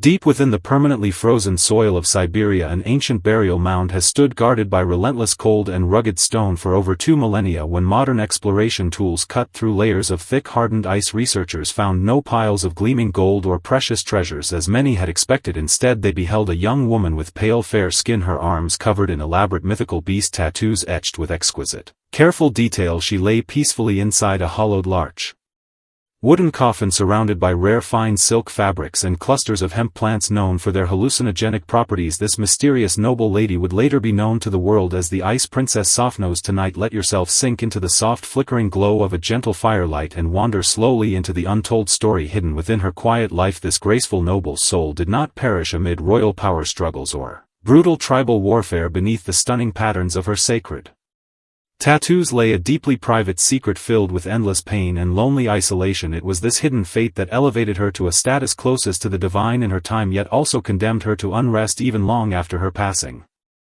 Sophnos belonged to the 5th century BC, an era marking the golden peak of Scythian nomadic civilization across the vast Altai mountain range. On this wind-swept, storm-battered high plateau, mere survival demanded unyielding strength of will and quiet endurance. In her younger years, Sophnos was the most graceful, striking figure roaming the grasslands on horseback, blessed with noble ancestral blood and natural elegance. Yet just as she stepped into her early 20s, a time when life should have bloomed into full beauty. A cruel affliction took root within her body. A hard-spreading malignant growth formed inside her chest, an ailment modern medicine recognizes as breast cancer. 2.5 millennia ago, on the barren Siberian wilderness, there were no surgical treatments, no chemotherapy, only endless days and nights of raw, unrelenting pain that she endured fully conscious with no relief. The ache spread slowly from her chest to her armpits, sinking deep into her bones, robbing her of the strength to ride freely alongside her nomadic kin. Plagued by constant illness, she gradually withdrew from the tribe, choosing solitude over company, drifting into hazy dreamlike visions to find comfort and escape. Her people interpreted her distant demeanor and trance-like states as whispers sent down by the gods. Believing she was blessed with divine connection, they placed the young maiden meant for ordinary joy and life into solemn,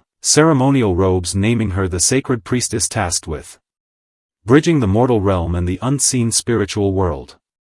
To ease the crippling agony that threatened to shatter her mind, Softnose turned to the soothing power of a mysterious sacred plant. Archaeologists uncovered a delicate bronze vessel beside her coffin filled with charred hemp seeds. Each night before the tribal altar, thick curling smoke rose into the still air as she breathed in the fumes that numbed her physical torment and eased her racing mind. The plant not only dulled her bodily suffering but also carried her into a serene dreamlike trance, where the boundaries between reality and spirit blurred. In this ethereal state, she witnessed strange vivid visions and immortalized those sacred images permanently onto her skin through careful tattoo work. Standing close enough to study the patterns on her arms, one can see extraordinary craftsmanship filled with raw spiritual power. Stags with sharp bird-like beards stretch across her skin, their antlers branching like twisted ancient trees, flowing all the way to her fingertips. Every delicate line seems etched with the tip of a blade dipped in equal measures of faith, sorrow and silent suffering. These patterns became Softnose's invisible armor, shielding her loneliness and pain. Her tattoos stood not only as symbols of high sacred status but also as her quiet way of fighting endless isolation. To her tribe she was untouchable, divine and revered, yet that very holiness created an uncrossable barrier. No one dared to draw near to her true heart. Alone within her smoke-filled tent she watched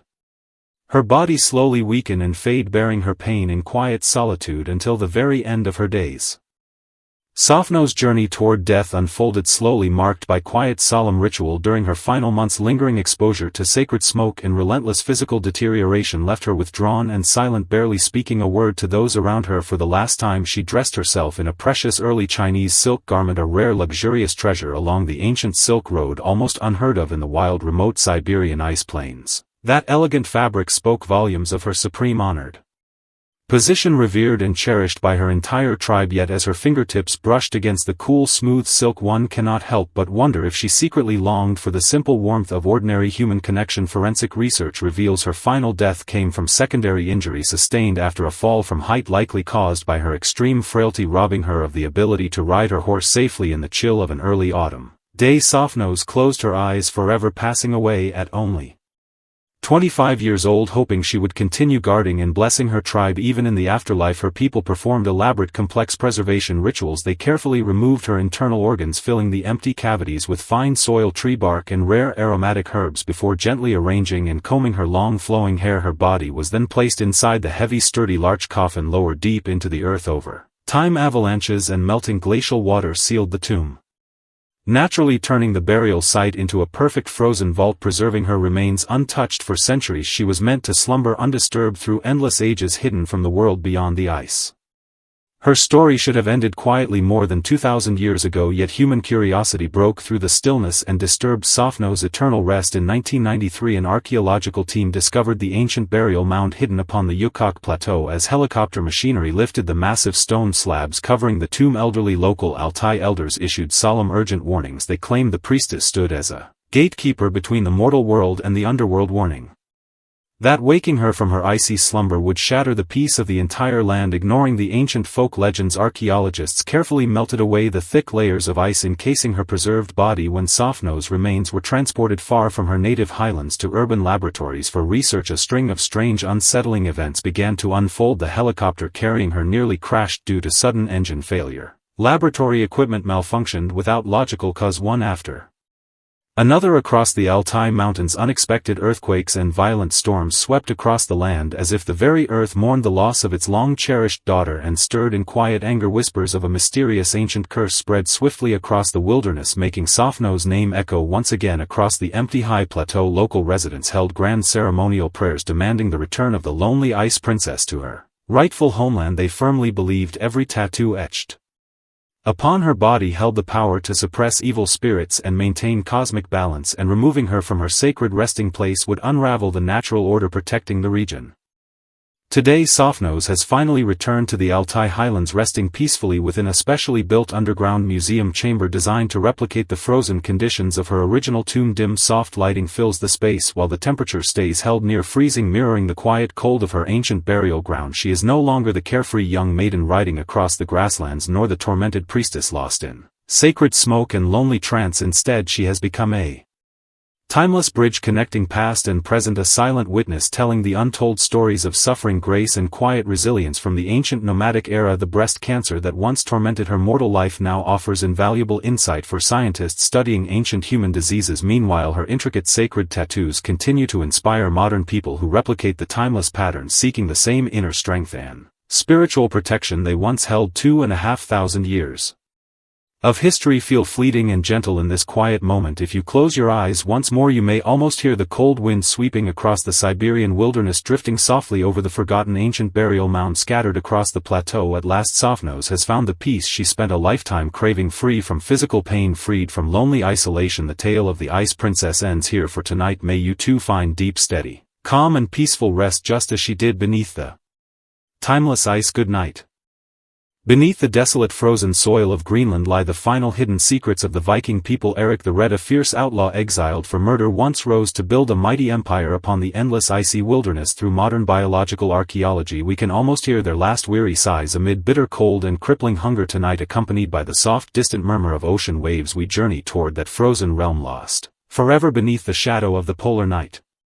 1,000 years ago Eric the Red wove a cunning lie about a lush green land to draw his own people into following him. Thousands of Vikings sailed behind him only to discover a barren wasteland where sheer stubborn resilience was all that stood between them and certain death. When the Little Ice Age descended, sealing the seas in unyielding ice, how did these legendary seafarers fade quietly into extinction on this calm, peaceful night? Close your eyes and walk with me to retrace the fate of this forgotten civilization, sealed away by time for 1,000 years.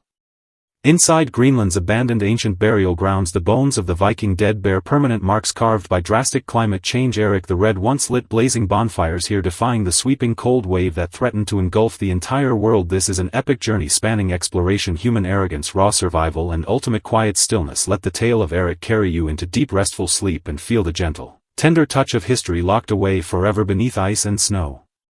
Pause to imagine the faint moment when the last embers of a hearth faded into total darkness upon a remote island sitting at 60 degrees north latitude. This was Greenland in the 15th century, once a thriving Viking settlement, now silent and empty. No more warrior chants echoing across the land, only the shrill whistle of wind sweeping through abandoned wooden halls. Ancient bones unearthed from burial mounds whisper their story through scientific isotope analysis, revealing that in their final desperate days the settlers were reduced to hunting and eating their own hunting dogs, surviving solely on the cold, thick blubber of seals. One cannot help wondering whether Eric the Red, the man who tricked half of northern Europe with the beguiling name of Greenland, ever foresaw such a bleak, bitter end. Tonight let the soft, gentle glow of flickering firelight stay with us as we step fully into the untold story of his life. We cast aside the glamorous, heroic image of the bold explorer to witness a soul slowly retreating before the overwhelming power of nature, eventually erased completely by the unforgiving frozen world. This tale holds far more than bloodshed and Viking revelry. It reveals the quiet, gradual fading of life as existence drifts toward final stillness at the edge of endless bitter cold. Now steady your breathing and let your spirit sail away with the wind back to that ambitious summer day 1,000 years in the past. The first crack in any mortal destiny often begins with an uncontrollable storm of rage. Eric the Red earned his famous name not only for his blazing fiery red beard but for the restless, volatile temper burning deep within his veins. During Iceland's long freezing winter nights he was condemned as an outlaw after committing multiple fatal killings 900 years ago. Exile carried a terrible meaning, forcing the condemned to sail out into the endless, unknown ocean to find new ground to survive, or perish beneath towering stormy waves. Standing upon the carved wooden deck of his longship, Eric stared westward into the mist where only ancient tales spoke of sea monsters and the final edge of the world. Yet he refused to turn back. Driven by an almost mad, stubborn resolve, he set sail with his wife, children and a small band of loyal followers. Plunging straight into thick, uncharted fog, he finally discovered a narrow, sheltered fjord hidden deep within Greenland's rugged coastline, a stretch of Sparse grass barren yet quiet enough to build a new life. Fear never touched his heart, for to men like him freedom always mattered far more than safe comfort. He raised the first stone homestead upon this unknown shore, smoke curling upward from his hearth stark against the crisp pure glacial air. This marked the very first footprint of Viking civilization planted firmly at the gateway to North America, the grand opening of an epic already destined to end in disillusionment. When his period of exile finally ended, Erik the Red sailed back to Iceland, yet returned not with humble apologies but with a carefully crafted deceptive legend. He named this desolate island, covered mostly in glaciers and jagged rocky shores, Greenland, meaning the green land. He painted vivid tempting pictures of fertile endless pastures, seas teeming with walruses and whales, promising anyone who sailed there the chance to claim rich land as their own. To Viking communities suffering harsh crop failure and land scarcity, this sounded like a divine blessing sent straight from the god Odin himself. 25 longships carrying hundreds of hopeful settlers set out, braving the brutal seasonal storms of the North Atlantic. Erik stood proudly aboard the leading flagship, his red hair streaming wild in the wind, his gaze fixed with the unyielding resolve of a born ruler. In the end, only 14 ships survived the crossing to reach the so-called Green Island, the rest swallowed entirely by the raging abyss. When these strong hardened Viking men stepped onto the moss-covered rocky fjords, they felt not anger so much as the heavy quiet weight of unavoidable fate. Erik established his own settlement, Bradlid, ruling as supreme chieftain, overseeing his people from within the great wooden longhouse. Deep inside, however, he must have understood that the foundation of his new empire rested upon a fragile balance, vulnerable to the relentless advance of sea ice at any moment. Greenland's Viking colony enjoyed an extraordinarily brief golden age, marking the peak of Erik the Red's power and influence. Here they raised cattle and sheep, hunted precious walrus ivory, trading these treasures back to mainland Europe for grain, iron tools and timber. Erik's son Leif even sailed farther west from these shores, discovering the distant land later named Vinland. Yet Erik chose to remain rooted firmly in Greenland, settled deep within its frozen soil like a stubborn ancient pine tree. Standing against the wind slowly, however, shifting power dynamics and the arrival of Christianity began altering the very fabric of their tight-knit community. Erik's wife embraced the new faith, building Greenland's very first Christian church within the settlement. As a devout follower of the Old Norse gods, Erik grew increasingly alienated from the world he himself had built. Refusing to enter the church, he would sit alone for hours upon quiet hills, watching the setting sun sink silently into the dark hidden crevices of distant icebergs. He could sense the wind beginning to change, not merely by divine will but from the slow deep breath of the earth itself. Summer seasons grew shorter each passing year, seas froze over for longer stretches, once green fjords slowly covered permanently in endless silver snow. He grew old, the fiery light in his dimming eyes fading away, and yet the cruel unwritten story of Greenland's fate was only just beginning to unfold. As Erik the Red entered the final years of his life, Greenland settlements were struck down by a devastating deadly plague. Around the year 1000, many of the original Viking pioneers perished one after another, and Erik himself passed away quietly during an especially brutal bitter winter. He was laid to rest in a simple unadorned grave surrounded by stones marking his status, hearing no more the endless crash of ocean waves against wooden ship hulls. After his death, global climate shifted into the prolonged centuries-long cold spell known as the Little Ice Age. Modern biological archaeologists examining the remains of later Greenland Vikings uncovered a haunting, unsettling pattern. Early settlers relied heavily on livestock raised on local pastures, yet as time passed their diet shifted dramatically toward marine life, especially seals. This drastic change meant once thriving farmlands lay abandoned, forcing the surviving Vikings back to the shoreline, struggling to survive as primitive hunters. Viking physical stature gradually shrank, their bones marked clearly by severe lifelong malnutrition, their teeth worn down heavily from constant chewing on coarse rough seafood. Trade ships from Europe ceased arriving, entirely locked out by thick impenetrable sea ice. The mighty civilization founded by Erik the Red transformed into a lonely, forgotten island, abandoned by both homeland and divine protection. Trapped between crippling famine and endless polar night, they lingered within the stone halls left behind by Erik, waiting quietly for the final inevitable end. Imagine the quiet vanishing of the very last Viking settler within those abandoned settlements. Their end came not in glorious epic battles as legend would suggest, but in slow silent surrender to unrelenting cold and crushing isolation. When Norwegian exploration ships returned a century later, all they found were crumbling ruins, empty livestock pens, silent decaying church buildings with Arctic foxes wandering freely through halls once ruled by Viking chieftains. Scientific isotope analysis confirms they never fled in search of safer lands, choosing instead to perish where they stood. They clung stubbornly to traditional European woolen garments, holding fast to old customs passed down by Erik the Red, traditions no longer suited to the brutal shifting climate. Their cultural pride and deep attachment to the land left them huddled, shrinking against the advancing ice like small creatures trapped in freezing weather. Greenland's Viking settlements were not destroyed by enemy invasion, they were erased quietly by the combined power of time and shifting climate. Eric's fiery red hair long turned to dust, yet the lonely silhouette he left standing at the edge of the world remains forever sealed within ice. Through fragmented ancient skulls we glimpse the unbroken Viking spirit, refusing to bow even in the face of utter despair. It stands as humanity's last trace of dignity against unyielding fate and the deepest quiet sorrow, woven into the fabric of existence. The tale of Eric the Red finally draws to a close amid endless sweeping fields of white snow. He was once an exiled outcast, condemned for violence, yet also a bold dreamer, brave enough to plant hope upon frozen glaciers. Even if the hope he carried eventually turned into a long, slow funeral journey, his courage to sail into the unknown, claiming new land from the vast ocean, still stirs quiet admiration within the heart. Greenland's ice continues piling layer upon layer, burying old stone houses and fading memories of heroes and calculated lies. Looking back upon him now, we see no longer merely the greed of a conqueror, but the raw instinct of life struggling to survive upon a lonely, fragile planet. All that remains are faint traces left within forgotten burial bones and the quiet, gentle memory we carry through this evening's narration. Have you too felt the vast, quiet loneliness of the earth lingering within these words? It was the very same world Eric knew, cold yet strangely serene. The tale has reached its end, and the sound of wind outside seems to fade away as well. Let go of all stubborn worries and lingering attachments. Settle into quiet stillness like those ancient souls asleep beneath the ice, and allow your heart to return to its most primate, peaceful state. May your dreams tonight unfold upon the truly green, lush land Eric once dreamed of finding. Good night.